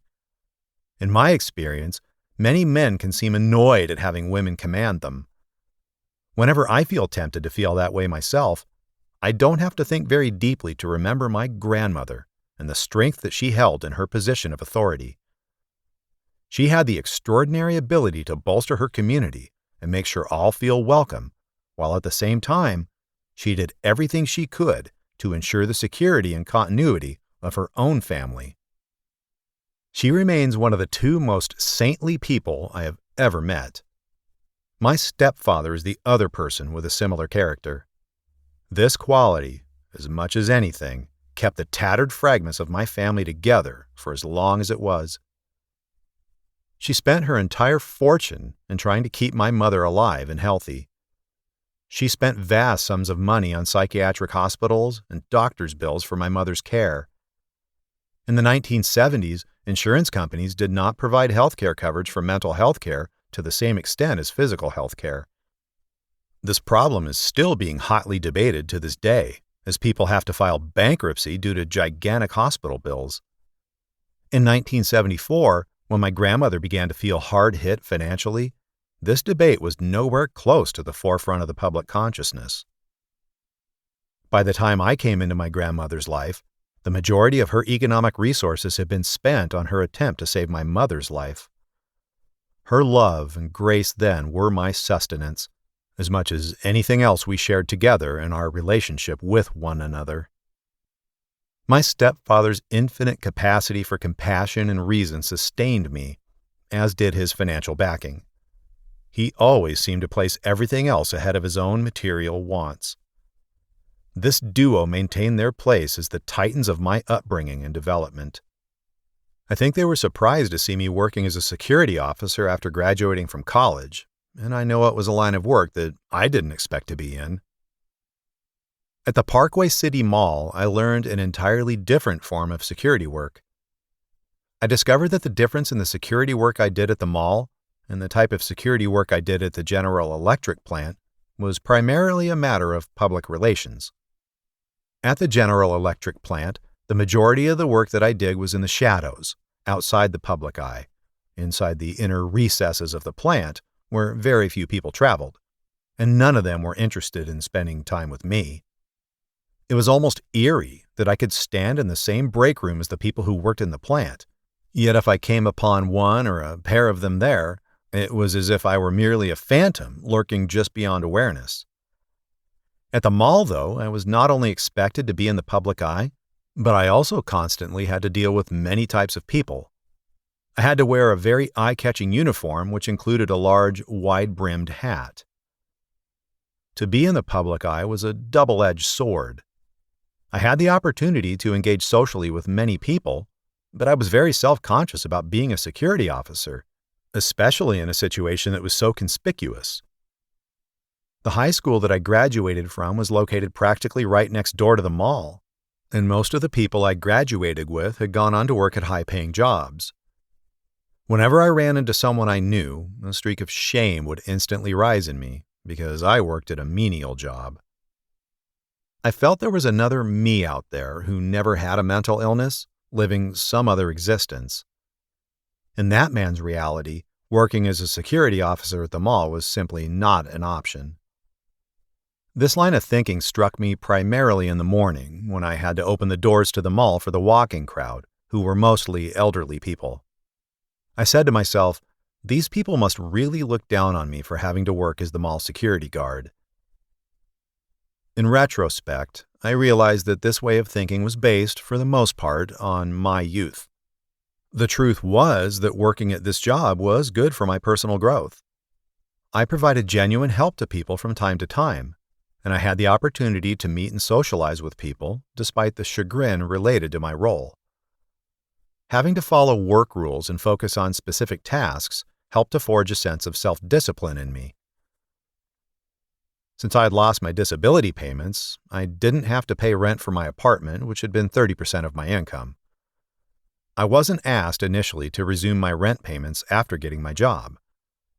The net result was that I had quite a bit more income than I had previously when I received a disability check. I was working at this job for about 8 months when I met a woman who I'll call Jane Ann and began dating her. It felt very good and somewhat surreal to be with her after being in romantic limbo for such a long time. I didn't foresee a long-term relationship with her, though, and was in a constant tug-of-war with her about this from the beginning. When I discussed this situation with my therapist, Marilyn, I expected her to understand my feelings about this and immediately take my side. I was wrong. I immediately found that my therapist's view was in startling contrast to what my fraternity brother's opinions would have been. "You shouldn't be kissing on someone you're not serious about," she said. I've always been a person of conscience, or what therapists would term a person with a large superego. This virtue had not penetrated my thoughts as they related to dating, mainly because I didn't have opportunity to date as much as I would have liked. The men I knew never seemed to consider the feelings of the woman they dated. While I didn't immediately end my relationship with Jane Ann, my therapist's words gave me more insight and empathy in my choices in relationships. I stopped speaking to Jane Ann after about 6 weeks, thinking that the relationship had really reached a dead end. One byproduct of working as a security officer was that I managed to renew my efforts at maintaining my weight. Constantly walking around the mall increased my level of physical fitness tremendously, and I watched my waistline shrink once again. I experimented with different diets in an effort to augment my physical exercise.